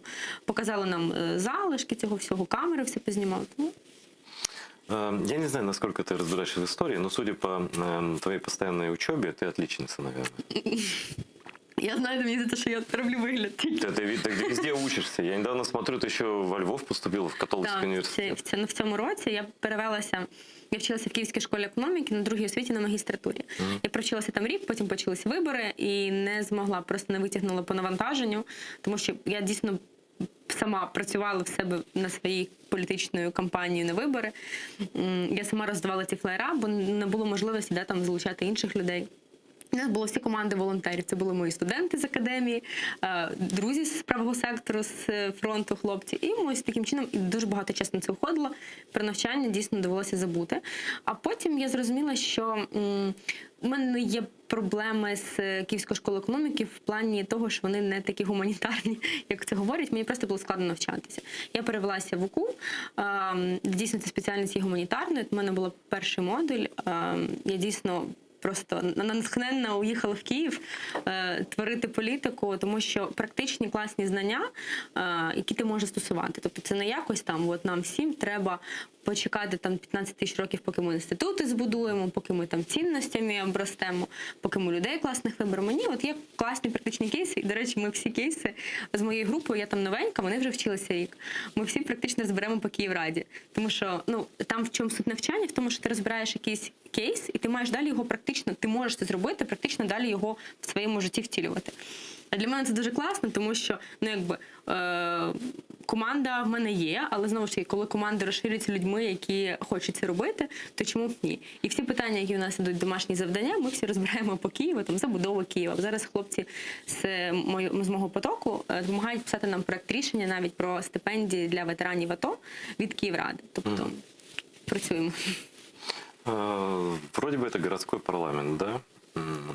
Ты, очевидно, даже темы, которые ты берешь, они больше касаются политики такой. Но я бы назвал это политика безопасности, потому что снос тех памятников, борьба совсем пророссийская, это политика безопасности, часть политики безопасности. Да? Тебе не скучно в Киевраде? Наверное, следующее ты захотела бы уже Верховную Раду. Мені подобається займатися міською політикою в цьому напрямку і не розпрошувати себе в плані там на Україну. Якби навіть були б в мене плани йти в Верховну Раду, я б хотіла все одно займатися більше в Києві. Звичайно, ми говоримо про всю Україну, але мені дійсно цікавий Київ, є просто над чим працювати і виходить працювати. Да? Якби складно не було, а враховуючи, що умовно все ж таки більшість депутатів в Київраді лишилися ті, хто були, і абсолютно ніхто не зацікавлений ні в яких питаннях національної безпеки, тому що знесли пам'ятник, то ви б краще сквер побудували, або знесли пам'ятник, то ви б краще, я не знаю, там землю роздали б комусь. Це абсолютно різні речі. Абсолютно, да. І це історія про... спекуляція, Так, звичайно. Це про щось намацабельне. Да, дуже класно побудували. А, друзі, у нас молодь росте, яка гуляє по парку, і там пам'ятник... Знаешь, что тебе скажу? Вот я помню, еще я жил в Рейхе в русском тогда, это еще до войны было, это, по-моему, еще первый Майдан, я заметил, что мнение региональных парламентов, допустим, Львовская Рада, да, там, вот это особенно западных частей, да, они часто меняли политику страны. То есть вот Львовский парламент принимал политические заявления, которые влияли на Киев, которые влияли на все, политику в стране. То есть как бы это не их дело, там их дело вроде дороги делать, да, но они находили возможность это делать, да. Теперь вот ты памятник этот снесла. К нам приезжает исполнитель Баста. Человек, которого просто нужно в наручниках сюда привозить и на обмен сразу, да. Его встречает украинский пограничник, но я не могу назвать украинским пограничником, это какое-то ничтожество. Стерненко разместил фото, где, ты видела, да, он стоит с ним, фотографируется, но хорошо, что не целуется, и то ладно. Вот с камнями-то мы знаем, что делать. А как можно, почему, допустим, Киевская Рада не встанет и не скажет, а мы не хотим у себя концертов российских исполнителей. Это же сразу дает пример всей стране. Столичный регион не хочет никаких этих вот ватников тут видеть, например. Да, и это бы сработало точно. Там есть противодействие этому. Хотя вроде бы большинство в Киевраде патриотов, считают себя патриотами, называют себя патриотами. Це буде такий анонс. Буквально позавчора на комісії з освіти я захистила свій проект рішення, який забороняє використання російської мови будь-яким українцям, бо у нас дуже багато виконавців, які теж співають російською. Тим паче росіяни використовують російську мову на масових заходах. Це буде такий перший цвяшок от в цю А це штучку. у Львові так давно вже? У Львові, у Франківську, Так, здається? тобто, і це класна історія. А чомусь Київ, як говорять, пасьот задніх та в усіх питаннях, які стосуються ідеології, національної безпеки і всієї цієї історії боротьби з росіянами, хоча ми маємо бути перші, бо ми столиця, і ми є, на нас дивляться. Та? І от перша комісія, ми її здолали, у нас є голоси депутатів, лишилось 2 комісії і сесія голосування. І от ми підсилимо закон про мову, який нарешті вистражданий, на мою думку, він з усією боротьбою, яка була за нього. Міські ради мають підсилювати і допомагати виконавчим органам влади розписувати механізми, за яким, наприклад, людина подається на захід, а він має вже заявочки собі мова вашого заходу. Ну, російська, вибачте, треба перекладати, суфлери потрібні і так далі. І тому людина, коли буде подаватися на якийсь масовий заход проведення, буде розуміти, про що це. Тому що, звичайно, яка мова у вас в навушниках грає? Що ви слухаєте вдома на кухні? Все одно. Друзі, поважайте цю країну, поважайте те, що в нас 8-й рік війна, те, що в нас окуповані території, те, що ми воюємо з Росією, ну, тут такого не має бути, сподіваюсь, не буде. Я, может быть, немножко расстрою, как днепрянку. А как правильно? Днепрянка? Днепрянка. Дякую. Так, был соцопрос не так давно. Наверное, ты его видел. Я просто хочу быть точным. Про комфортність, Нет, это гораздо хуже. Про любовь, про отношение к России. Як би ви оцінили своє ставлення до таких країн, як і Росія, розділ Росії? И там я с удивлением обнаружил среди наиболее ватных городов Украины, ну, среди людей, где много людей, которые либо очень хорошо, либо хорошо относятся к России на 8-м году войны, либо нейтрально, в принципе, нейтрально, ладно, даже не будем брать, но вот по нисходящей, то есть по ватности, рейтинг ватности, Северодонецк — это Луганская область, Мариуполь — это Донецкая область, Харьков — тут все понятно, Одесса тоже более-менее все понятно, Запорожье, Николаев, и тут с результатом 27% либо очень хорошо, либо хорошо. И плюс еще аж 36% байдужих просто, да? Твой родной город. Что это? Вот город, в котором самый крупный госпиталь, по которому ездят не с вот этими ковид-диссидентами скорые, а с ребятами ранеными, да, самолеты летают там, и так далее. 8-й год войны. Что это? Це також, в першу чергу, політика міста, яку проводить мер міста. Ну, тобто, давайте будемо відвертими, людина управляє містом, дозволяє собі писати на сторінці російською мовою. І розказуючи, що це моя особиста сторінка. Для мене це трошки неприпустимо. Посадова особа все ж таки, тим паче такого, да, там, масштабу. Другий раз обирається на виборах. І що я помічаю, що з кожним от роком, да, от влада в нас з якогось 15-го, мені здається, ось цей наратив про патріотизм, любов до України, всі ці вишиваночки, він відходить. І от зараз в місті, от історія про байдуже, це описує повністю Дніпро.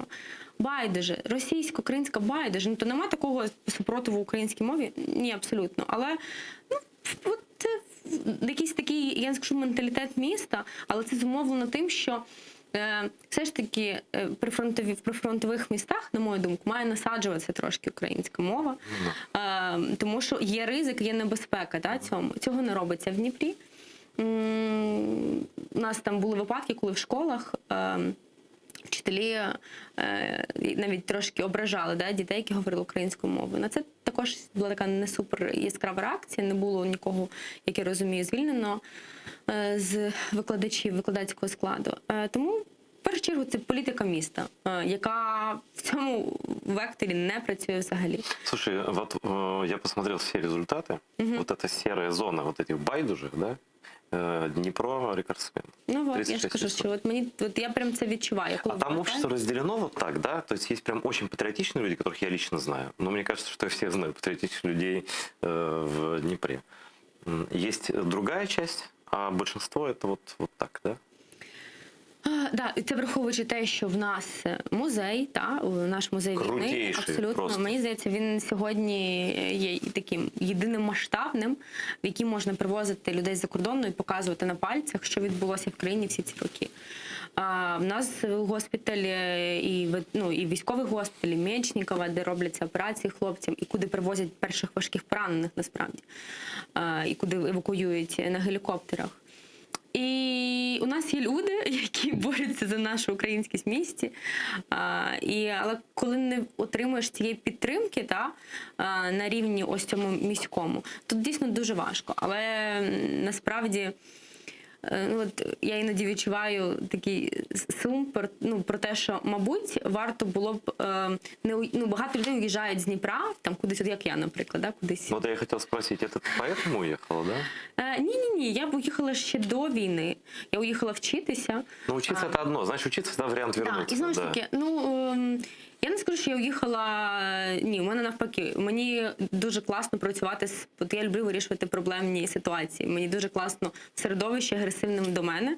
Я від цього заряджаюся якоюсь енергією. Це те, що в Київраді зараз відбувається. Я супер втомлена і мені супер. Я зараз, коли мені кажуть, ти підеш на наступні вибори в Київраду? І я кажу, боже, зараз? Я говорю, точно ні. Може щось зміниться за ці 4 роки, але поки що я не готова. Дуже багато енергії віддаєш, але я від цього кайфую. Коли виходить, в тебе є маленькі проміжні перемоги, типу пам'ятник повалити. Це настільки заряджає. І в мене є така історія про те, що ти береш проблему, коли ти її вирішуєш або хоча б борешся. Я відчуваю від цього якесь піднесення. А з Дніпром просто, мабуть, треба робити так, щоб молодь не їхала з міста. Я навіть не кажу вже про села, які в нас є. І це, знову ж таки, міська політика. Я можу сьогодні сказати, що міська рада Дніпра, мені дуже соромно за цю раду. У нас там дуже багато військових, УБДшників, АТОшників, ветеранів, які абсолютно, на мою думку, я не бачу ніякого ні протистояння до влади, я не бачу ніяких якихось реальних дій, якихось реальних кейсів. Слушай, протистояние ради протистояния не нужно. Це історія про опозицію, і є до чого робити цю опозицію. Вообще, Алина, я тебе обещаю, я завтра еду в твой город, там будет этот фестиваль блогеров, куда зачем-то меня позвали. Задам эти вопросы ветеранам, депутатам. І подивитися можна, хто на цьому фестивалі блогерів в тому числі. Буде. Ой, давай это не будем. Там вроде бы все хорошие. Да я бы не поехал, если бы я хоть одного там заметил. Ні. Тобто це там класний фестиваль, але є деякі там особи, але хорошо. треба розвиватися. Да, мы вообще не об этом разговариваем. Партия «Голос». Ее же нет уже? Є. Где? Як партія, як структура політична, вона є. По суті, якщо ви мене спитаєте, чи є в неї майбутнє... Ти чувствуєш себе членом партії? Ні, я ніколи не була. Ні, я ніколи не була в партії. В партії не була, але ти ж все одно депутат. В команді, давайте в команді. Ні, я не відчуваю себе. Не допомагає ніхто нічого? В чому, тобто, умовно, в чому була підтримка? Підтримка для мене була в самій команді. Відчутті, що ти не один. Тому що як це виглядало? Київрада закинула так, як кошеня, і ти там. І коли є команда людей, які там з досвідом, які можуть тебе підсилити в багатьох питаннях, тоді дійсно легше. Зараз я знову відчуваю себе вже не кошеням, вже якось піднабрала впевненості, але я все не відчуваю себе... ти не відчуваєш себе волком-одиночком? Може бути. Тобто я знову ж таки кажу, зараз я не в команді, і я, можу сказати, сама, не можу сказати, а я сама по собі.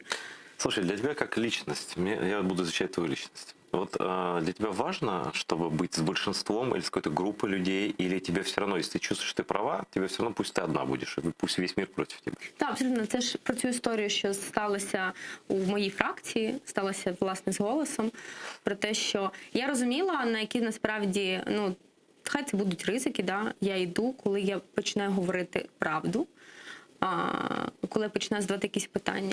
І, власне, ці ризики справдилися, мене відсторонено від фракційних будь-яких питань. І все, якби... І це ти про Київраду говориш? Так, це я про Київраду. А ситуацію в Верховній Раді ти знаєш з «Голосом»? Я знаю про те, що, знову ж таки, не розділилася, є група «Справедливість» окрема, і є... Ты к этому никак. Просто никак не могут прийти к нам некоторые депутаты от партии «Голос», которых мы добросовестно запрашиваем. Приходите, не бойтесь, Алина сидит, никто ее не съел, она говорит правду и все. Тем более, что на самом деле партия, на мой взгляд, уже не возродится, потому что, значит, есть такой медийный закон. Это работает, медиа это тоже же нравится, не нравится обществу. Партии и медиа, в принципе, похожи. Есть медийный закон, что если у тебя падает рейтинг сильно, то лучше закрой это издание и открой новое. Это закон Мердока такой. Чем это доставать из болота, это гораздо хуже. Почему этот проект не удался? Вроде бы и Слава Вакарчук как фейс, как фронтмен, да. И и сколько хороших людей. И Притула, там, и Рахманин, и голова там вот такого размера, да? Вот какие интриги, что за люди это все розвалили к чортовій матері? На мою думку, це ось це бажання якоїсь авторитарної абсолютної влади і небажання чути іншу думку, абсолютне небажання чути. І оточені себе людьми абсолютно комфортними, які будуть да-да-да, все правильно робиш, все класно, все добре. То есть даже в таком масштабе самой маленькой фракции все равно там интриги такие. І це от про український феномен. Подивіться на ОПЗЖ. Дисципліна. Ніде і ніколи, ні в якому публічному просторі ми не почули, що десь там Медведчук посрався з Бойко або з кимось ще. У нас, ну, тобто, скандал за скандалом, власне, ну, це от останній рік так. І мою думку, що це просто от бажання тотальної якоїсь влади, навіть в ліберальній партії, да, яку декларують. І це призвело до просто краху. І це, мені здається, має бути гарним уроком для всіх. Урок чого? Який вивод? Для мене це вивід про те, що не треба сліпо вірити от в цю картинку, яка малюється, та? Навіть для мене, як для людини, яка прийшла в команду. І я так, все так класно, всі такі хороші. Будемо працювати, будемо боротися в Києві з цими... А рожеві окуляри були?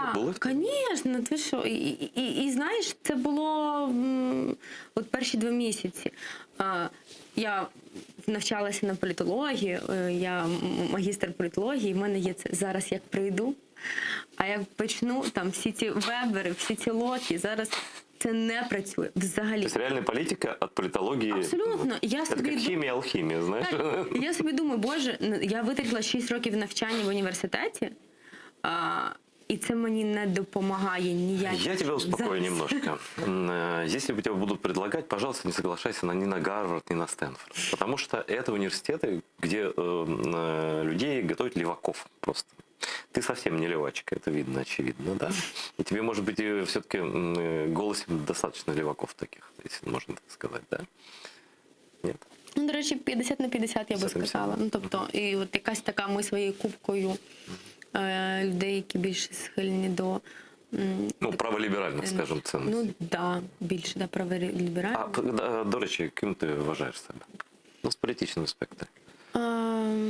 Ну, мені до вподоби націоналізм все ж. Якби там хтось не намагався розказувати, я за цю ідею націоналізму, я писала про це купи дипломів, і мені близькі ці ідеї. І знову ж таки, по моїй роботі в Київраді зараз дуже важко, да, там, так дивишся на людину, яких вона поглядів, важко сказати. Але мені здається, що от вся моя діяльність, вона десь якось якимось чином, так чи інакше, скрито мені, ну, дає зрозуміти, да, що я абсолютно не про ліберальні ідеї, ну, от в тому понятті, яких зараз там хтось собі малює. В слове национализм в советское время был заложен негатив. Вот, да. Это все нет.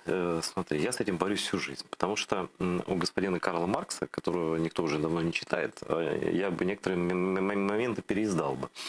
У него есть высказывание, какая-то статья про национализм угнетенных народов. Про то, что когда национализм имперский, это совсем одно. Да? Это приводит к войнам, это приводит к геноцидам, это как в случае с украинцами и крымскими татарами, это приводит вот к всему этому. И он говорил, Маркс, что национализм обороняющегося народа, национализм народа жертвы, национализм колонизируемого народа – это благо, потому что он объединяет, он дает общие какие-то принципы, но это способ борьбы такой, да. У нас почему-то принято считать, ну, благодаря, наверное, каким-то там тоже политикам не всем адекватным, которые зашкварили это понятие, да. Но вот какой национализм все-таки для Украины нужен? Этнический чисто или политический больше? Вот потому что политический национализм – это тоже такая интересная вещь, да. И мне кажется, что это мое мнение, что сейчас как-то все-таки время політичного націоналізму прийшло. Як ти думаєш? Так, я хочу зауважити, що ми сьогодні не можемо оцінювати націоналізм поняттям, які ми застосовували там в минулому навіть столітті, з тим, що ми маємо сьогодні конкретно в Україні. Так скажи, що таке націоналізм зараз? От ви якраз ти сказала вже. Вже, знаєш, вже, ну, для мене умовно націоналізм сьогодні це навіть історія про, ну, якісь принципи, якісь цінності, якусь проукраїнськість.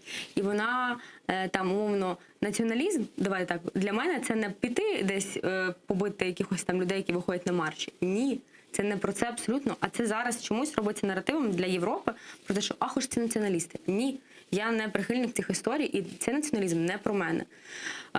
Це про відстоювання своїх власних кордонів.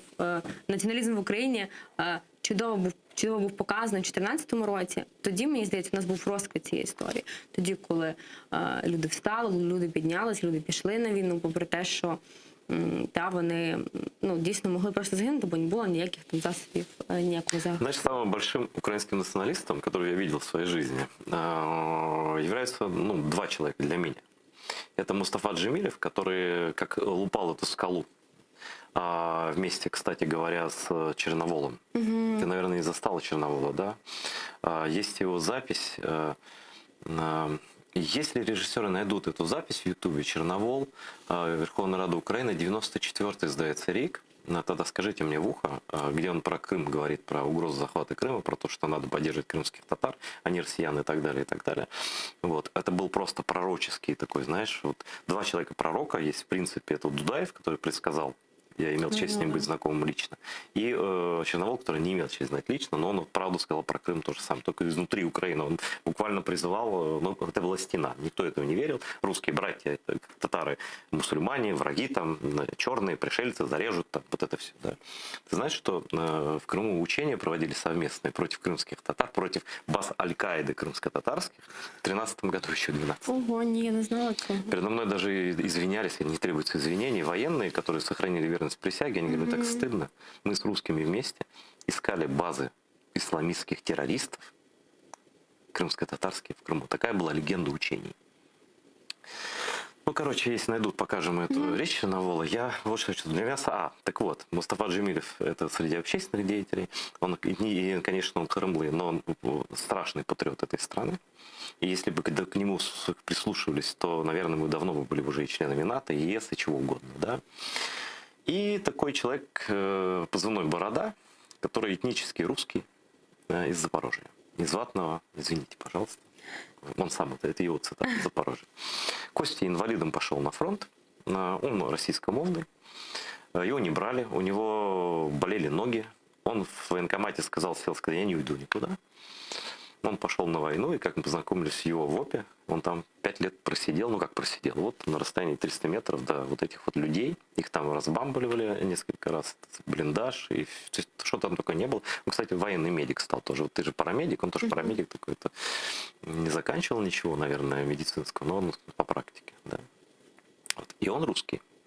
Но, как по мне, вот именно это является национализмом, это стремление понять, что нас разлучают, и нас бьют по раздельности. И нам нужно объединяться вокруг идеи вот этой украинскости, потому что это спасает нас всех. Как нам это сделать? У нас есть куча людей, которые рассказывают про дружбу с Россией, про то, что надо возрождать все равно. Был прошлый командующий Хамчак, он в интервью «Украинской правде» сказал, ты читала, да? Да, все равно же нам с ними дружить. Слава богу, Залужный нормальный пришел и поставил все четко, да, что надо на Красную площадь стремиться. Военачальник должен свою армию направлять, а не сдерживать. Как бы так, да. Извини, я слишком много говорю. Це дуже показова історія про Залужного і Хамчака. Коли у нас командуючий, давайте будемо відвертими, сьогодні військо, не йдуть така кількість патріотів, і назвемо це... Це рутинний зараз такий процес. Я йшла в 14-му, і коли командуючий не може артикулювати чітко, з ким ми воюємо, і що ми воюємо, і що ми будемо воювати, а не сидіти і догану отримувати там за те, що ми не відкриваємо вогонь.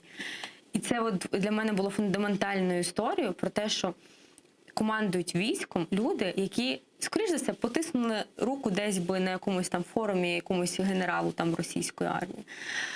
Це речі, яких не має бути.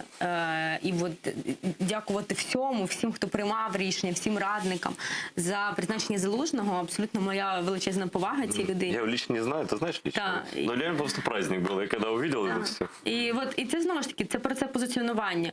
Коли військо чує про танки, які, окей, хай це будуть просто слова. Це важливі слова, які важливо чути на 8-й рік війни, коли у нас супер все, ми не так, як хотілося б, відвоюємо території, це важливо говорити.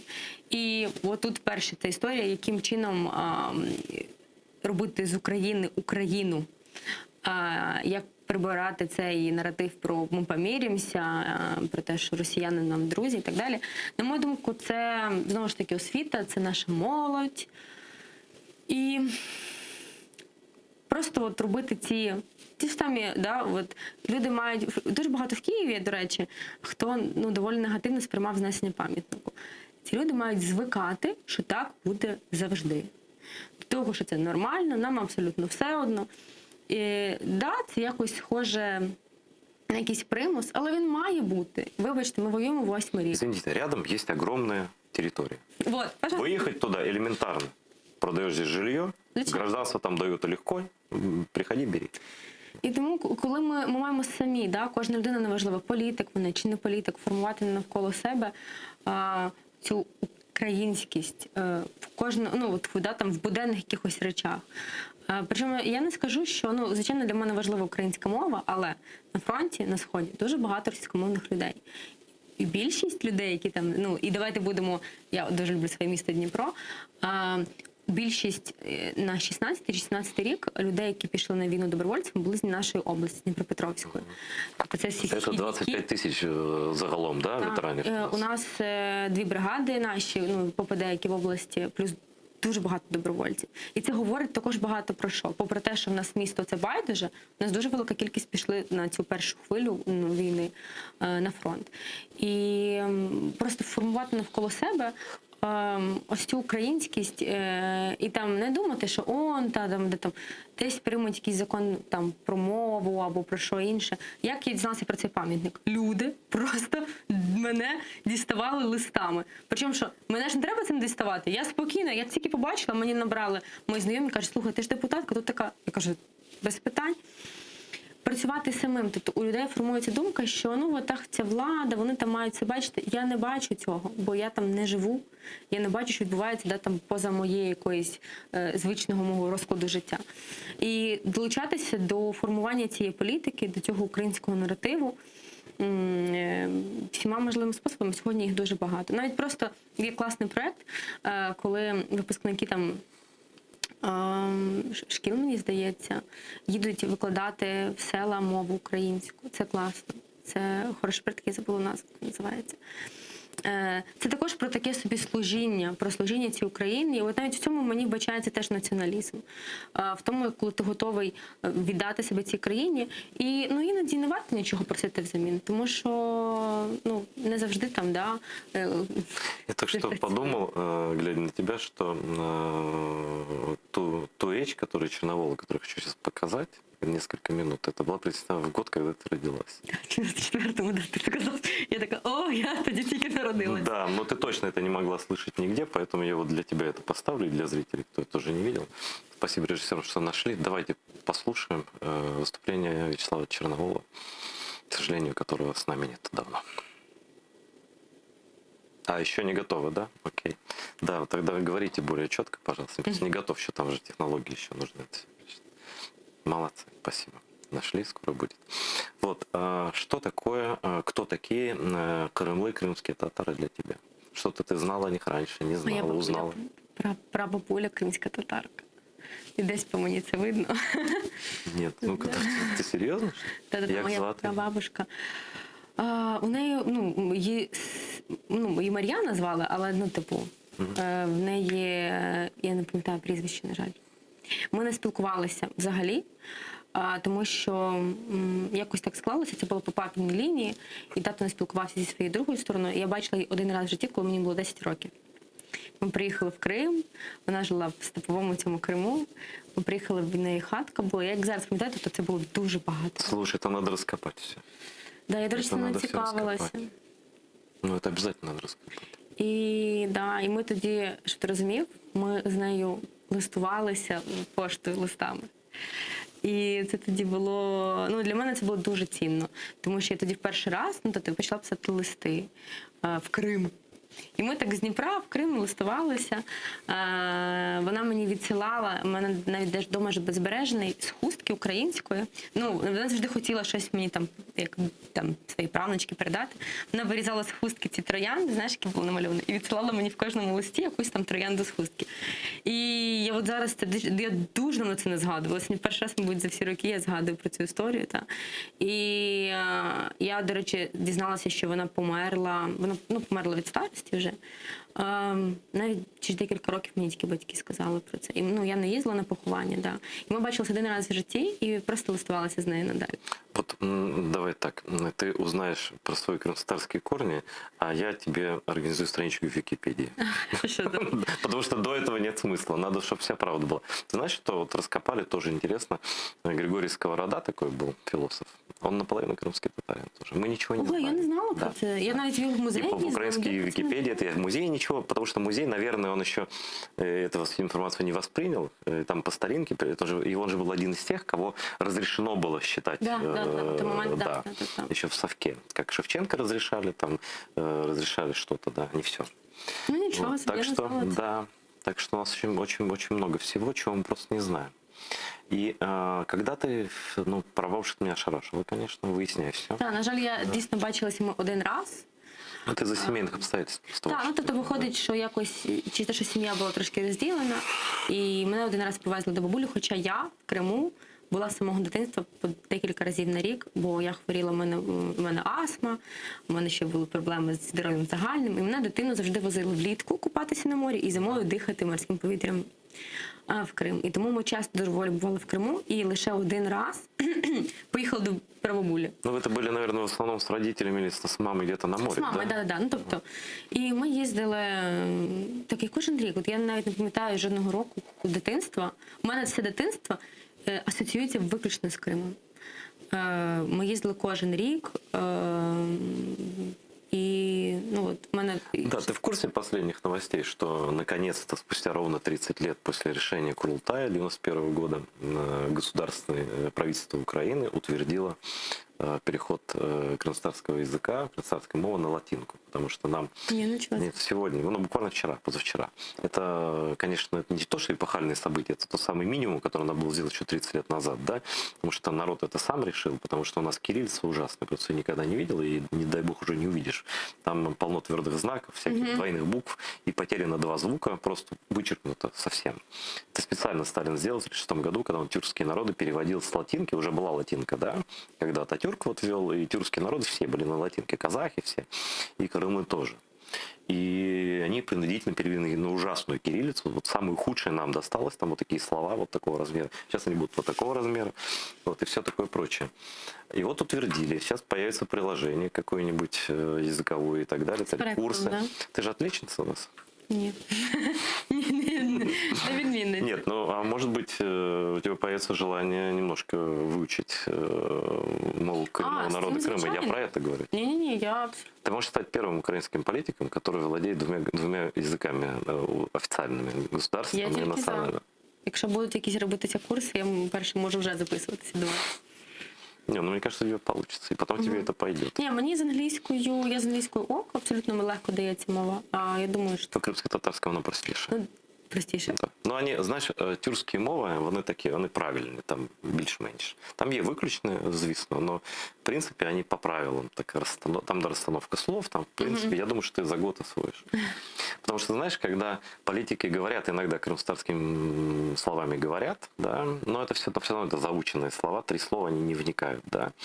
И, в принципе, тот же, допустим, Зеленский, человек явно, артисты запоминают хорошо, слух хороший, да, то есть он, в принципе, за год на уровне простого общения он может крымстарскую мову освоить. Ну, понятно, там времени, это все прочее, да, не будем его брать, но... Але це про позиціонування політика. Это будет, вот мне кажется, что будущее вообще, будущий президент Украины, какой-то будущий президент, он должен априори знать в каком-то объеме мову державную и мову коренного народу, бо у нас единый коренный народ, насправді. Так. Да. И а еще это очень круто, потому что если ты знаешь крымстарский язык, то ты фактически знаешь все тюркские языки, они очень схожи, в принципе. Там азербайджанский, турецкий и прочее. И еще я тебе сегодня новость узнал, не знал. Оказывается, азербайджанский алфавит придумал крымский татарин. Да. Первые газеты в Российской еще империи издавались на неславянских языках. Украинский даже тоже был запрещен до определенного момента, и много раз запрещен. И это были первые издания, тоже были на крымско-татарском языке. То есть нам про себя друг друга узнавать, знаешь, как очень долго.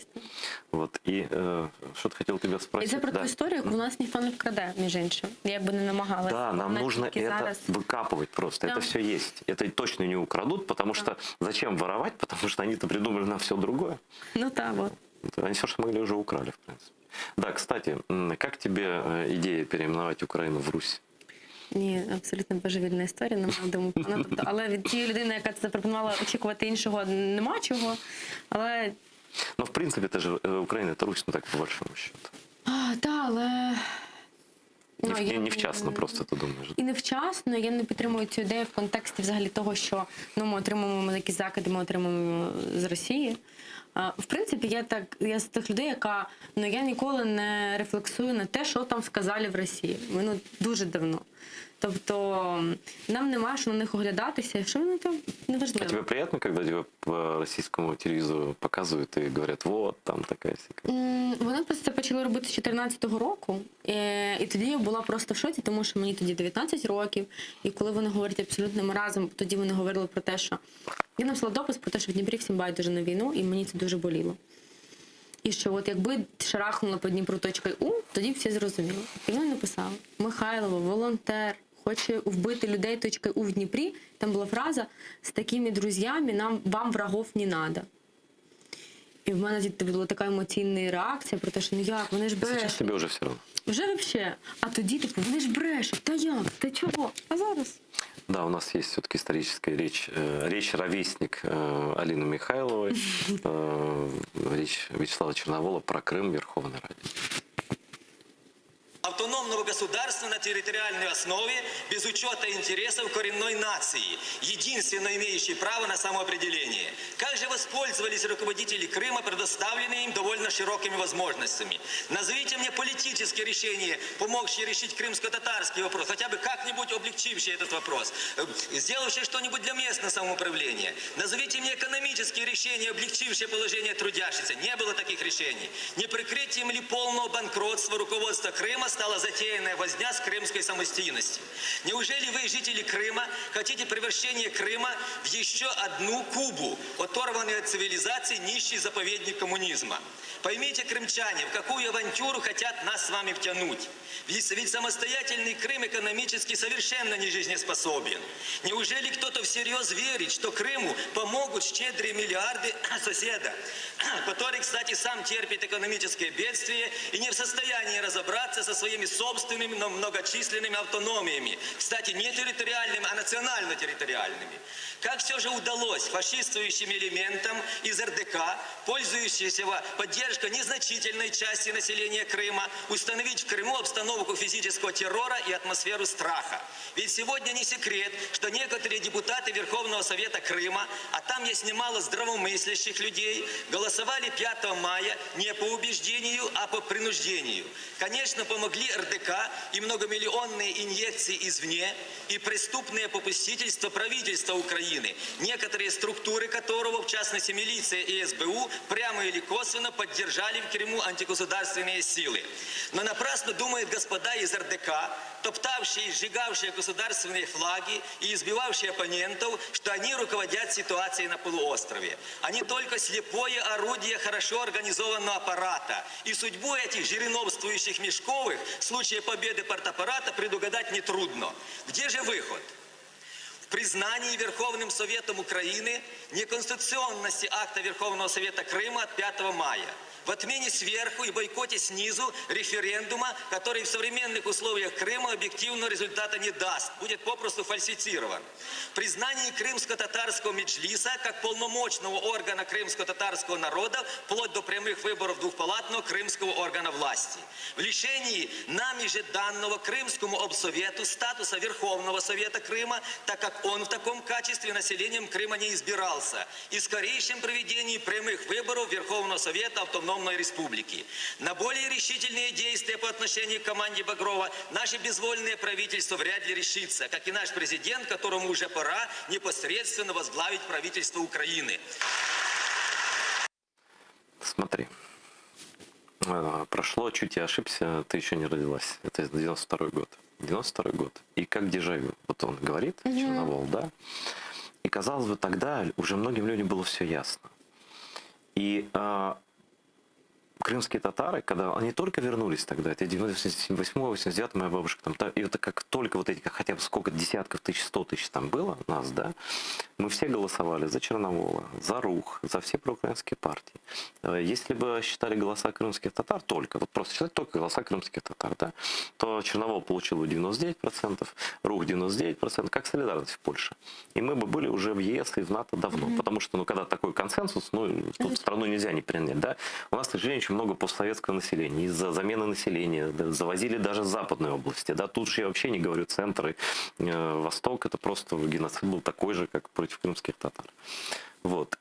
И почему так долго, и вот только сейчас, месяц назад, до Крымской платформы за месяц, приняли закон о коренных народах, рамочный, еще такой рамочный закон, да, и вот только сейчас исполняется то, о чем говорил Вячеслав Черновил, что права коренного народа должны быть восстановлены. И вот сейчас только процесс начался, прошло 30 лет, Алина. Что мы делали это 30 лет? И почему? Ну, твое мнение? Ну, одразу це було через рік, дійсно, після незалежності проголошення. Не було ніякого вектору у більшості, у влади на той момент не було вектору на Україну. Ну, мені так здається, тоді він був в меншості, так? І це також є проблемою того, що ось цей Савок, ця Росія, вони не готові були нас випускати від цих обіймів, і вони ж створювали всі ці роки ось цю ситуацію, що старший брат, от ми тут поряд, ми от піклуємося, а ви без нас не зможете. Називається «задушити в об'єкті». Так. І от це ж, ну, чому, умовно, я виросла в Дніпрі, я говорила російською мовою, що це в російській школі. При виборі навіть школи, у нас в Дніпрі в мене стояло так 2 школи поряд. Це дійсно там, 100 метрів. Мої батьки вибирають російську школу і віддають мене вчитися в російську школу. І ніхто навіть не здумався, чи зараз, ніколи б в житті. Ну, зараз добре, ці школи закриваються, вже. А на той момент навіть не стояло питання це. І от це знову ж таки про те, що роками насаджувалося, що це нормально. Що, яка українська автономія? У нас в Дніпрі на той момент, я себе не асоціювала з частиною України. Абсолютно. Даже ти? Я не була абсолютно ніяким патріотичною дитиною до війни. У нас менше 5 минут остається. Розкажи, як ти стала патріотом? Після Майдану. Тобто почало якось, я першу українську мову, якою говорять люди 24/7, почула від своїх одногрупників Шевченка. Тобто це вивчена мова для тебе? Так, це моя рідна мова, як би там не була, мова, яку я говорила там при народженні, можна так сказати, бо я рідною все ж таки вважаю українською, як би там не було. Мої перші слова були російською, я 18 років. Знаєш, яку я назву можеш користуватися? Трофейна мова. Коли я користуюся російською мовою, я кажу, це трофейна мова. Я володію її гарно. Це як гвинтівкою такою хорошою. Чому не стріляти? Так, я теж абсолютно вільно говорю українською і російською в тому числі. І у мене не формувалося абсолютно ніякої ось цієї націоналізму. І от мені б хотілося, щоб це було. Тобто Майдан?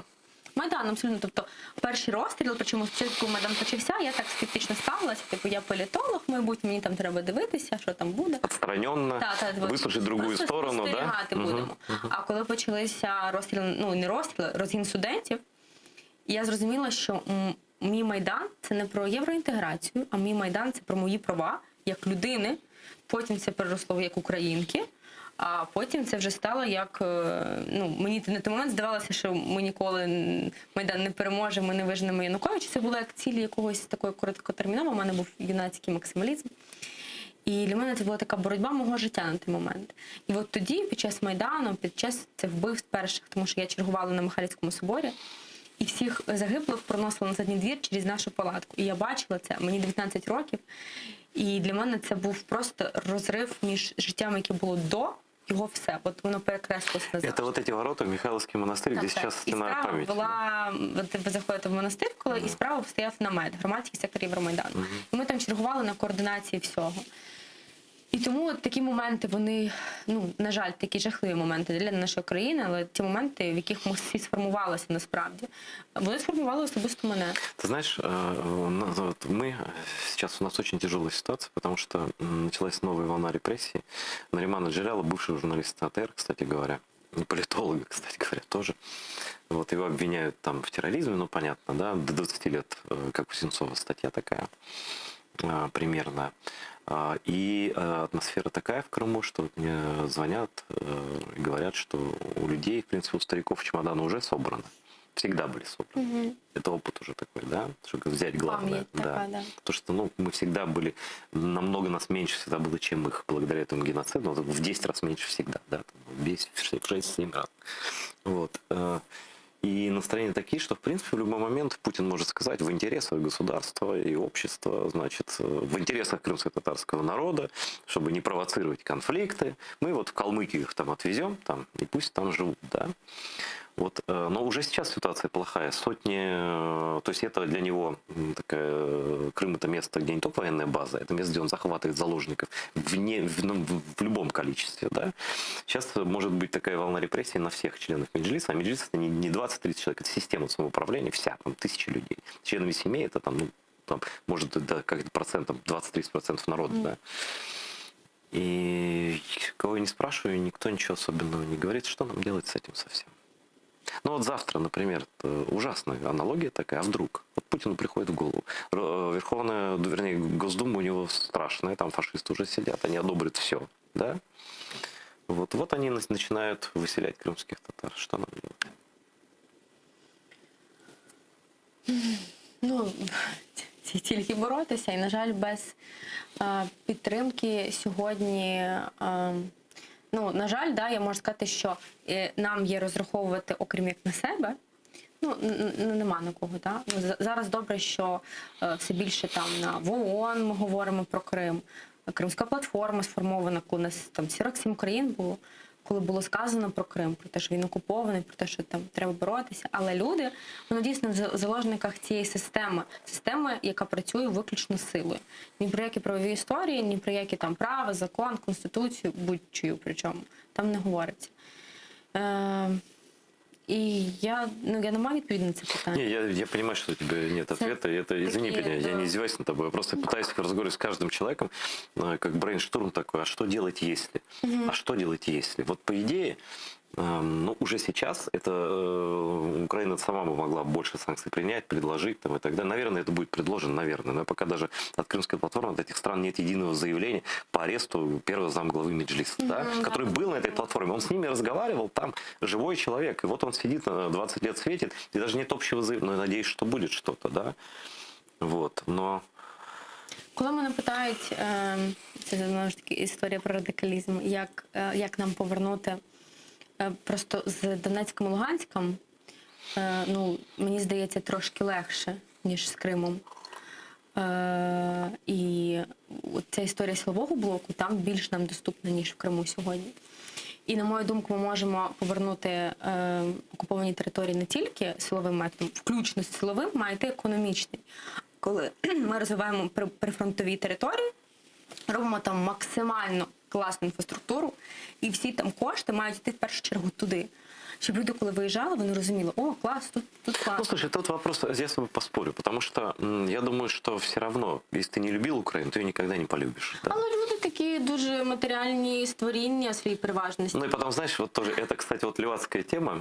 Есть такой посол США в России, мистер Макфол, который очень часто, просыпаясь, пишет «люблю Россию» у себя. Подпишись на него, очень смешно. Он, как Стэнфорд, вот, Гарвард и все такое, да. Вот.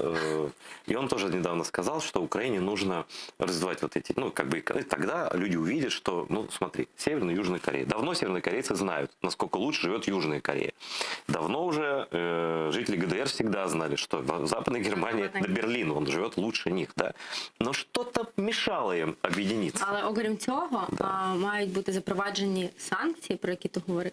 І ці санкції, в першу чергу, світло, вода. Да, це можна сказати в випадку з Донецьком і Луганськом, що ми там винищуємо наших громадян.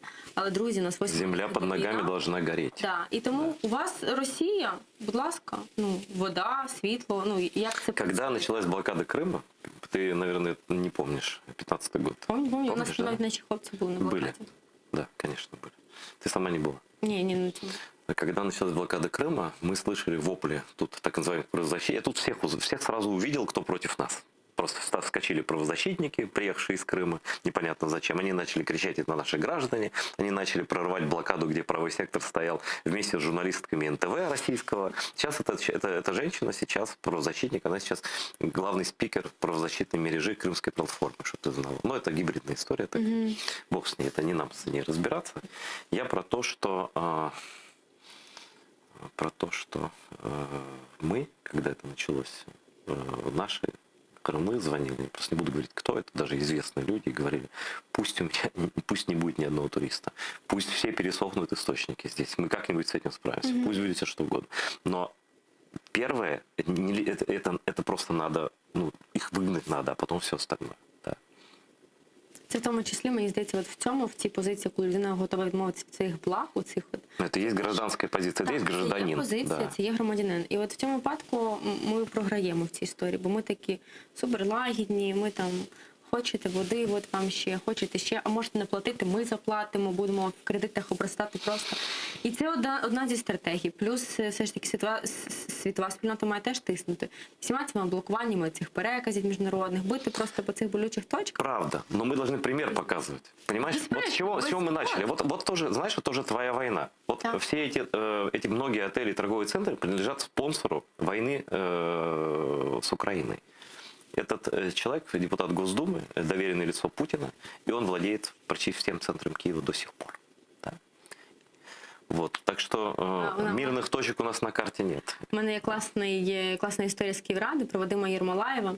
Це людина, яка в Дніпро забудувала і зараз приїхала в Київ, і йому передавали ринок залізничний, Шайба називається. Він є єдиним там прикладом, одним з єдиних прикладів модернізму саме архітектури.